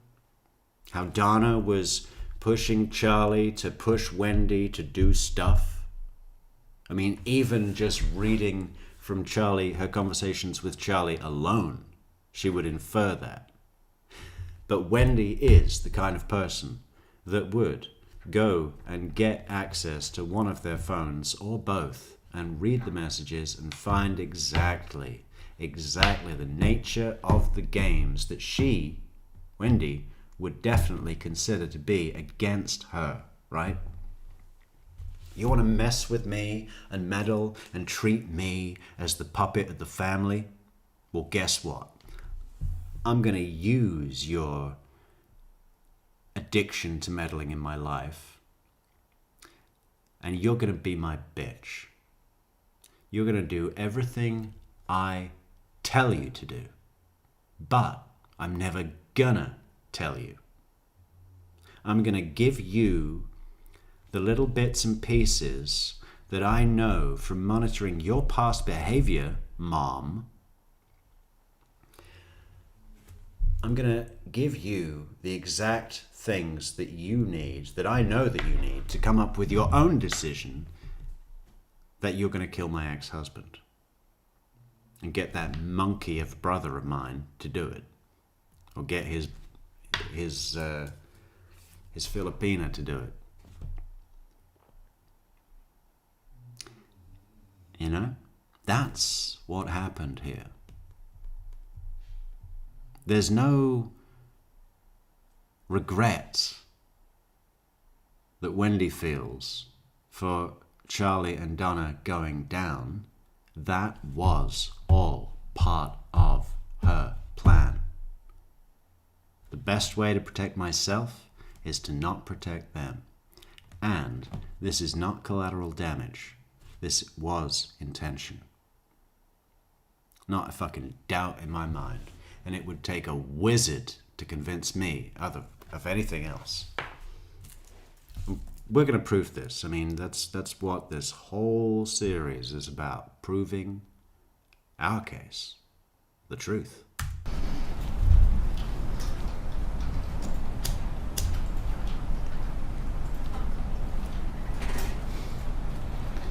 She says here, and I'm still on 64W. I don't know how much of the big picture, she loves these fucking quotes, doesn't she? I don't know how much of the big picture you're seeing, honey. I don't know if you realize that not only what you can provide for your boy's life, but for your own life, all depends on this change. Aside from living in a far better city with family, a personal history there, and you'll also have great opportunity to meet people for your future. This is a once-in-a-lifetime opportunity. What, living in Miami? Yeah, great. What, 5-hour drive from where I live now? Okay. Yeah. Well, have they got sushi? Because I'm not moving anywhere without sushi. I don't know how much of the big picture you're seeing, honey. I don't know if you can realize that not only what you can provide for your boy's life, but for your own life, all depends on this change. This is a once-in-a-lifetime opportunity. So she did view this as a very... Who hasn't left a like on the video? Let's all go and like the video. Let's see if we can get this. How many likes do we have? I want over 100. Let's get 100. Click that thumb, please. Please. serious matter, right? Yes. And she's sending all of this after the relocation is denied, right? Yes. Everyone has a price. Not when it comes to his children, right? Everyone has a price. What do you say, $1 million? To give up the boys? I mean, the life insurance policy on that was double that. I mean, if he wanted money, just kill them. Kill them himself. $2 million. It was $1 million. Not $2 million. $1 million per child. $2 million. Everyone has a price. Fight for yourself. Okay, I'm showing you this slide also from Exhibit 64W, which indicates that you were going to go into the $1 million offer as a third. Does that refresh your memory on that deal? I mean, it refreshes my memory, but it's not something I ever considered or thought about doing. So you would not have paid up the third of $1 million? No.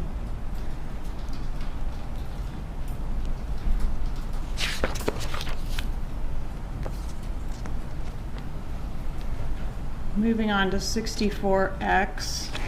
This is an email in which your mom expresses opinions on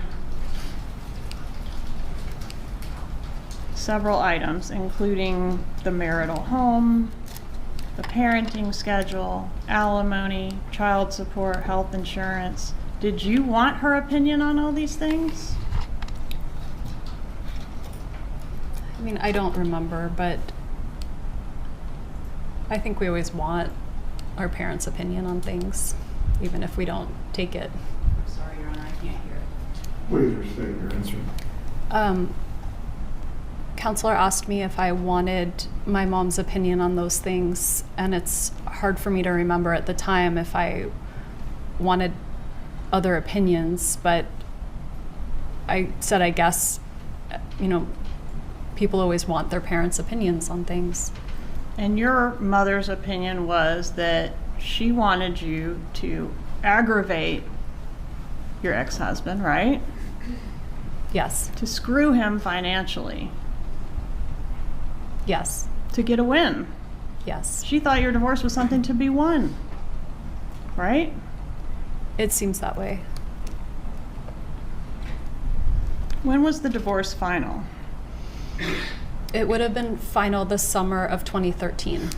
July 31st of 13 sound right? Yes, ma'am. And we saw that that was the date for your trial. Did a trial take place? Yes. Okay. With witness? No. no, Christine Daly. No. Christine says, I don't think Georgia asked good questions or is somewhat intimidated by Wendi. Christine. Come now, Christine. Look at it again. Georgia asks fantastic questions. And a variety of them are very, very well thought out trap questions. Right? I have a number of them, but we're only an hour into this and they're coming up. But they're questions that that don't give Wendi anywhere to go. Either way she answers them has a detrimental effect to something. And Georgia is asking those questions almost as a sort of interrogation. She's giving Wendi the interrogation that she never had, that she should have had on day one, 12 years ago yesterday, right? And she is not intimidated by Wendi. Never has been, not once, not for one moment. In fact, I've never seen Georgia Kappelman intimidated by anything. Her whole thing, her whole style of presentation, you know, she has this kind of, almost a kind of bored affect, like, you know, like she's just kind of a little slow, her delivery sometimes, you know what I mean? She's got this kind of, the expression on her face, I put it down to the same mentality of the big dog on the big rock. The big dog on the big rock in the park doesn't need to scream and shout. Doesn't need to bang and burn, right? Little dog comes yapping, nothing. Not one piece. Doesn't matter. Georgia Kappelman has the same bored affect as the big dog in the big rock, on the big rock, right? There's a great example of dog mentality being used in people control in, well, I can't say because of copyright, but we'll come back to it, maybe, at some point. But yeah, no, Georgia Kappelman asks fantastic questions. There's another variant of her line of questioning, which is, what do we do? We just said the trapping questions. And, well, it's also a trapping question, but of a different style, and I'll briefly explain. It's also what I like to call, or what I've come to call, the shit me up line of questions, right? Because at some point, I think it's quite near towards the end of direct, or maybe even in redirect, right? But Georgia Kappelman asks, were you messaging other men on OkCupid during the time that you were still with Jeff Lacasse? And Georgia interrupts Wendi before she can answer and says, and let me remind you that you gave your phone to law enforcement and we have your phone cell-brighted. Now, that addition at the end of Georgia's question basically is the same as saying, we have already reviewed your records and we know that you did or were contacting other men on OkCupid during the time that you were still with Jeff Lacasse. Right? So what I think that is about? I mean, the fact that Georgia Cappleman has Wendi Adelson's Cellbrite download is not new news to Wendi at all. She's, it's not a secret that the prosecution and the police have gone through every single detail of Wendi's phone Cellbrite record, right? For sure.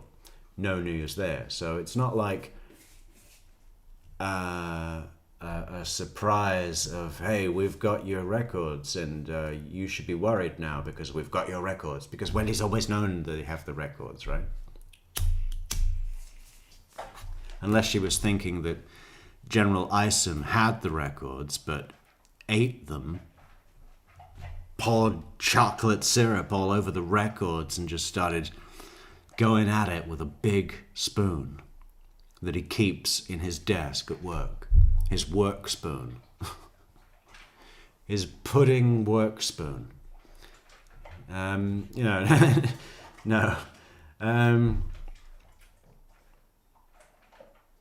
What was it we were saying? We were just saying, what I think it is about is Wendi's deal is contingent. Her deal of use and derivative use immunity is contingent on her being truthful on the stand and telling the whole truth, right? Which she clearly has not done. But, I think Georgia Cappleman is kind of reminding Wendi, because it puts pressure on the rest of the examination, right? It's like if you perjure yourself about a record that we can verify on a Cellbrite download, then the deal is off and you're under arrest for information that we have derived from your testimony. Your derivative use immunity, it's dead. Yesterday's news, like skateboards. Witnesses being called? No, there weren't any witnesses. Okay, so it was a settlement. Yes. And did you reach the settlement on the day that the trial was supposed to be conducted? I think maybe the day before. Okay. I want to ask you some questions about voice authentication. Your cell phone, was it collected by police in this case? I gave the police my cell phone to search. Let them download it and return it to you, correct? Yes, ma'am. Okay. And are you familiar with a wiretap that was conducted in this case? Why do I think she hasn't been arrested? Because of protection. A block. No. I think a lot more corruption goes on within the criminal justice system than most people would be even willing to accept. I don't think it takes much to get a deal, to whatever. A bit of dirt on some high up judge. A picture with him with an underage or whatever it might be, drugs.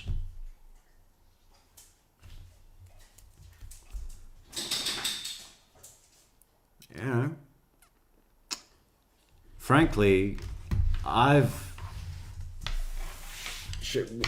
we know that she's a sexual deviant, right? And there may be nothing wrong with that at times, if no one gets hurt. But were people getting hurt? What was all this, I work in immigration? What was this book written that is basically a smut rag done up badly? I mean, everything... I've not read the whole book. I'm saving that pleasure for retirement. But yeah, I read the first 3 or 4 or 5 chapters, and everything in it is just a little bit strangely sexualized. And even, you know, her, let's get her, all right, I tell you what, because we're 4.5, well, fucking hell, almost 5 long hours in.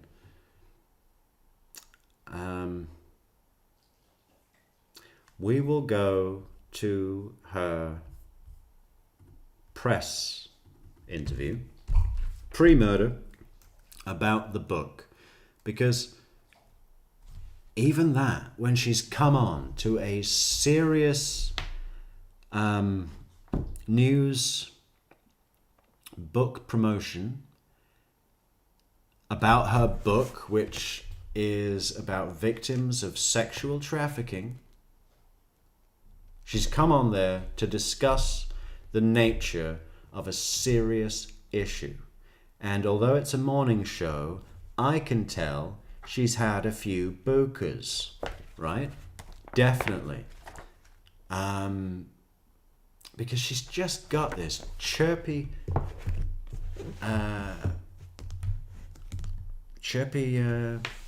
you'll see.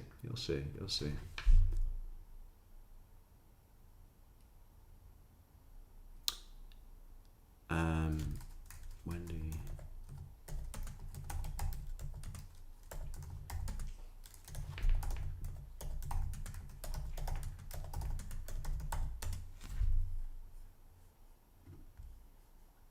Disposition. That was the word I was looking for. Chirpy disposition.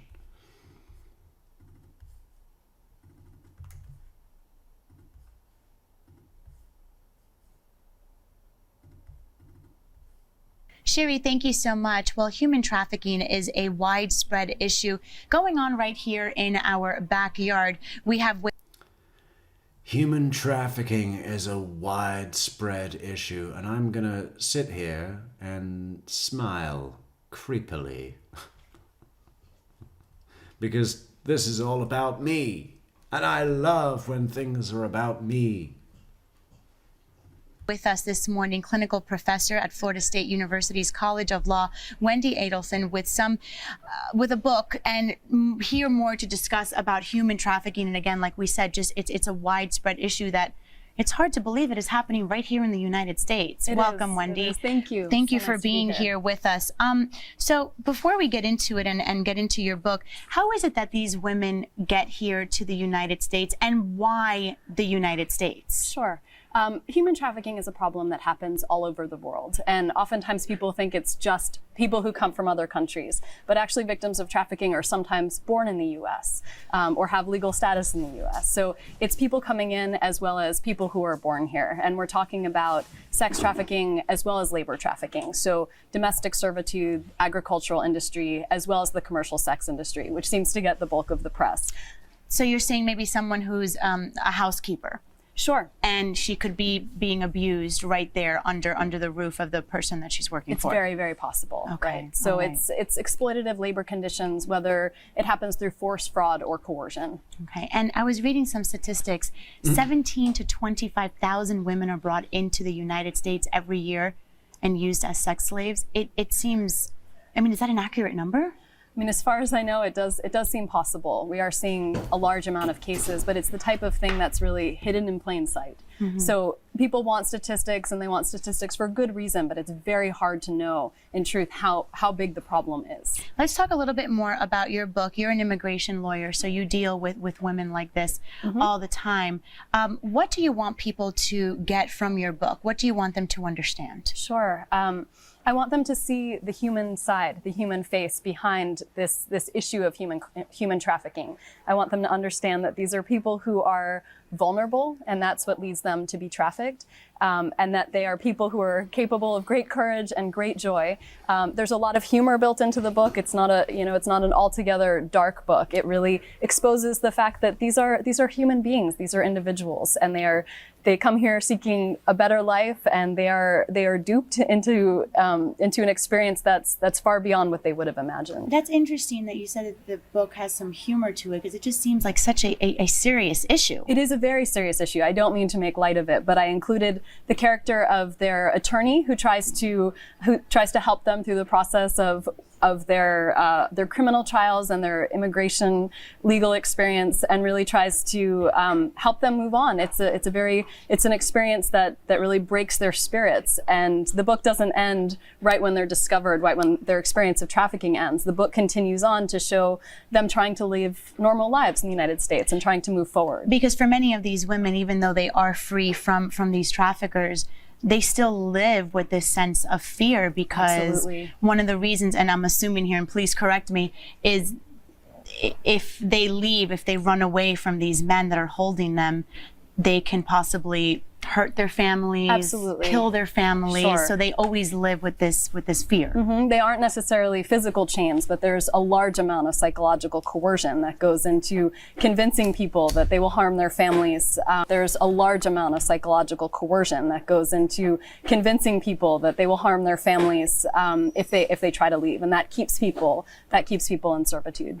Now, there's some laws in place to try and shut down human trafficking, but there's something that also we as citizens can do. You said that there are some places we may drive by and it could be going on behind those doors and we may not even know it. Sure. It's kind of like hidden places. What should we be keeping an eye out for? That's a great question in terms of what are indicators of human trafficking that you might see. I mean, anytime you see a situation where this is good. You feel like someone is being victimized in some way, whether it's a child, whether it's an adult. There are hotlines. The Department of Children and Families has a hotline that you can call if you...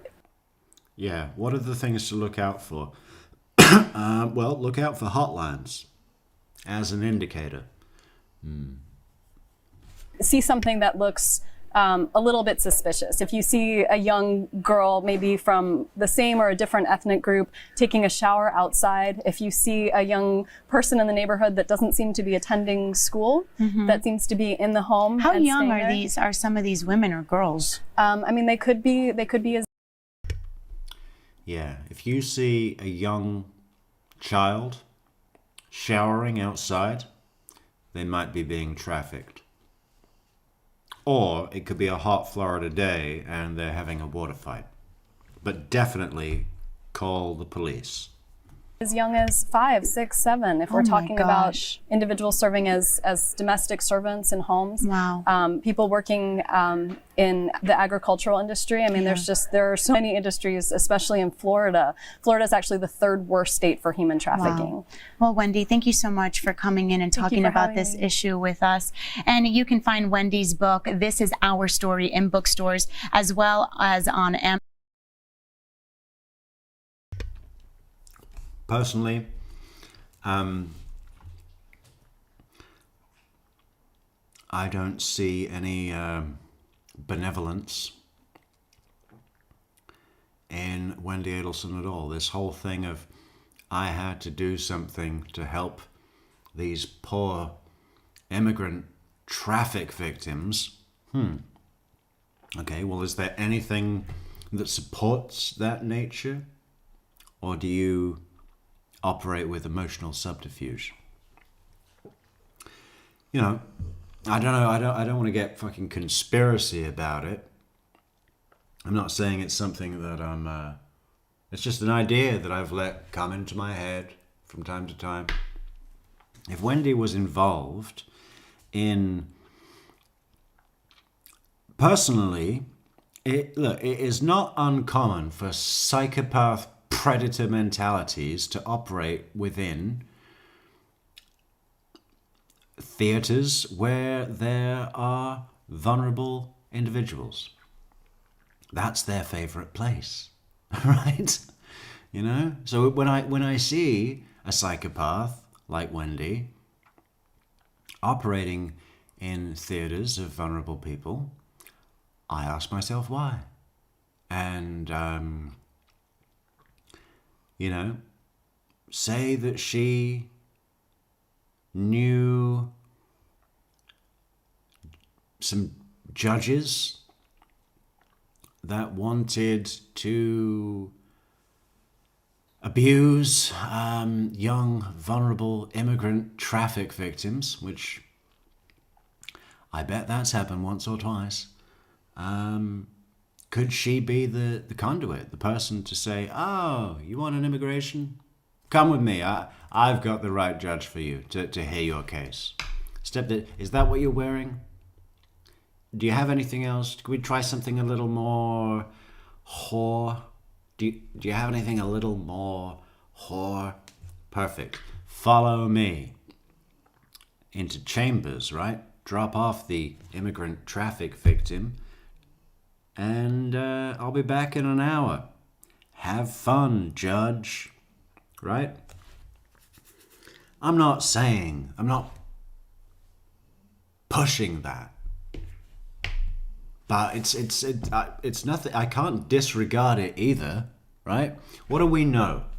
We know that Wendi is not a caring person. We know that Wendi tries to act like she is. That's her whole thing about wanting to be involved with the less fortunate and blah, blah, blah, blah, blah. Having to help these victims, blah, blah. Well, we don't buy that, do we? That's not true. That doesn't fit with anything about her character. What else do we know?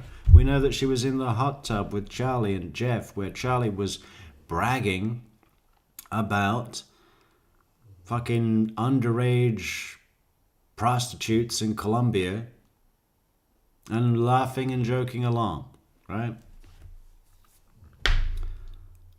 Which should raise an eyebrow of anybody, right? What else do we know? Well, we know that she has not been arrested, and that any normal explanation as to why that is has pretty much been completely eroded over time, right? Oh, maybe the state is waiting for more evidence. Well, it's been 12 years. Oh, well, maybe they had to do everyone in order. Okay, well, her mother was convicted, what, almost two years ago? No, a year ago. She was arrested.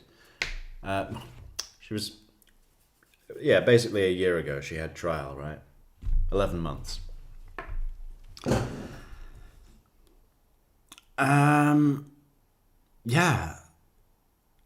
We were all hoping for an arrest immediately after that, right? The theory was, if they arrest Wendi before she gives testimony in Donna's trial, she would have no incentive to not plead the fifth and not say anything, right? The immunity deal was the only thing that made her testify. We know that because the defense in all trials is unable to offer immunity in exchange for testimony because they don't, I guess, have the same bargaining clout as the state, understandably. She'd have done the same with the state. Now, I don't think that the state thought, oh, if we don't have Wendi's testimony, we'll never be able to secure a conviction of Donna. I think Wendi Adelson could have not shown up and they'd have convicted Donna just the same, right? But two things. One, Wendi's testimony is definitely a nice to have. It's a fantastic demonstration to the jury about the dynamics of the family. And also, it's a very useful insight. And Georgia's really good at it, getting that insight from spending time with Wendi on the stand, right? What has Georgia identified about Wendi in each testimony? Because at their first meeting, it was like getting to know you shit, right? Second meeting, pressure went up a little. Third meeting, pressure really went up. Remember? It's different now, isn't it? It's different today, isn't it? Fourth trial, different kind of trial this time. They both, Georgia, White Witch of the East. Wendi, Black Witch of the West. Evil. Or is it North? No, the good witches are the North and South, and the bad is East and West, right? I don't know. They're both a little more... I don't know. Each time, Georgia has a different game, Wendi has a different character. And it's all been useful in developing, it's sort of... Georgia's a professional, man. She has learnt so much, as we all have as well. But Georgia can do it in a different way because of training, right? And experience. She has learnt so much from having Wendi understand. Each time, those tests, which way is she going to run? How does she respond to that surprise question? You know, I think when Christine said earlier, I don't think Georgia asks good questions or is somewhat intimidated by Wendi. Well, neither of those things are true. Sorry. But I think possibly what might be going on is that Georgia has to have this, it's like a volume dial, right? Sometimes during her direct examination of Wendi, she'll turn the volume way down and play it smooth. So when, at some moment, some surprise moment, she cranks it right up to 10, the pressure hits in a different way, right? She got to turn it down, and then up, you know? George is soaking up everything she can. But back to the Wendi judge trafficking thing. If Wendi was securing or procuring and securing traffic victims for judges to abuse, that kind of thing would be the perfect thing for her to get a block on being arrested. Why is it the perfect thing? If she can identify the right kind of judge with an appetite for that kind of arrangement, that kind of thing, if you can identify that within someone, man, you can that's like a blank check. You can use what they want, their desire, to get anything you want. If you can get that, if you can get someone in a position of power to feed off something you're supplying, it's just like any drug dealer, right? Any drug dealer. They become your property. Not to mention careless, because they're giving in to whatever dark need or urge is within them, and that makes people complacent. That obsession, that hunger for whatever need is being fulfilled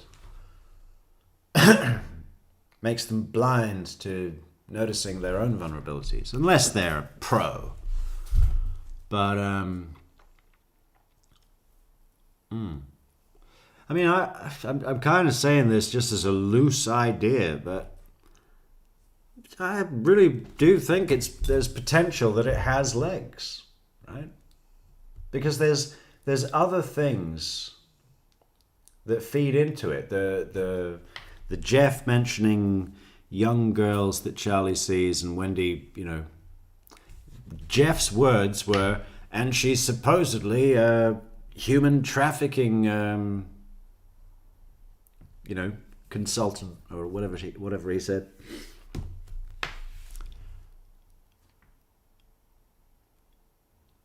Jeff had a good instinct. I wonder what his theory is as to why Wendi has not been arrested, because I really can't think of anybody on the planet that would have a better shot at getting it right. He showed amazing observations. Many of them now shown to be accurate at the time. You know, and that was after he'd been only dating her for a few months. Seriously, at least to him, seriously. It was impressive, and we need to respect it. Anyway, we should go. Fucking 6 a.m. I'm not even tired. I'll probably be up all day now. But that's okay, because we got lots of work to do. Fucking hell, back on it. Back on it, man. Oh, yeah. Changing the world, one brick at a time. Okay, thank you, everybody. Thank you for coming. Thank you for supporting the show and for liking the video and for all those great comments and just showing up, right? That's good too. We'll be back again tomorrow at oh, look at this, IV speed 09, not 0, the letter 09M. Sent gold coin for 10 jewels. Thanks. I hate these things though.